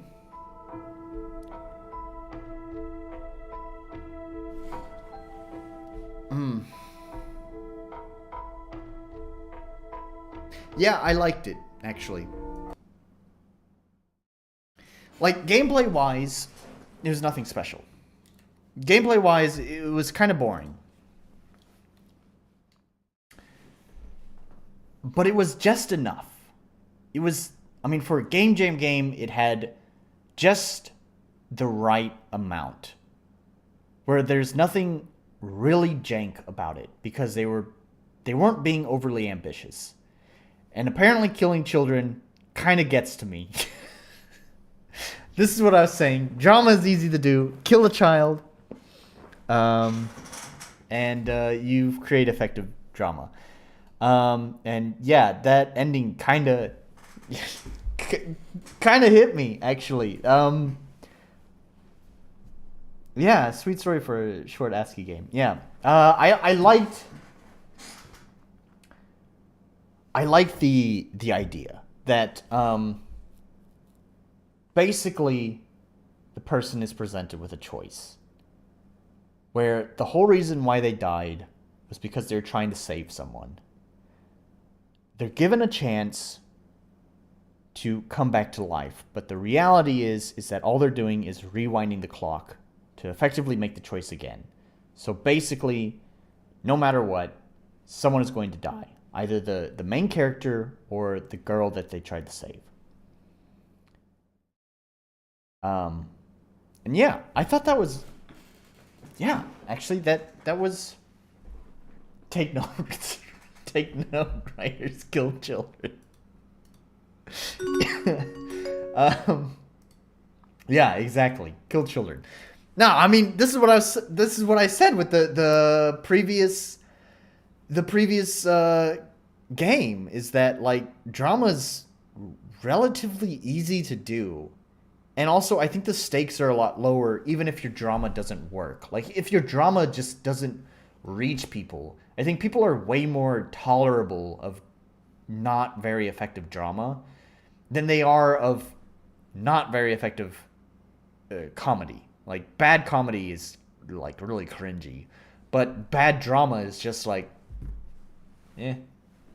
And, I mean, to do drama, kill someone. Kill a child. I mean, children gets to pretty much anyone who has a fucking heart, right? Because, you know, it's the beginning of their life. They are completely innocent to all of life's woes, and they are, oh my god, I can't, I don't know, man. Something just fucking hit me too, because, like, the first thing that popped to my mind when I was just saying that just now was, Technoblade. Someone I never even fucking watched. I don't know why it fucking, I never gave a shit about any of his fucking videos. But then I watched his father's,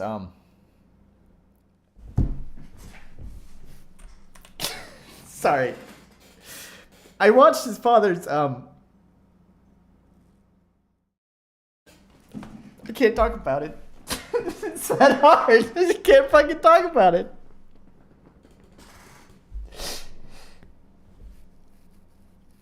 Nope. Nope, never mind. We're not talking about it.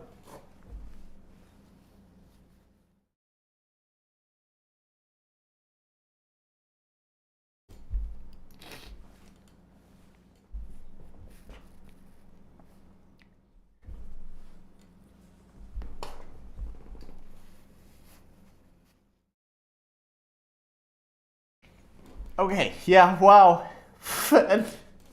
Wow, that hit me. Holy shit.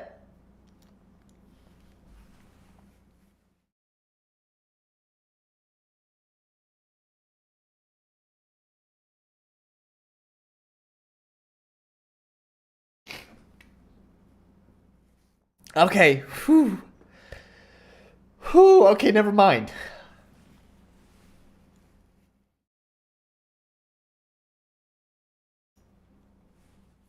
Let's not talk about that. Whoo boy.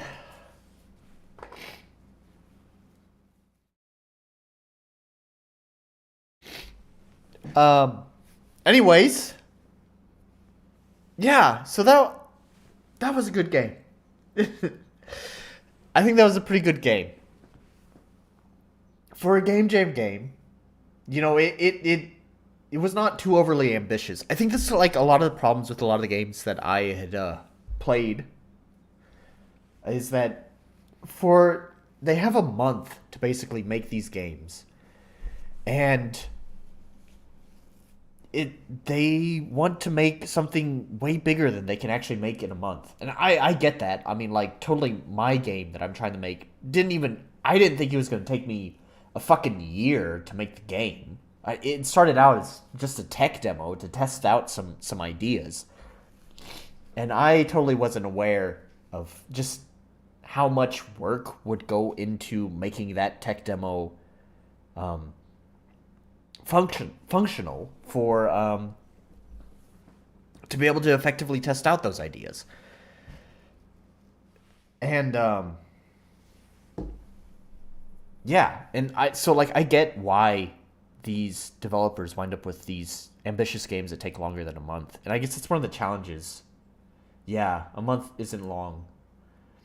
And I guess that's one of the challenges of doing game jams, is that you don't realize how short a month really is for developing a game, that you wind up having these overly ambitious ideas that wind up being cool concepts, but are pretty lacking in a lot of different areas. And I think that's one thing that I really appreciate about this game that we just played. It clearly set out knowing exactly what it wanted to do, what it wanted to be, and didn't strive to be anything more than that. And for a game jam game, I think that's really perfect. So I was worried going into this game that it was not going to be my kind of game, because it's an ASCII game that looked like something inspired by Rogue. And that's not my kind of game. And it turns out that it wasn't. So, yeah.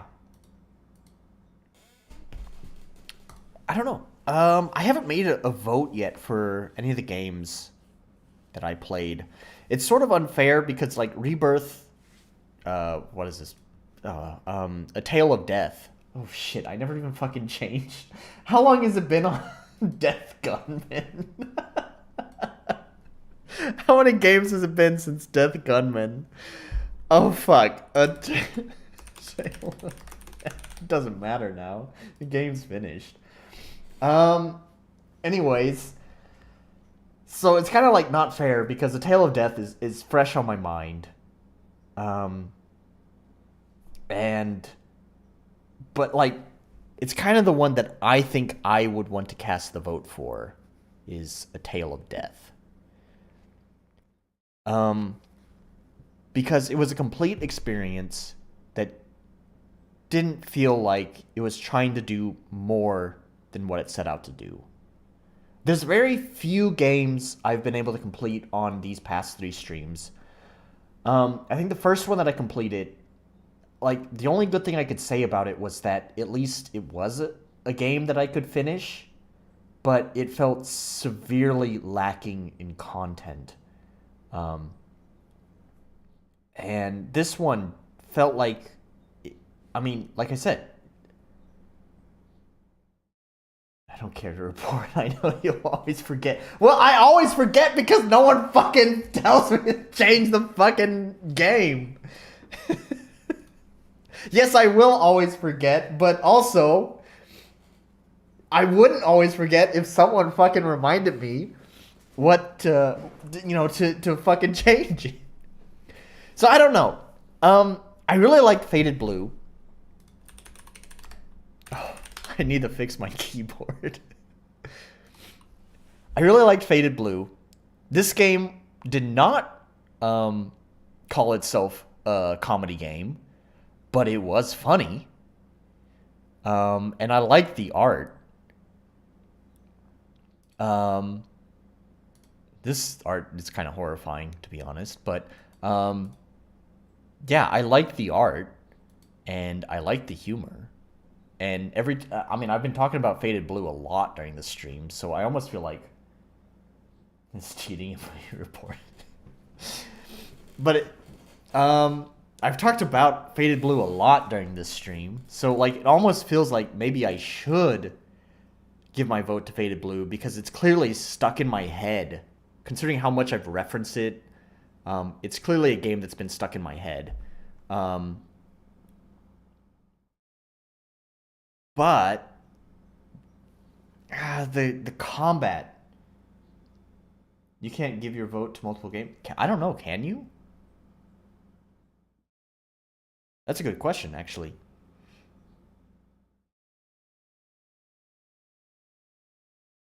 Oh wait, it's a 5-star rating? I thought you just like said yay or nay. I didn't even know it was a 5-star rating system.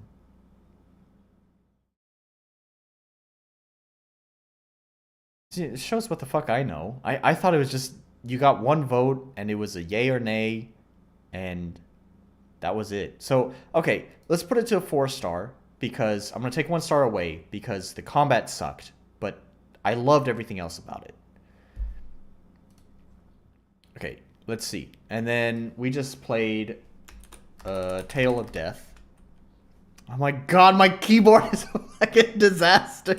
I can't type on this thing.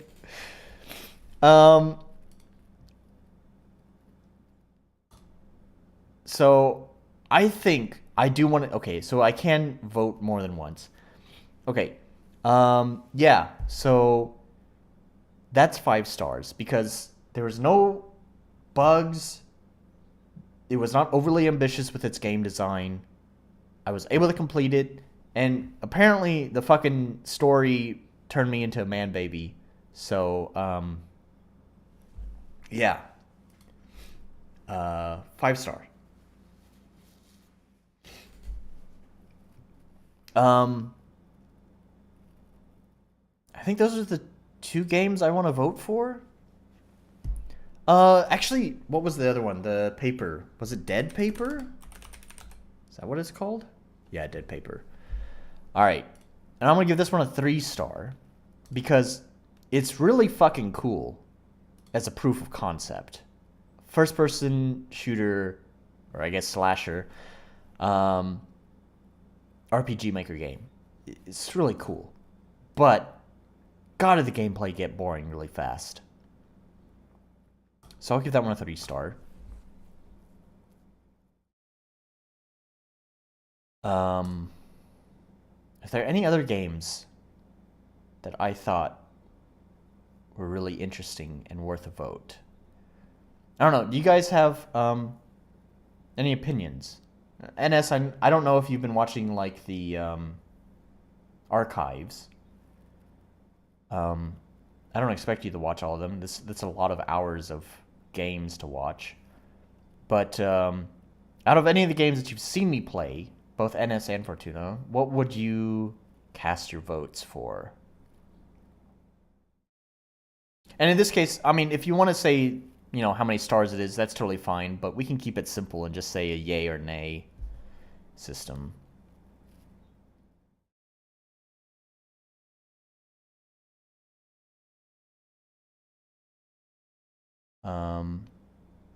Actually, yeah, Life Eternal. This is the one that NS you liked. It's really not my kind of game, but the art was good. The writing is what kind of let me down in it, and the gameplay itself was a little bit boring. I didn't have a favorite. Okay, all right. Leave it up to Fortuna to not give me an opinion. I know I can always count on you, Fortuna, to not give me an opinion when I have a question. I want to give Life Eternal a 4-star, just because the writing was the only thing that kind of let me down in its department. Also, it had that crash. I totally forgot about that. So 4-star on that one. I'm not in the choose your favorite mood. Alright, fair enough. Oh, Stray Kitten. Stray Kitten was okay. I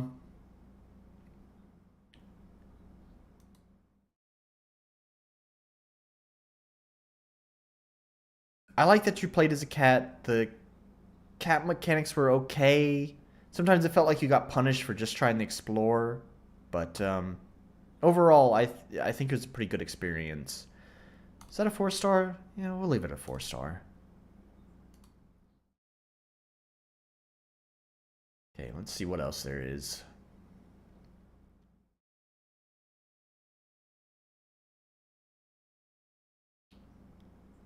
I think... I remember Phantom Saga, but I don't know if I really want to leave a rating on it. We didn't really make it very far into Phantom Saga.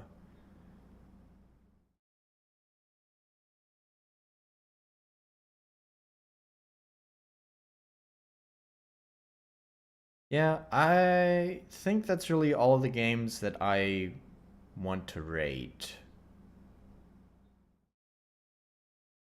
Strange Destiny sounds familiar, but how come I don't remember? Oh, yeah. Okay, never mind. I'm not going to give a rating for that one. Alright. Yep, I think that's all the games that I'm going to vote for. So you've seen me do it here. And yeah, I think that's probably it.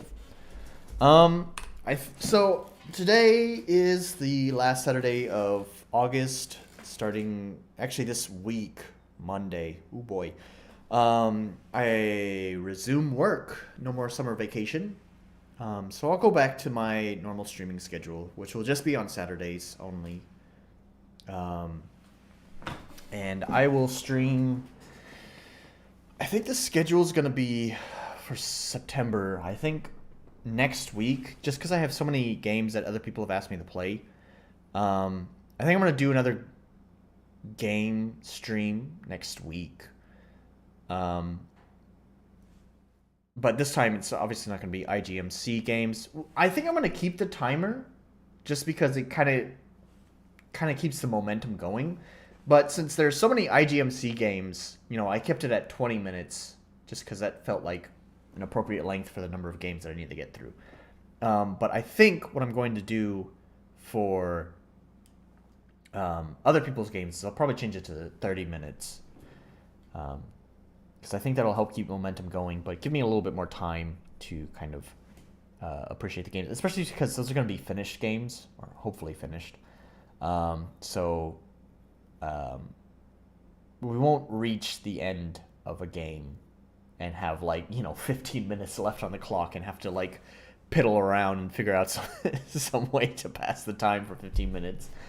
So yeah, I think that's what I'll do next time. Is I'll play some games, some of the games that people have asked me to play. And then also Game Dev stream will probably follow the week after that. That's going to be 2 weeks between Game Dev. Although now that I'm going to be back at work, I don't know how much progress is going to get done. I don't know how much progress will get done while I'm also working on my game. Because at least throughout August, I've been able to get a lot of work done on my game because I've had a lot of free time because I've been on summer vacation. Maybe put a longer timer than you get half if both you and the public agree the game isn't interesting. Yeah, that's probably fine. Half the timer if it's not interesting. Yeah. So, yeah, I'm not sure how much progress I'll be able to make on my game to show off during Game Dev streams. I'm also actually, I know Fortuna, you like to join me every time, so I definitely appreciate that. The one thing is, though, is that I think Game Dev streams do better when they're shorter. So I might actually make those private streams. Not to create some sort of Patreon or anything, but it's because I'm lazy at editing. I hate editing. This is the reason why I stream so much, is that it's obviously being edited live. I have my hotkeys here to switch cameras, so it makes editing very simple. So rather than having to record myself doing a game dev and having to cut and edit and make it into a nice video, I'm just going to make it a live stream, but I'm going to make it private so I'm not distracted with conversation stuff as much as I like our conversations. But that way I'm able to keep it short. And I think Game Dev does better when it's short like that. So I'll probably do that the following weekend. So that, let's look at the calendar here. We're still in August. So that's going to be the 10th, I think. I mean, this is all tentative. I can always change this at some point. And then also there's the stream that I talked about last time of maybe trying to do, where we look at probably a AAA game or a AA game or something like that, something more commercial, and we kind of just talk about why I like the game, just kind of dissect that, why it works as an RPG, and it's not just going to be JRPGs. I've been thinking about that. We'll see how it works. Okay, well, there we go. So you can always just hop into the archives, because the archives are always there. So I know a lot of people actually tend to watch these streams as an archive, and obviously not join live, because usually live it's just me and you, Fortuna, and XZ has been joining us recently. NS used to be a usual of mine, a regular, but NS is too busy making visual novel games that we don't see each other as much. So anyways, yeah, I think that's the plan for September. I don't know. It's all tentative. I mean, I'm not super big YouTuber, so obviously this stuff changes. So, but we'll see how that goes in September. I think that's the plan for right now. And I guess that's it for today. Usual stuff. Check the description for links to... Oh, first of all, links to all of these games. I think this ends... It said it had 7 days left, I believe, last time I checked. So that's going to be on September 4th is when voting ends for these games. So if you are someone who's watching the archive, make sure that you check out these games before the 4th, and cast your votes for your favorite. Yeah, so all those are going to be linked down below. And then, of course, there's also all my other usual links. Music, my previous game, my book, my Discord, my lonely Discord. And is